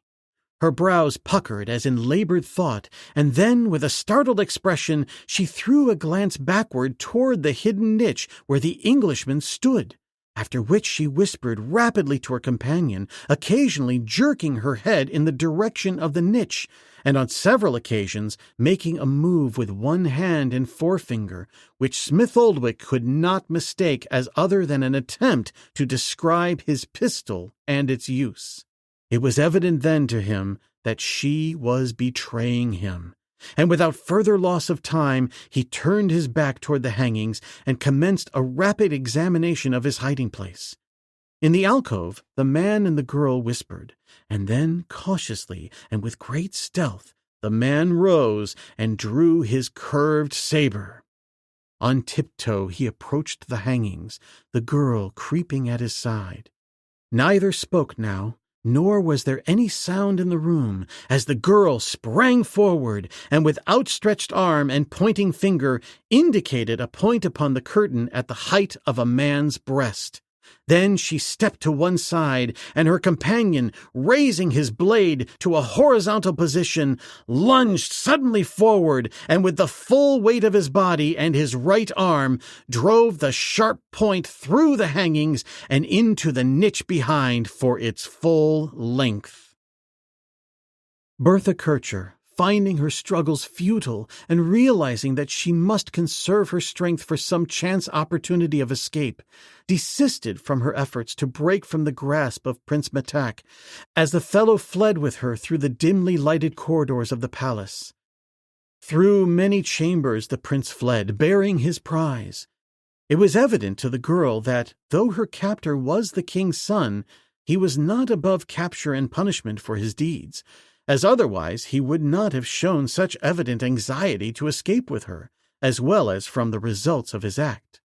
From the fact that he was constantly turning affrighted eyes behind them and glancing suspiciously into every nook and corner that they passed, she guessed that the prince's punishment might be both speedy and terrible were he caught. She knew from their route that they must have doubled back several times, although she had quite lost all sense of direction. But she did not know that the prince was as equally confused as she, and that really he was running in an aimless, erratic manner, hoping that he might stumble eventually upon a place of refuge. Nor is it to be wondered at that this offspring of maniacs should have difficulty in orienting himself in the winding mazes of a palace designed by maniacs for a maniac king. Now a corridor turned gradually and almost imperceptibly in a new direction. Again one doubled back upon and crossed itself. Here the floor rose gradually to the level of another story, or again there might be a spiral stairway down which the mad prince rushed dizzily with his burden.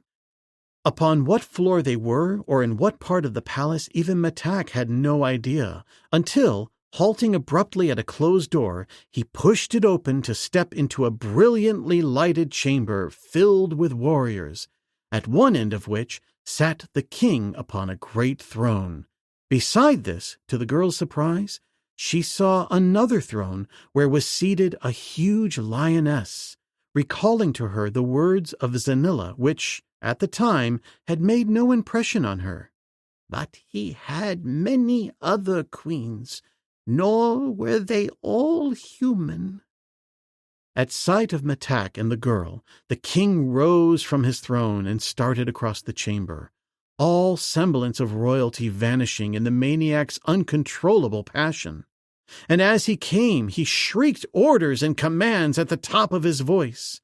No sooner had Metak so unwarily opened the door to this hornet's nest than he immediately withdrew and, turning, fled again in a new direction.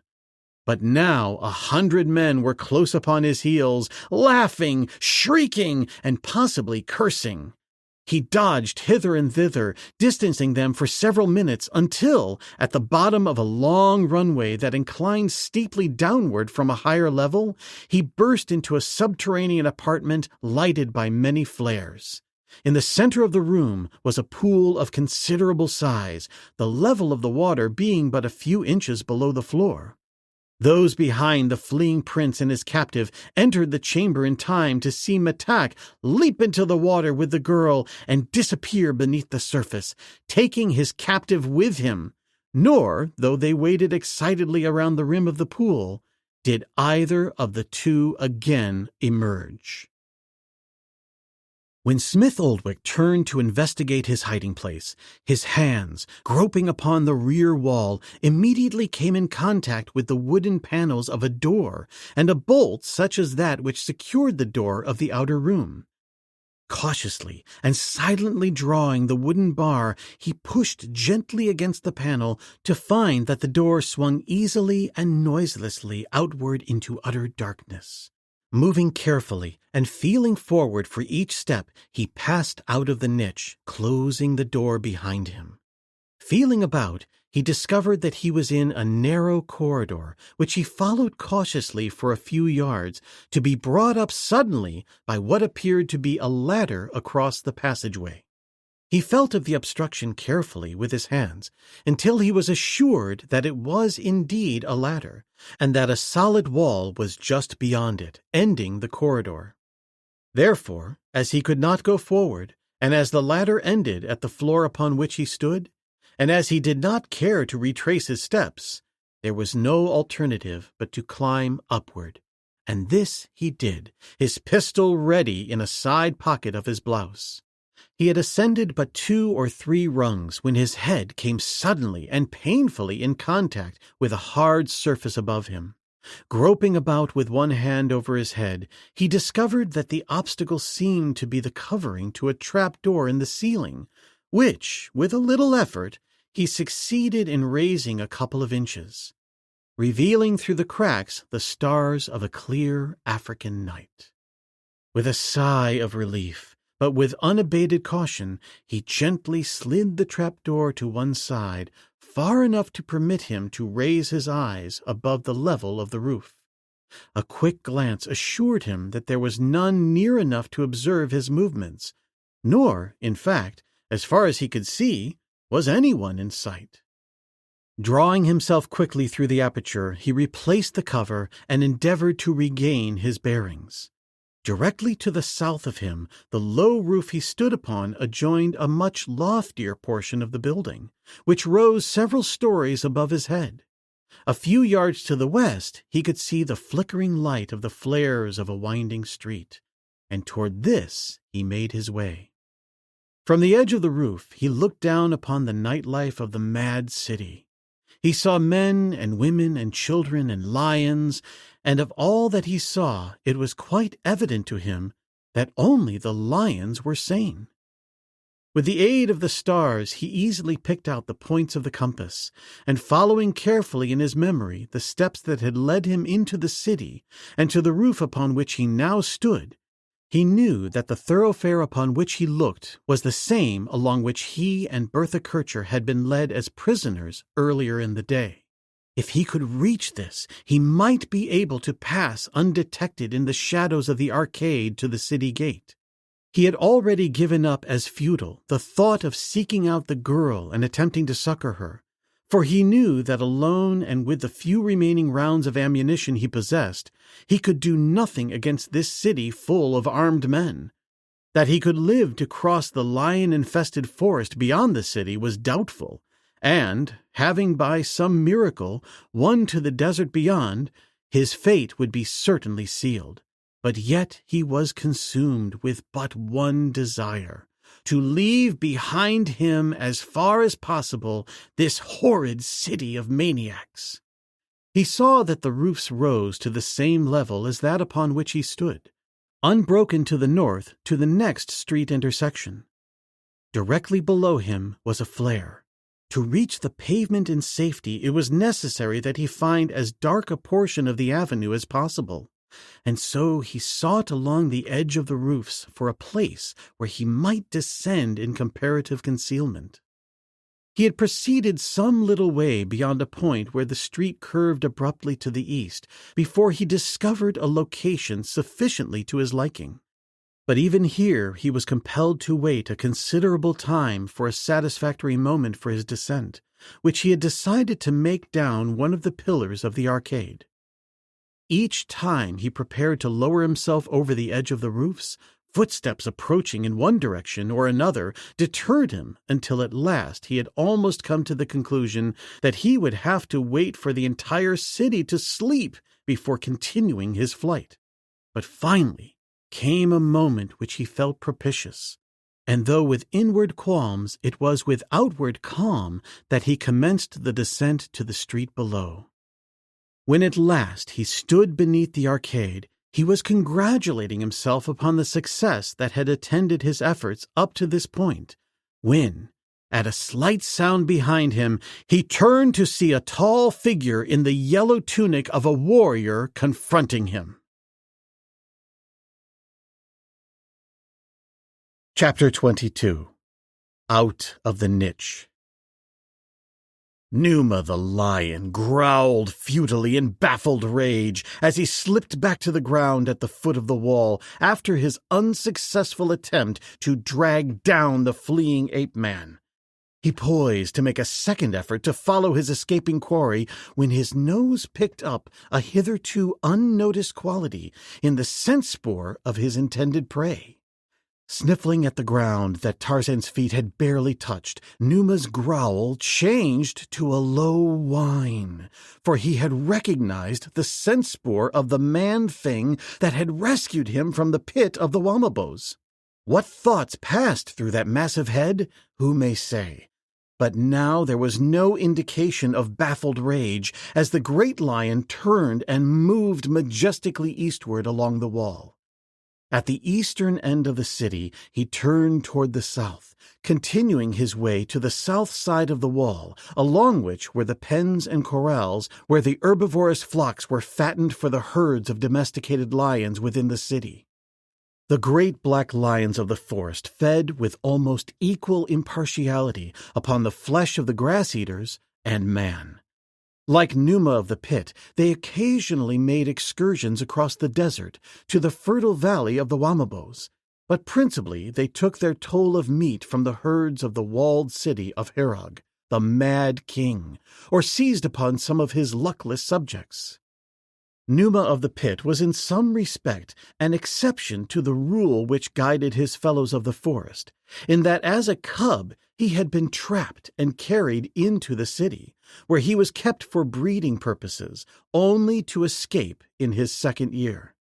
They had tried to teach him in the city of maniacs that he must not eat the flesh of man, and the result of their schooling was that only when aroused to anger, or upon that one occasion that he had been impelled by the pangs of hunger, did he ever attack man. The animal corrals of the maniacs are protected by an outer wall or palisade of upright logs, the lower ends of which are embedded in the ground, the logs themselves being placed as close together as possible and further reinforced and bound together by withes. At intervals, there are gates through which the flocks are turned on to the grazing land south of the city during the daytime. It is at such times that the black lions of the forest take their greatest toll from the herds, and it is infrequent that a lion attempts to enter the corrals at night.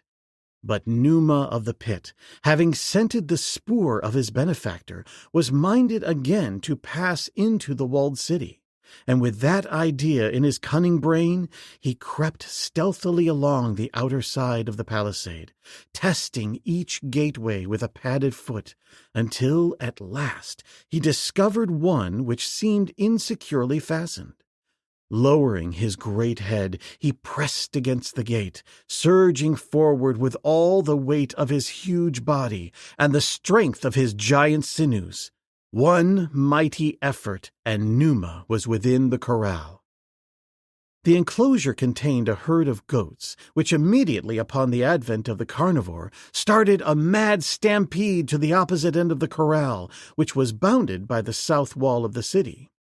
Numa had been within such a corral as this before, so he knew that somewhere in the wall was a small door, through which the goatherd might pass from the city to his flock. Toward this door he made his way. Whether by plan or accident it is difficult to say, though in the light of ensuing events it seems possible that the former was the case. To reach the gate he must pass directly through the herd, which had huddled affrightedly close to the opening, so that once again there was a furious rush of hooves as Numa strode quickly to the side of the portal. If Numa had planned, he had planned well, for scarcely had he reached his position when the door opened and a herder's head was projected into the enclosure, the fellow evidently seeking an explanation of the disturbance among his flock. Possibly he discovered the cause of the commotion, but it is doubtful, for it was dark, and the great taloned paw that reached up and struck downward a mighty blow that almost severed his head from his body moved so quickly and silently that the man was dead within a fraction of a second from the moment that he opened the door. And then Numa, knowing now his way, passed through the wall into the dimly lighted streets of the city beyond. Smith Oldwick's first thought when he was accosted by the figure in the yellow tunic of a soldier was to shoot the man dead and trust to his legs and the dimly lighted, winding streets to permit his escape. For he knew that to be accosted was equivalent to recapture, since no inhabitant of this weird city but would recognize him as an alien. It would be a simple thing to shoot the man from the pocket where the pistol lay without drawing the weapon, and with this purpose in mind, the Englishman slipped his hand into the side pocket of his blouse. But simultaneously with this action, his wrist was seized in a powerful grasp, and a low voice whispered in English, "Lieutenant, it is I, Tarzan of the Apes." The relief from the nervous strain under which he had been laboring for so long left Smith Oldwick suddenly as weak as a babe, so that he was forced to grasp the ape-man's arm for support. And when he found his voice, all he could do was to repeat, You! I thought you were dead!" "No, not dead," replied Tarzan. "And I see that you are not either. But how about the girl?" "I haven't seen her," replied the Englishman, "since we were brought here. We were taken into a building on the plaza close by, and there we were separated. She was led away by guards, and I was put into a den of lions. I haven't seen her since." "How did you escape?" asked the ape-man. "The lions didn't seem to pay much attention to me, and I climbed out of the place by way of a tree and through a window into a room on the second floor. Had a little scrimmage there with a fellow and was hidden by one of their women in a hole in the wall. The loony thing then betrayed me to another bounder who happened in, but I found a way out and up onto the roof, where I have been for quite some time now, waiting for a chance to get down into the street without being seen. That's all I know, but I haven't the slightest idea in the world where to look for Miss Kircher." "Where were you going now?" asked Tarzan. Smith Oldwick hesitated. "Well, I couldn't do anything here alone, and I was going to try to get out of the city and in some way reach the British forces east and bring help." "You couldn't do it," said Tarzan. "Even if you got through the forest alive, you could never cross the desert country without food or water." "What shall we do, then?" asked the Englishman. "We will see if we can find the girl," replied the ape-man. And then, as though he had forgotten the presence of the Englishman and was arguing to convince himself, "She may be a German and a spy, but she is a woman. I can't leave her here." "But how are we going to find her?" asked the Englishman. "I have followed her this far," replied Tarzan, "and unless I am greatly mistaken, I can follow her still farther."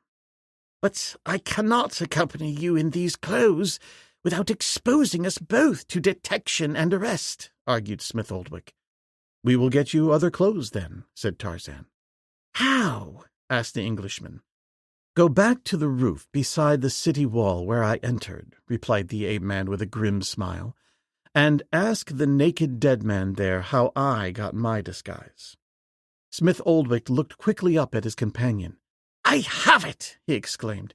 "I know where there is a fellow who doesn't need his clothes any more. And if we can get back on this roof, I think we can find him and get his apparel without much resistance.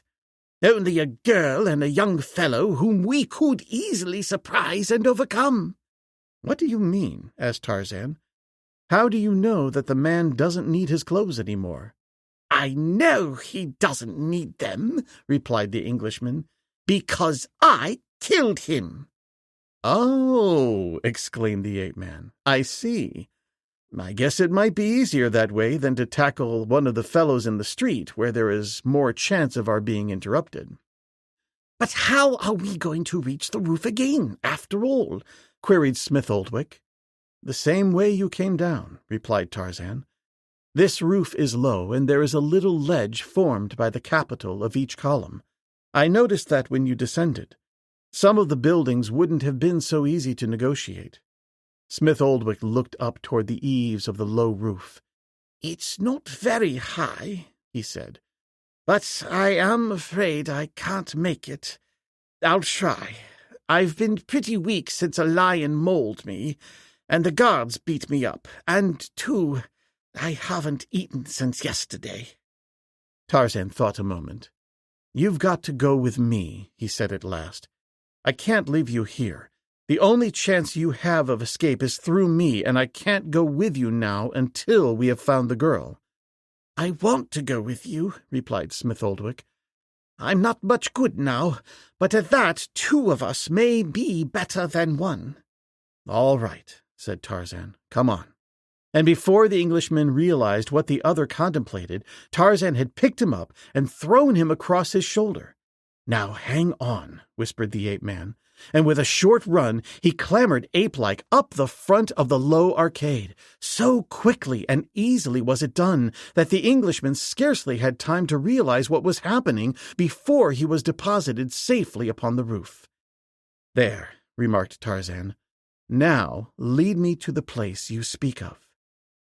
Smith Oldwick had no difficulty in locating the trap in the roof through which he had escaped. Removing the cover, the ape-man bent low, listening and sniffing. "Come," he said after a moment's investigation, and lowered himself to the floor beneath. Smith Oldwick followed him, and together the two crept through the darkness toward the door in the back wall of the niche in which the Englishman had been hidden by the girl. They found the door ajar, and opening it, Tarzan saw a streak of light showing through the hangings that separated it from the alcove. Placing his eye close to the aperture, he saw the girl and the young man of which the Englishman had spoken, seated on opposite sides of a low table upon which food was spread. Serving them was a giant native, and it was he whom the ape-man watched most closely. Familiar with the tribal idiosyncrasies of a great number of African tribes over a considerable proportion of the Dark Continent, the Tarmangani at last felt reasonably assured that he knew from what part of Africa this slave had come, and the dialect of his people. There was, however, the chance that the fellow had been captured in childhood, and that through long years of non-use his native language had become lost to him. But then there had always been an element of chance connected with nearly every event of Tarzan's life. So he waited patiently until in the performance of his duties the black man approached a little table which stood near the niche in which Tarzan and the Englishman hid. As the slave bent over some dish which stood upon the table, his ear was not far from the aperture through which Tarzan looked. Apparently from a solid wall, for the slave had no knowledge of the existence of the niche, came to him in the tongue of his own people the whispered words, "If you would return to the land of the Wamabo, say nothing, but do as I bid you." The black rolled terrified eyes toward the hangings at his side. The ape-man could see him tremble, and for a moment was fearful that in his terror he would betray them. "Fear not," he whispered. "We are your friends." At last the slave spoke in a low whisper, scarcely audible even to the keen ears of the ape-man. "What," he asked, "can poor Otubu do for the god who speaks to him out of the solid wall?" "This," replied Tarzan. "2 of us are coming into this room. Help us prevent this man and woman from escaping or raising an outcry that will bring others to their aid." "I will help you," replied Otubu, "to keep them within this room, but do not fear that their outcries will bring others. These walls are built so that no sound may pass through, and even if it did, what difference would it make in this village, which is constantly filled with the screams of its mad people? Do not fear their cries. No one will notice them. I go to do your bidding." Tarzan saw the black cross the room to the table, upon which he placed another dish of food before the feasters. Then he stepped to a place behind the man, and as he did so, raised his eyes to the point in the wall from which the ape-man's voice had come to him, as much to say, "Master, I am ready." Without more delay, Tarzan threw aside the hangings and stepped into the room. As he did so, the young man rose from the table to be instantly seized from behind by the black slave. The girl, whose back was toward the ape-man and his companion, was not at first aware of their presence, but saw only the attack of the slave upon her lover, and with a loud scream she leaped forward to assist the latter. Tarzan sprang to her side and laid a heavy hand upon her arm before she could interfere with Otobu's attentions to the young man. At first, as she turned toward the ape-man, her face reflected only mad rage, but almost instantly this changed into the vapid smile with which Smith Oldwick was already familiar, and her slim fingers commenced their soft appraisement of the newcomer. Almost immediately she discovered Smith Oldwick, but there was neither surprise nor anger upon her countenance. Evidently, the poor mad creature knew but two principal moods, from one to the other of which she changed with lightning-like rapidity. "Watch her a moment," said Tarzan to the Englishman, "while I disarm that fellow." And stepping to the side of the young man whom Otobu was having difficulty in subduing, Tarzan relieved him of his saber. "Tell them," he said to Otobu, "if you speak their language, that we will not harm them if they leave us alone and let us depart in peace." The black had been looking at Tarzan with wide eyes, evidently not comprehending how this god could appear in so material a form, and with the voice of a white bwana, and the uniform of a warrior of this city, to which he quite evidently did not belong. But nevertheless, his first confidence in the voice that offered him freedom was not lessened, and he did as Tarzan bid him. "They want to know what you want," said Otobu, after he had spoken to the man and the girl. "Tell them that we want food for one thing," said Tarzan, "and something else that we know where to find in this room. Take the man's spear, Otobu. I see it leaning against the wall in the corner of the room. And you, Lieutenant, take his saber." And then again to Otobu, "I will watch the man while you go and bring forth that which is beneath the couch over against this wall." And Tarzan indicated the location of the piece of furniture. Otobu, trained to obey, did as he was bid. The eyes of the man and the girl followed him, and as he drew back the hangings and dragged forth the corpse of the man Smith Oldwick had slain, the girl's lover voiced a loud scream and attempted to leap forward to the side of the corpse. Tarzan, however, seized him, and then the fellow turned upon him with teeth and nails. It was with no little difficulty that Tarzan finally subdued the man, and while Otobu was removing the outer clothing from the corpse, Tarzan asked the black to question the young man as to his evident excitement at the sight of the body. "I can tell you, Bwana," replied Otobu. "This man was his father." "What is he saying to the girl?" asked Tarzan. "He is asking her if she knew that the body of his father was under the couch, and she is saying that she did not know it." Tarzan repeated the conversation to Smith Oldwick, who smiled. "If the chap could have seen her removing all evidence of the crime and arranging the hangings of the couch so that the body was concealed after she had helped me drag it across the room, he wouldn't have very much doubt as to her knowledge of the affair. The rug, you see, draped over the bench in the corner, was arranged to hide the bloodstain. In some ways, they are not so loony after all." The black man had now removed the outer garments from the dead man, and Smith Oldwick was hastily drawing them on over his own clothing. "And now," said Tarzan, "we will sit down and eat. One accomplishes little on an empty stomach." And as they ate, the ape-man attempted to carry on a conversation with the two natives through Otobu, He learned that they were in the palace which had belonged to the dead man lying upon the floor beside them. He had held an official position of some nature, and he and his family were of the ruling class, but were not members of the court. When Tarzan questioned them about Bertha Kircher, the young man said that she had been taken to the king's palace, and when asked why, replied, "For the king, of course." During the conversation, both the man and the girl appeared quite rational, even asking some questions as to the country from which their uninvited guests had come, and evidencing much surprise when informed that there was anything but waterless wastes beyond their own valley.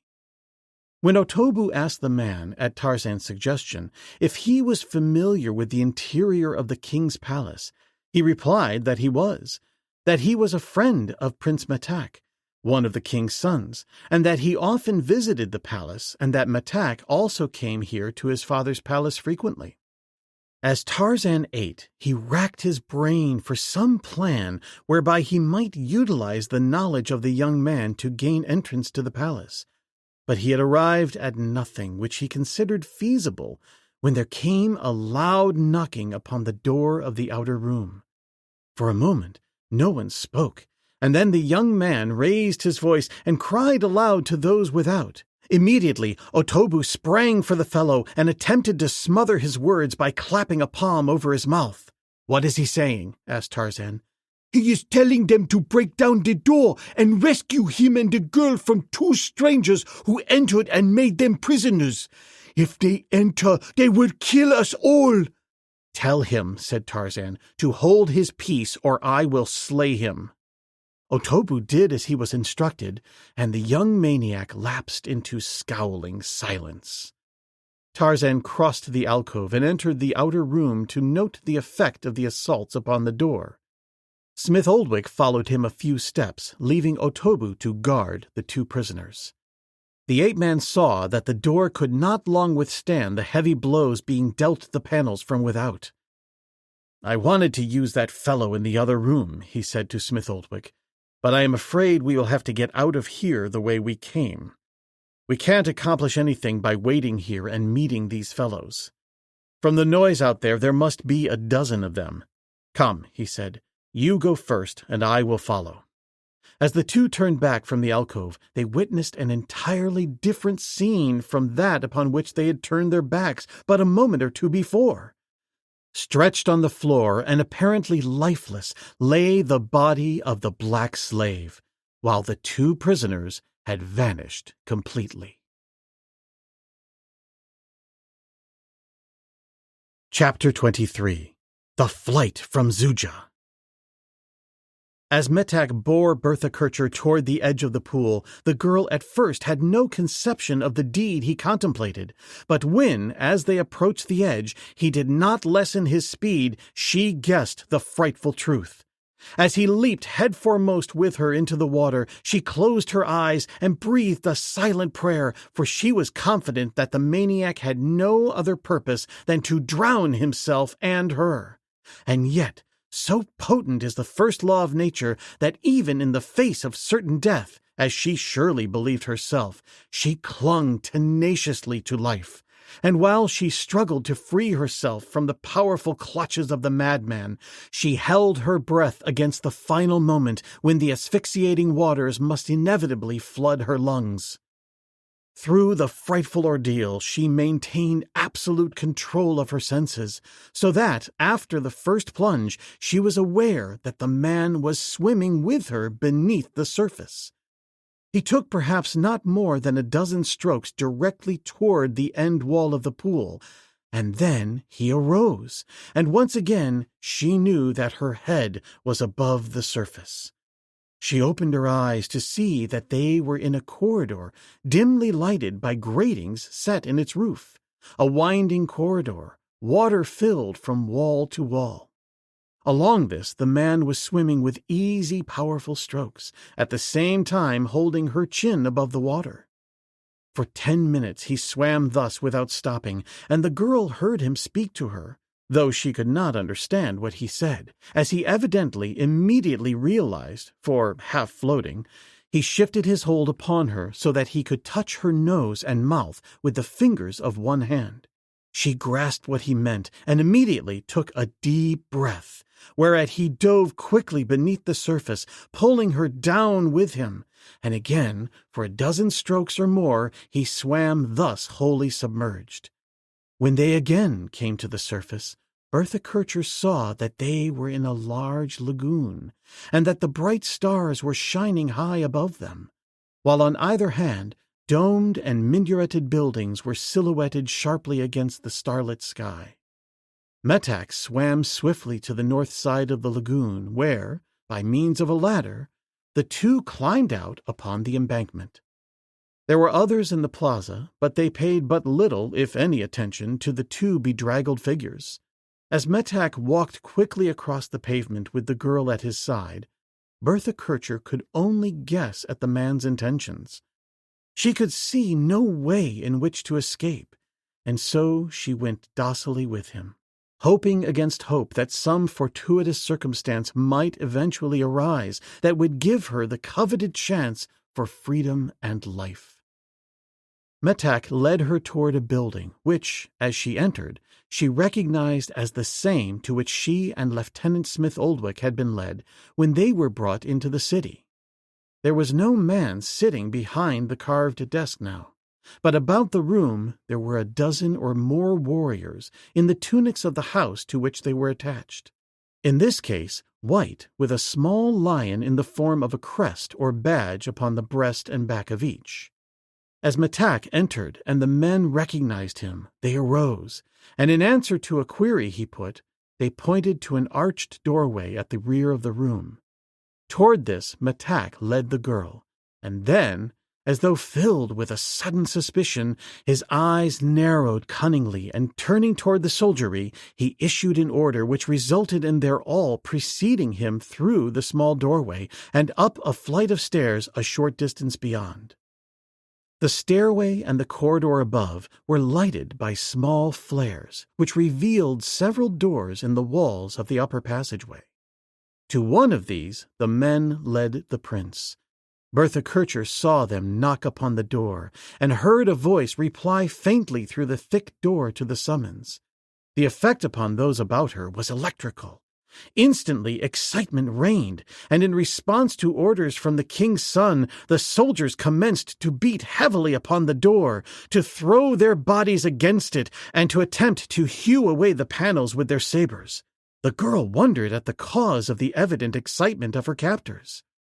She saw the door giving to each renewed assault, but what she did not see just before it crashed inward was the figures of the two men who alone in all the world might have saved her pass between the heavy hangings in an adjoining alcove and disappear into a dark corridor. As the door gave and the warriors rushed into the apartment, followed by the prince, the latter became immediately filled with baffled rage, for the rooms were deserted except for the dead body of the owner of the palace and the still form of the black slave Otobu, where they lay stretched upon the floor of the alcove.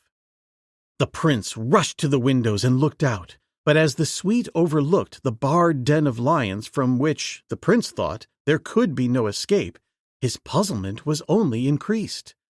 Though he searched about the room for some clue to the whereabouts of its former occupants, he did not discover the niche behind the hangings.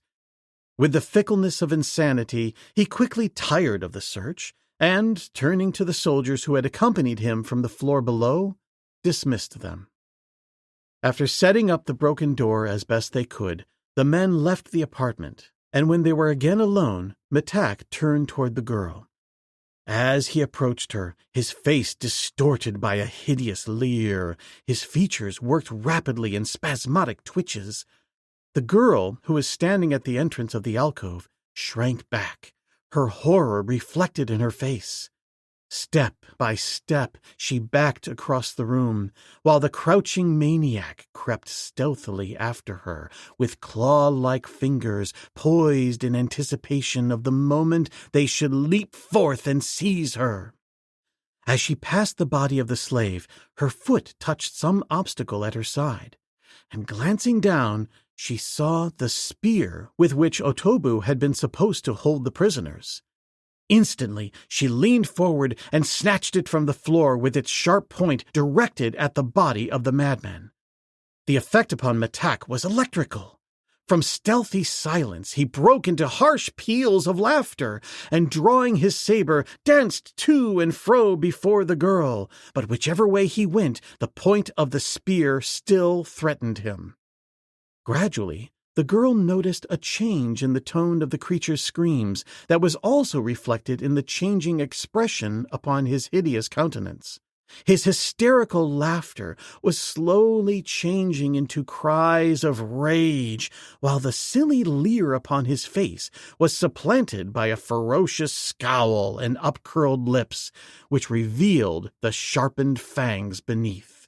He now ran rapidly in, almost to the spear's point, only to jump away, run a few steps to one side, and again attempt to make an entrance, the while he slashed and hewed at the spear with such violence that it was with difficulty the girl maintained her guard, and all the time was forced to give ground step by step.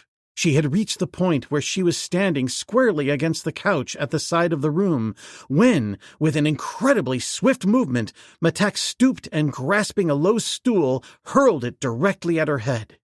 She raised the spear to fend off the heavy missile, but she was not entirely successful, and the impact of the blow carried her backward upon the couch, and instantly Matak was upon her. Tarzan and Smith Oldwick gave little thought as to what had become of the other two occupants of the room. They were gone, and so far as these two were concerned, they might never return. Tarzan's one desire was to reach the street again, where now that both of them were in some sort of disguise, they should be able to proceed with comparative safety to the palace and continue their search for the girl. Smith Oldwick preceded Tarzan along the corridor, and as they reached the ladder, he climbed aloft to remove the trap. He worked for a moment, and then, turning, addressed Tarzan. "Did we replace the cover on this trap when we came down? I don't recall that we did." "No," said Tarzan. "It was left open." "So I thought," said Smith Oldwick. "But it's closed now, and locked. I cannot move it. Possibly you can." And he descended the ladder. Even Tarzan's immense strength, however, had no effect other than to break one of the rungs of the ladder against which he was pushing, nearly precipitating him to the floor below. After the rung broke, he rested for a moment before renewing his efforts, and as he stood with his head near the cover of the trap, he distinctly heard voices on the roof above him. Dropping down to Oldwick's side, he told him what he had heard. "We had better find some other way out," he said, and the two started to retrace their steps toward the alcove. Tarzan was again in the lead, and as he opened the door in the back of the niche, he was suddenly startled to hear, in tones of terror and in a woman's voice, the words, "Oh God, be merciful!" from just beyond the hangings. Here was no time for cautious investigation, and, not even waiting to find the aperture and part the hangings, but with one sweep of a brawny hand, dragging them from their support, the ape-man leaped from the niche into the alcove. At the sound of his entry, the maniac looked up, and as he saw at first only a man in the uniform of his father's soldiers, he shrieked forth an angry order. But at the second glance, which revealed the face of the newcomer, the madman leaped from the prostrate form of his victim and, apparently forgetful of the saber which he had dropped upon the floor beside the couch as he leaped to grapple with the girl, closed with bare hands upon his antagonist, his sharp-filed teeth searching for the other's throat. Matak, the son of Herog, was no weakling. Powerful by nature, and rendered still more so in the throes of one of his maniacal fits of fury, he was no mean antagonist, even for the mighty ape-man, and to this a distinct advantage for him was added by the fact that almost at the outset of their battle, Tarzan, in stepping backward, struck his heel against the corpse of the man whom Smith Oldwick had killed, and fell heavily backward to the floor with Matak upon his breast. With the quickness of a cat, the maniac made an attempt to fasten his teeth in Tarzan's jugular, but a quick movement of the latter resulted in his finding a hold only upon the Tarmangani's shoulder. Here he clung while his fingers sought Tarzan's throat, and it was then that the ape-man, realizing the possibility of defeat, called to Smith Oldwick to take the girl and seek to escape. The Englishman looked questioningly at Bertha Kircher, who had now risen from the couch, shaking and trembling. She saw the question in his eyes, and with an effort she drew herself to her full height. "No," she cried. "If he dies here, I shall die with him. Go if you wish to. You can do nothing here, but I cannot go." Tarzan had now regained his feet, but the maniac still clung to him tenaciously. The girl turned suddenly to Smith Oldwick. "Your pistol!" she cried. "Why don't you shoot him?" The man drew the weapon from his pocket and approached the two antagonists, but by this time they were moving so rapidly that there was no opportunity for shooting one without the danger of hitting the other. At the same time, Bertha Kircher circled about them with the prince's saber, but neither could she find an opening. Again and again the two men fell to the floor, until presently Tarzan found a hold upon the other's throat, against which contingency Matak had been constantly battling, and slowly, as the giant fingers closed, the other's mad eyes protruded from his livid face, his jaws gaped, and released their hold upon Tarzan's shoulder. And then, in a sudden excess of disgust and rage, the ape-man lifted the body of the prince high above his head, and with all the strength of his great arms, hurled it across the room and through the window, where it fell with a sickening thud into the pit of lions beneath. As Tarzan turned again toward his companions, the girl was standing with the saber still in her hand, and an expression upon her face that he had never seen there before. Her eyes were wide and misty with unshed tears, while her sensitive lips trembled as though she were on the point of giving way to some pent emotion which her rapidly rising and falling bosom plainly indicated she was fighting to control. "If we are going to get out of here," said the ape-man, "we can't lose any time. We are together at last, and nothing can be gained by delay. The question now is the safest way. The couple who escaped us evidently departed through the passageway to the roof and secured the trap against us, so that we are cut off in that direction. What chance have we below? You came that way," and he turned toward the girl. "At the foot of the stairs," she said, "is a room full of armed men. I doubt if we could pass that way." It was then that Otobu raised himself to a sitting posture. "So you are not dead after all," exclaimed the ape-man. "Come, how badly are you hurt?" The man rose gingerly to his feet, moved his arms and legs, and felt of his head. "Otobu does not seem to be hurt at all, Bwana," he replied. "Only for a great ache in his head." "Good," said the ape-man. "You want to return to the Wamabo country?" "Yes, Bwana." "Then lead us from the city by the safest way." "There is no safe way," replied the black. "And even if we reach the gates, we shall have to fight. I can lead you from this building to a side street with little danger of meeting anyone on the way. Beyond that, we must take our chance of discovery. You are all dressed as are the people of this wicked city, so perhaps we may pass unnoticed. But at the gate, it will be a different matter, for none is permitted to leave the city at night." "Very well," replied the ape-man. "Let us be on our way." Otobu led them through the broken door of the outer room, and part way down the corridor he turned into another apartment at the right. This they crossed to a passageway beyond, and, finally, traversing several rooms and corridors, he led them down a flight of steps to a door which opened directly upon a side street in rear of the palace. 2 men, a woman, and a black slave were not so extraordinary a sight upon the streets of the city as to arouse comment. When passing beneath the flares, the 3 Europeans were careful to choose a moment when no chance pedestrian might happen to get a view of their features. But in the shadow of the arcades there seemed little danger of detection.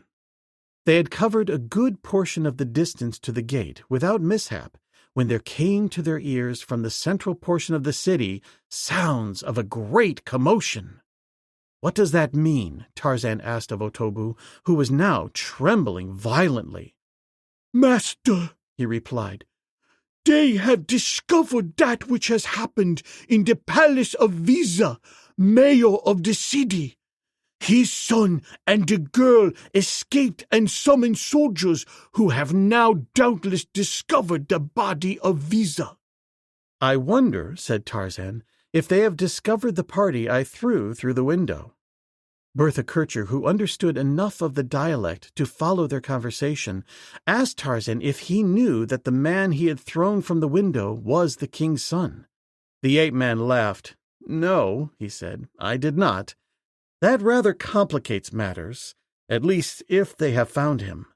Suddenly there broke above the turmoil behind them the clear strains of a bugle. Otobu increased his pace. "Hurry, master," he cried. "It is worse than I thought." "What do you mean?" asked Tarzan. "For some reason, the king's guard and the king's lions are being called out. I fear, O Bwana, that we cannot escape them. But why they should be called out for us, I do not know." But if Otobu did not know, Tarzan at least guessed that they had found the body of the king's son.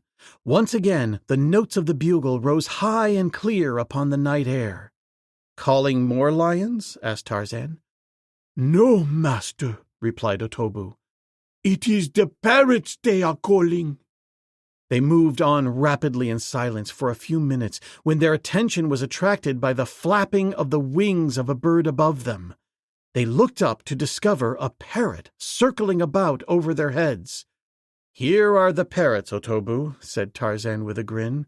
"Do they expect to kill us with parrots?" Otobu moaned as the bird darted suddenly ahead of them toward the city wall. "Now indeed we are lost, master," cried the black. "The bird that has found us has flown to the gate to warn the guard." "Come, Otobu, what are you talking about?" exclaimed Tarzan irritably. "Have you lived among these lunatics so long that you are yourself mad?" "No, master," replied Otobu. "I am not mad. You do not know them. These terrible birds are like human beings without hearts or souls. They speak the language of the people of this city of Xuja. They are demons, master, and when insufficient numbers, they might even attack and kill us." "How far are we from the gate?" asked Tarzan. "We are not very far," replied Otobu. "Beyond this next turn, we will see it a few paces ahead of us. But the bird has reached it before us, and by now they are summoning the guard."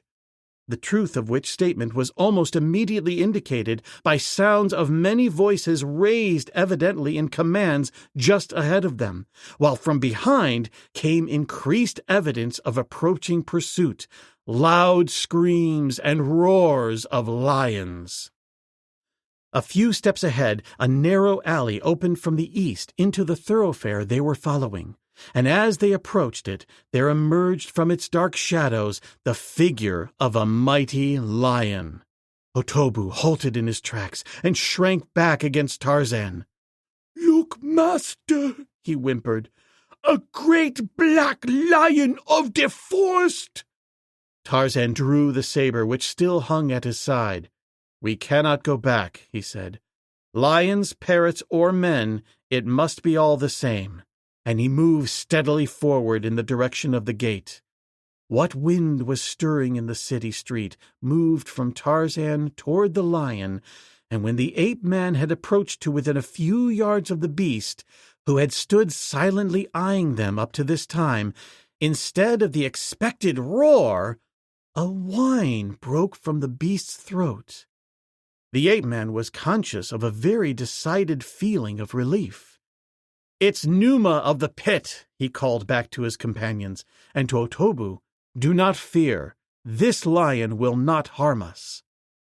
Numa moved forward to the ape-man's side, and then turning, paced beside him along the narrow street.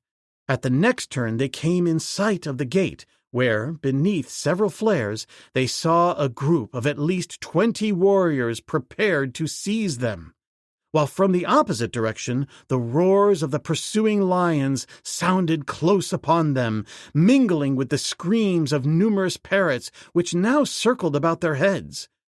Tarzan halted and turned to the young aviator. "How many rounds of ammunition have you left?" he asked. "I have 7 in the pistol," replied Smith Oldwick, "and perhaps a dozen more cartridges in my blouse pocket." "I'm going to rush them," said Tarzan. "Otobu, you stay at the side of the woman. Oldwick, you and I will go ahead, you upon my left. I think we need not try to tell Numa what to do." For even then the great lion was baring his fangs and growling ferociously at the guardsmen, who appeared uneasy in the face of this creature, which, above all others, they feared. "As we advance, Oldwick," said the ape-man, "fire 1 shot. It may frighten them, and after that fire only when necessary. All ready? Let's go!" And he moved forward toward the gate. At the same time, Smith Oldwick discharged his weapon, and a yellow-coated warrior screamed and crumpled forward upon his face. For a minute, the others showed symptoms of panic, but one, who seemed to be an officer, rallied them. "Now," said Tarzan, "all together!" And he started at a run for the gate. Simultaneously, the lion, evidently scenting the purpose of the Tarmangani, broke into a full charge toward the guard. Shaken by the report of the unfamiliar weapon, the ranks of the guardsmen broke before the furious assault of the great beast. The officer screamed forth a volley of commands in a mad fury of uncontrolled rage, but the guardsmen, obeying the first law of nature as well as actuated by their inherent fear of the black denizen of the forest, scattered to right and left to elude the monster. With ferocious growls, Numa wheeled to the right, and with raking talons struck right and left among a little handful of terrified guardsmen who were endeavoring to elude him, and then Tarzan and Smith Oldwick closed with the others.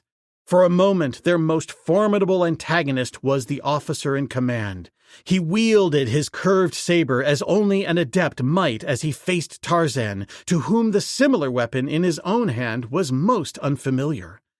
Smith Oldwick could not fire for fear of hitting the ape-man, when suddenly, to his dismay, he saw Tarzan's weapon fly from his grasp as the Xujan warrior neatly disarmed his opponent. With a scream, the fellow raised his saber for the final cut that would terminate the earthly career of Tarzan of the Apes, when, to the astonishment of both the ape-man and Smith Oldwick, the fellow stiffened rigidly. His weapon dropped from the nerveless fingers of his upraised hand. His mad eyes rolled upward, and foam flecked his bared lip. Gasping as though in the throes of strangulation, the fellow pitched forward at Tarzan's feet. Tarzan stooped and picked up the dead man's weapon, a smile upon his face as he turned and glanced toward the young Englishman. "The fellow is an epileptic," said Smith Oldwick. "I suppose many of them are. Their nervous condition is not without its good points. A normal man would have gotten you." The other guardsmen seemed utterly demoralized at the loss of their leader. They were huddled upon the opposite side of the street at the left of the gate, screaming at the tops of their voices and looking in the direction from which sounds of reinforcements were coming, as though urging on the men and the lions that were already too close for the comfort of the fugitives. 6 guardmen still stood with their backs against the gate, their weapons flashing in the light of the flares, and their parchment-like faces distorted in horrid grimaces of rage and terror. Numa had pursued 2 fleeing warriors down the street, which paralleled the wall for a short distance at this point. The ape-man turned to Smith Oldwick. "You will have to use your pistol now," he said, "and we must get by these fellows at once." And as the young Englishman fired, Tarzan rushed into close quarters as though he had not already discovered that with the saber he was no match for these trained swordsmen. 2 men fell to Smith Oldwick's first 2 shots, and then he missed, while the 4 remaining divided, 2 leaping for the aviator and 2 for Tarzan. The ape-man rushed in an effort to close with one of his antagonists, where the other's saber would be comparatively useless. Smith Oldwick dropped one of his assailants with a bullet through the chest and pulled his trigger on the second, only to have the hammer fall futilely upon an empty chamber. The cartridges in his weapon were exhausted, and the warrior with his razor-edged, gleaming saber was upon him. Tarzan raised his own weapon but once, and that to divert a vicious cut for his head. Then he was upon one of his assailants, and before the fellow could regain his equilibrium and leap back after delivering his cut, the ape-man had seized him by the neck and crotch. Tarzan's other antagonist was edging around to one side where he might use his weapon, and as he raised the blade to strike at the back of the Tarmangani's neck, the latter swung the body of his comrade upward so that it received the full force of the blow. The blade sank deep into the body of the warrior, eliciting a single frightful scream, and then Tarzan hurled the dying man in the face of his final adversary. Smith Oldwick, hard-pressed and now utterly defenseless, had given up all hope in the instant that he realized his weapon was empty, when, from his left, a living bolt of black-maned ferocity shot past him to the breast of his opponent. Down went the Xuja, his face bitten away by one snap of the powerful jaws of Numa of the Pit. In the few seconds that had been required for the consummation of these rapidly ensuing events, Otobu had dragged Bertha Kircher to the gate, which he had unbarred and thrown open, and with the vanquishing of the last of the active guardsmen, the party passed out of the maniac city of Xuja into the outer darkness beyond. At the same moment, a half-dozen lions rounded the last turn in the road leading back toward the plaza, and at sight of them, Numa of the Pit wheeled and charged. For a moment, the lions of the city stood their ground, but only for a moment, and then, before the black beast was upon them, they turned and fled, while Tarzan and his party moved rapidly toward the blackness of the forest beyond the garden. "Will they follow us out of the city?" Tarzan asked Otobu. "Not at night," replied the black. "I have been a slave here for 5 years, but never have I known these people to leave the city by night. If they go beyond the forest in the daytime, they usually wait until the dawn of another day, before they return, as they fear to pass through the country of the Black Lions after dark. No, I think, master, that they will not follow us tonight, but tomorrow they will come, and, oh, Bwana, then they will surely get us, or those that are left of us, for at least one among us must be the toll of the Black Lions as we pass through the forest." As they crossed the garden, Smith Oldwick refilled the magazine of his pistol and inserted a cartridge in the chamber. The girl moved silently at Tarzan's left, between him and the aviator. Suddenly the ape-man stopped and turned toward the city, his mighty frame, clothed in the yellow tunic of Herog's soldiery, plainly visible to the others beneath the light of the stars. They saw him raise his head, and they heard break from his lips the plaintive note of a lion calling to his fellows. Smith Oldwick felt a distinct shudder pass through his frame, while Otobu, rolling the whites of his eyes in terrified surprise, sank trembling to his knees. But the girl thrilled, and she felt her heart beat in a strange exultation, and then she drew nearer to the beast-man until her shoulder touched his arm. The act was involuntary, and for a moment she scarce realized what she had done, and then she stepped silently back, thankful that the light of the stars was not sufficient to reveal to the eyes of her companions the flush which she felt mantling her cheek. Yet she was not ashamed of the impulse that had prompted her, but rather of the act itself, which she knew, had Tarzan noticed it, would have been repulsive to him. From the open gate of the city of maniacs came the answering cry of a lion. The little group waited where they stood, until presently they saw the majestic proportions of the black lion as he approached them along the trail. When he had rejoined them, Tarzan fastened the fingers of one hand in the black mane and started on once more toward the forest. Behind them, from the city, rose a bedlam of horrid sounds, the roaring of lions mingling with the raucous voices of the screaming parrots and the mad shrieks of the maniacs. As they entered the Stygian darkness of the forest, the girl once again involuntarily shrank closer to the ape-man. And this time Tarzan was aware of the contact. Himself without fear, he yet instinctively appreciated how terrified the girl must be. Accentuated by a sudden kindly impulse, he found her hand and took it in his own, and thus they continued upon their way, groping through the blackness of the trail. Twice they were approached by forest lions, but upon both occasions the deep growls of Numa of the pit drove off their assailants. Several times they were compelled to rest, for Smith Oldwick was constantly on the verge of exhaustion, and toward morning Tarzan was forced to carry him on the steep ascent from the bed of the valley.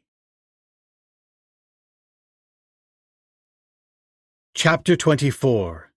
The Tommies. Daylight overtook them after they had entered the gorge, but tired as they all were, with the exception of Tarzan, they realized that they must keep on at all costs until they found a spot where they might ascend the precipitous side of the gorge to the floor of the plateau above. Tarzan and Otobu were both equally confident that the Xujans would not follow them beyond the gorge. But though they scanned every inch of the frowning cliffs upon either hand, noon came, and there was still no indication of any avenue of escape to right or left. There were places where the ape-man alone might have negotiated the ascent, but none where the others could hope successfully to reach the plateau, nor where Tarzan, powerful and agile as he was, could have ventured safely to carry them aloft. For half a day the ape-man had been either carrying or supporting Smith Oldwick, and now, to his chagrin, he saw that the girl was faltering.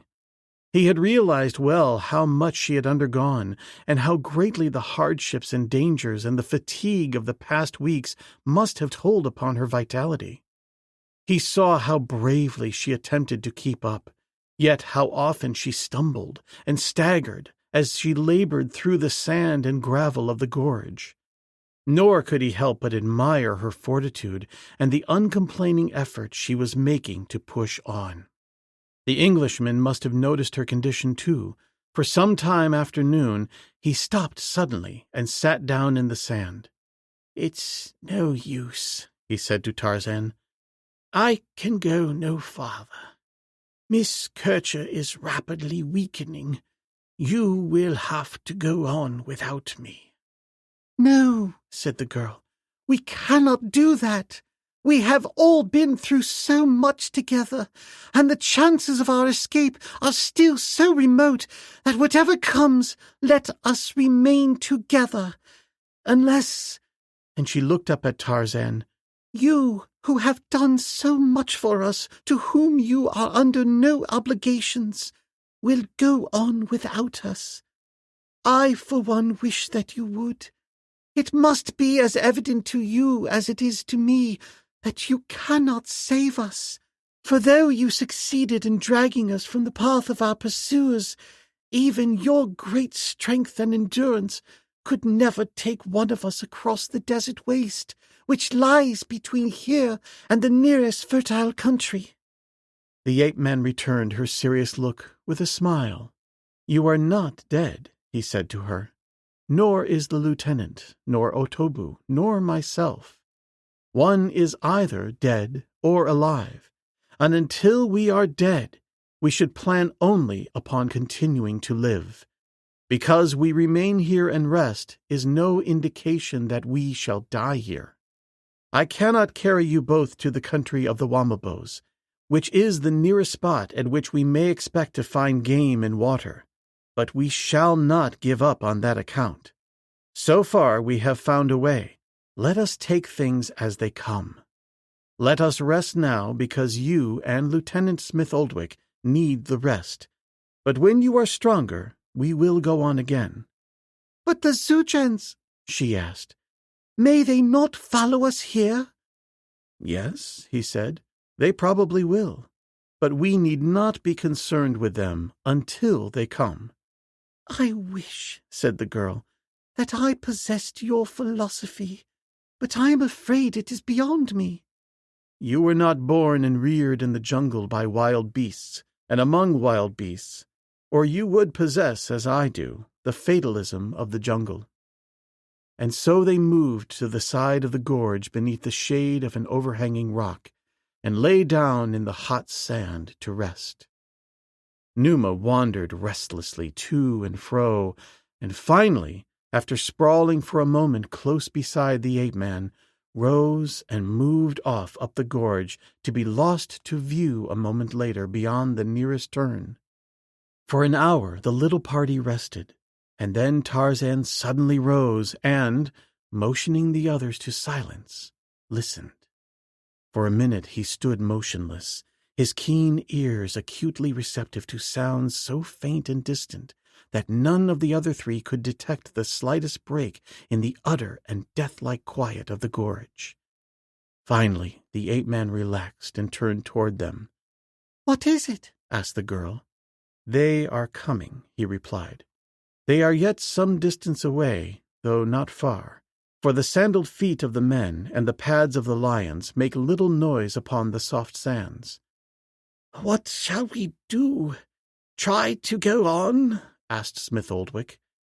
"I believe I could make a go of it now for a short way. I am much rested. How about you, Miss Kircher?" "Oh, yes," she said. "I am much stronger. Yes, surely I can go on." Tarzan knew that neither of them quite spoke the truth, that people do not recover so quickly from utter exhaustion.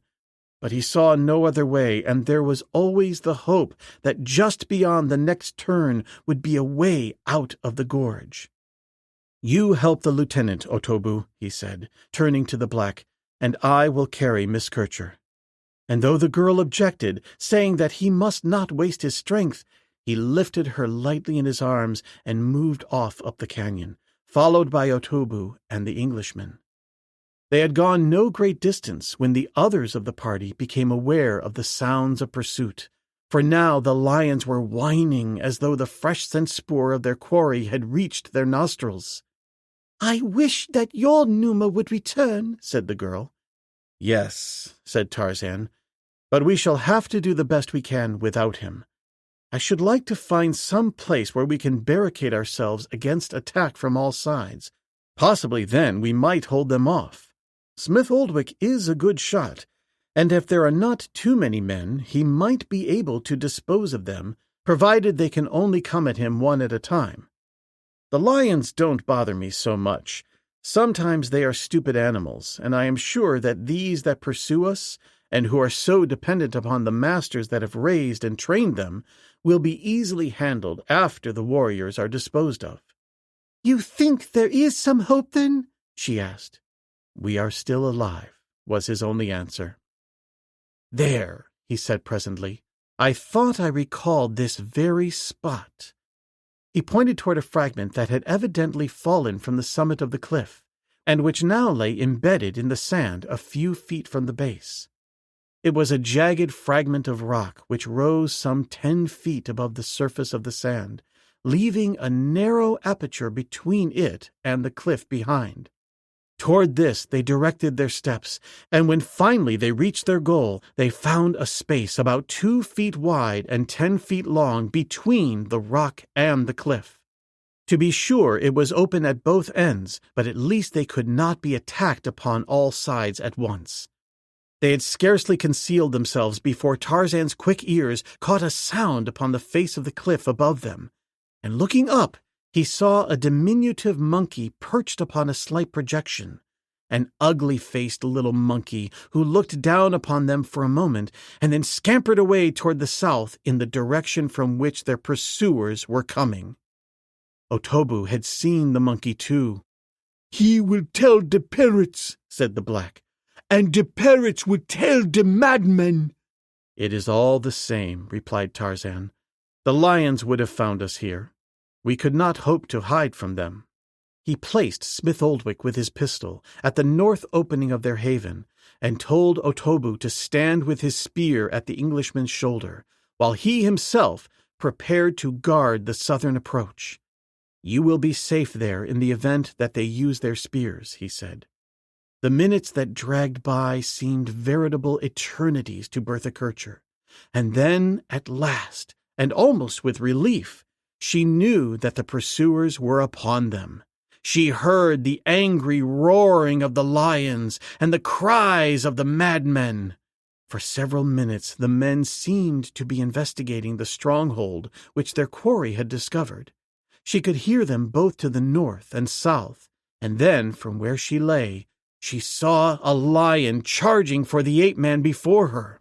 She saw the giant arm swing back with the curved saber, and she saw it fall with terrific velocity and meet the lion as he rose to grapple with the man, cleaving his skull as cleanly as a butcher opens up a sheep.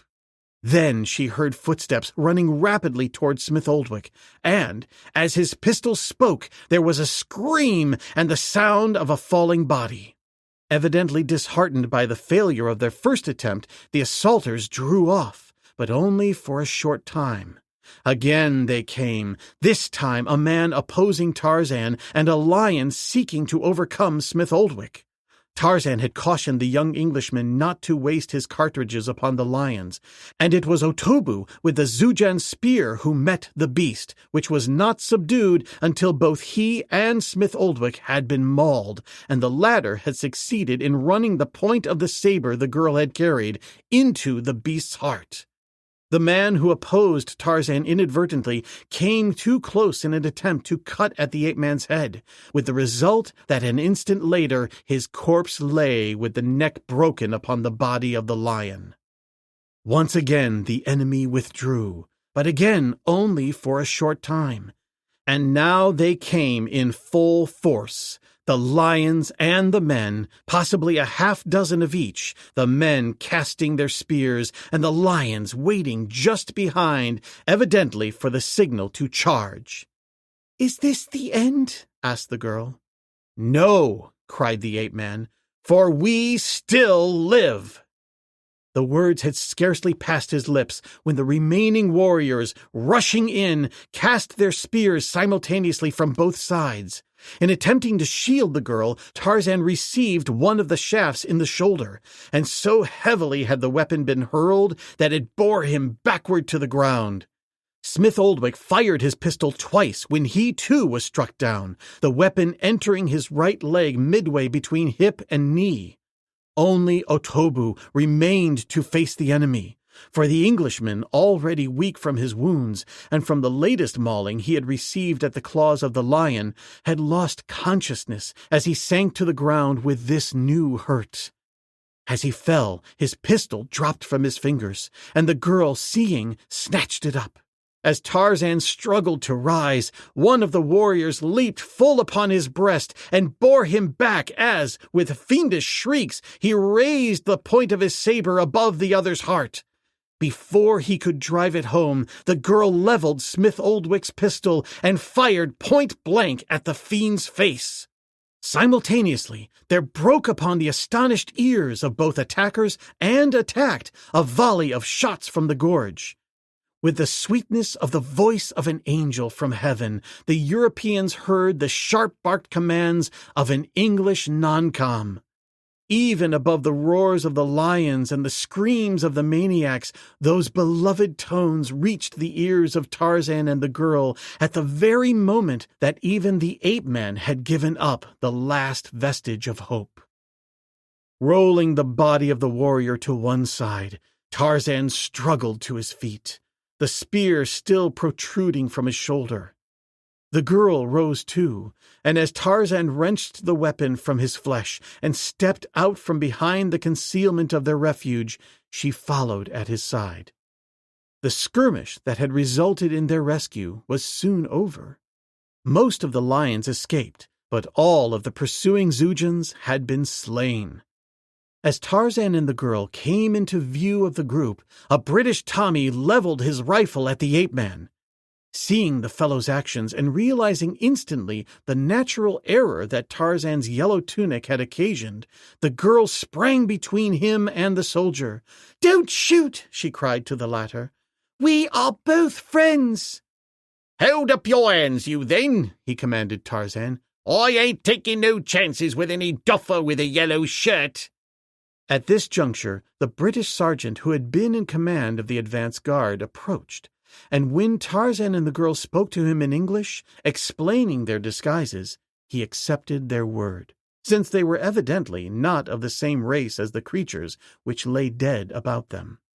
10 minutes later, the main body of the expedition came into view. Smith Oldwick's wounds were dressed, as well as were those of the ape-man, and in half an hour they were on their way to the camp of their rescuers. That night it was arranged that the following day Smith Oldwick and Bertha Kircher should be transported to British headquarters near the coast by airplane, the 2 planes attached to the expeditionary force being requisitioned for the purpose. Tarzan and Otobu declined the offers of the British captain to accompany his force overland on the return march, as Tarzan explained that his country lay to the west, as did Otobu's, and that they would travel together as far as the country of the Wamabos. "You are not going back with us, then?" asked the girl. "No," replied the ape-man. "My home is upon the west coast. I will continue my journey in that direction." She cast appealing eyes toward him. "You will go back into that terrible jungle?" she asked. "We shall never see you again?" He looked at her a moment in silence.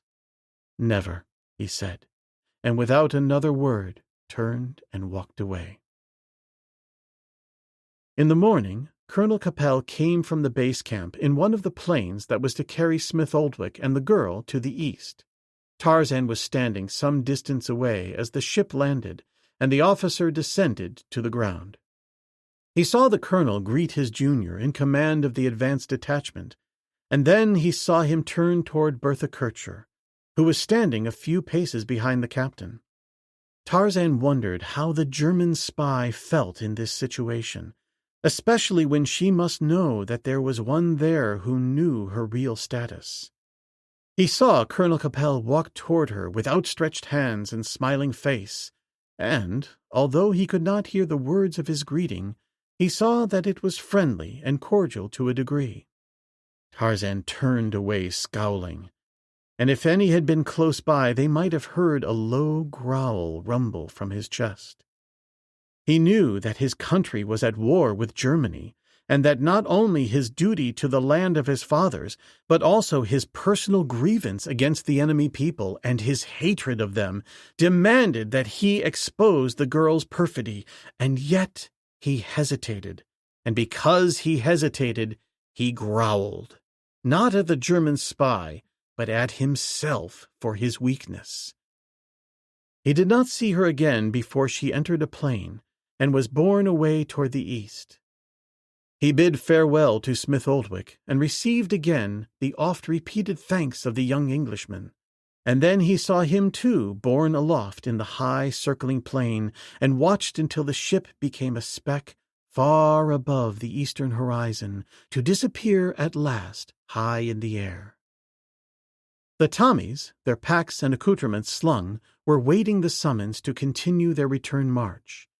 Colonel Capel had, through a desire to personally observe the stretch of country between the camp of the advanced detachment and the base, decided to march back his troops.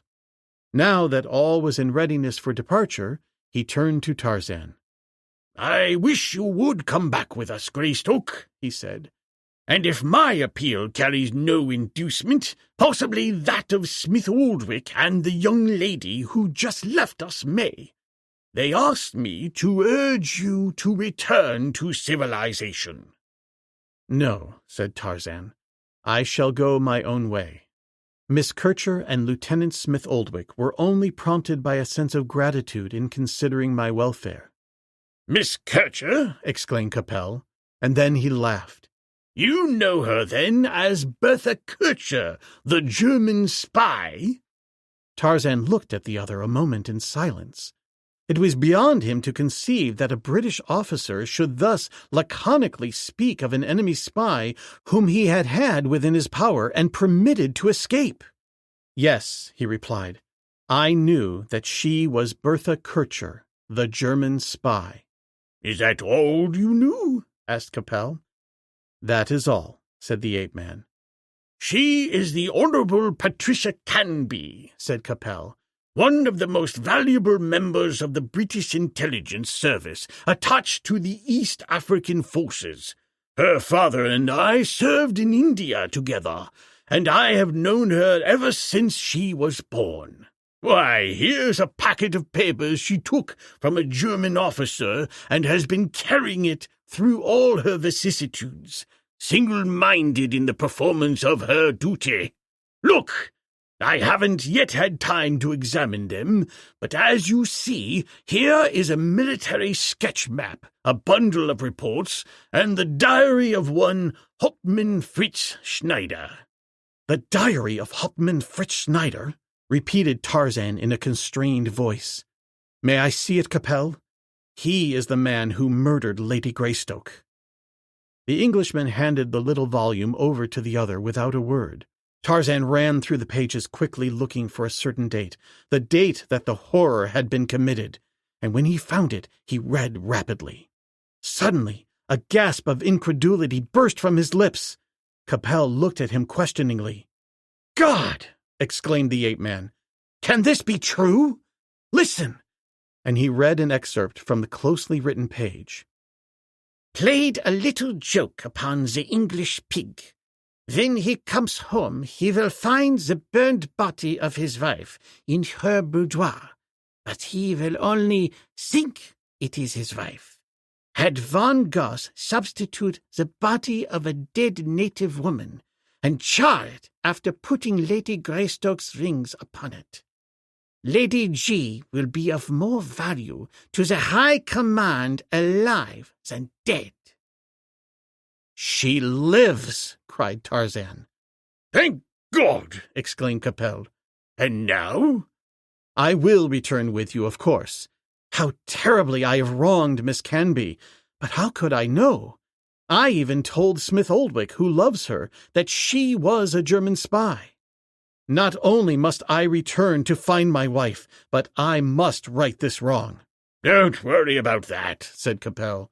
"She must have convinced him that she is no enemy spy, for just before they left this morning, he told me she had promised to marry him."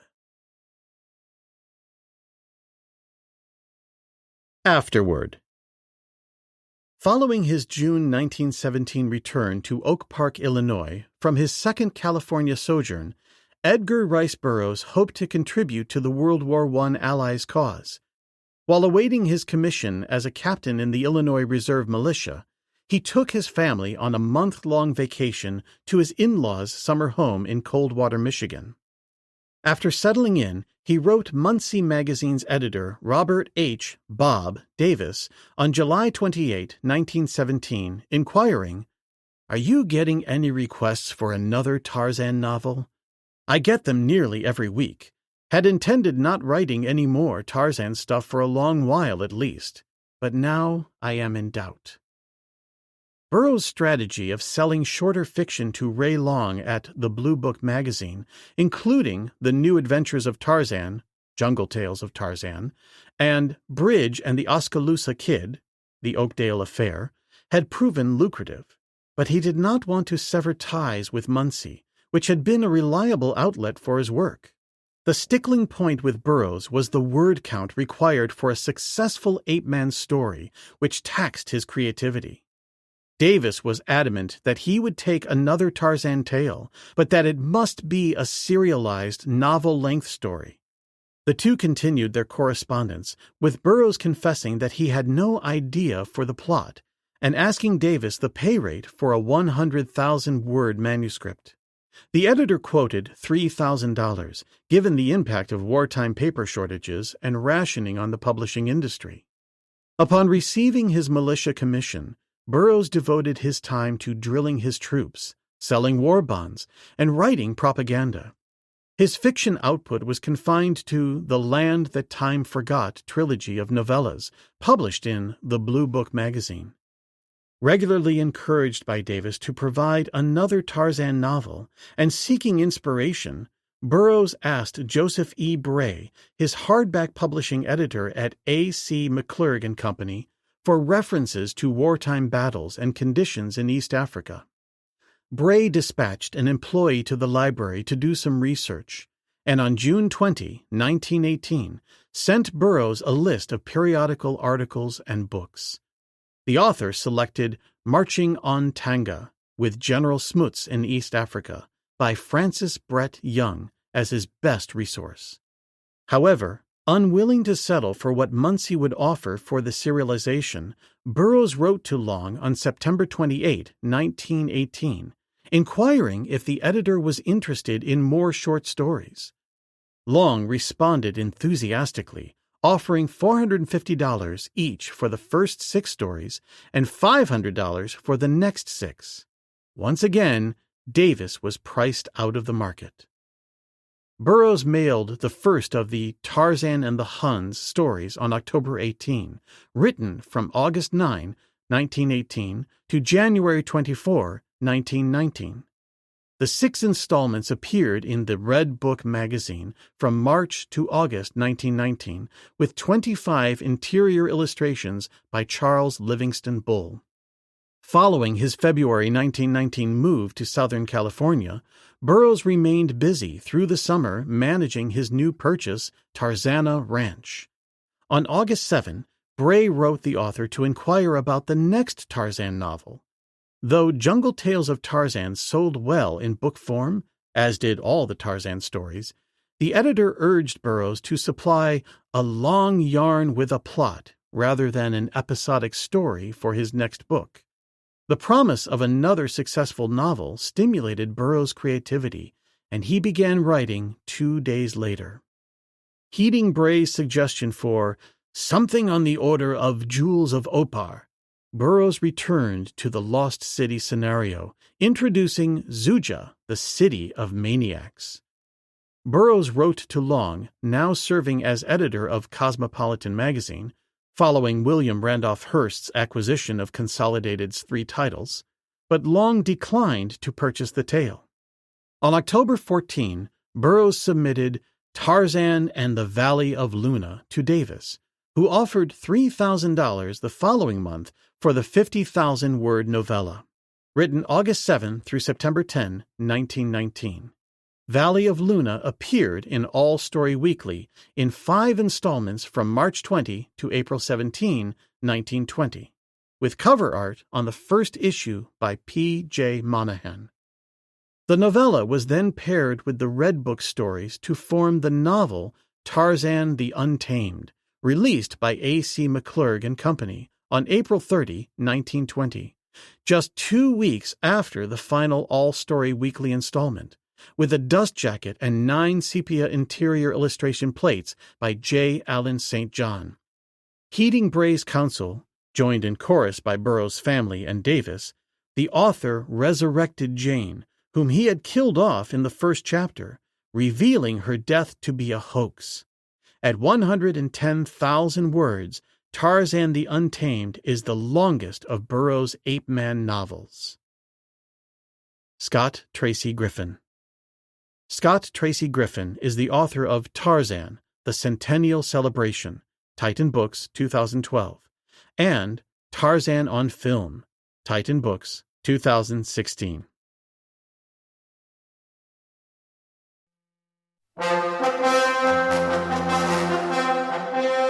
We hope you've enjoyed Tarzan the Untamed, an Oasis audio production.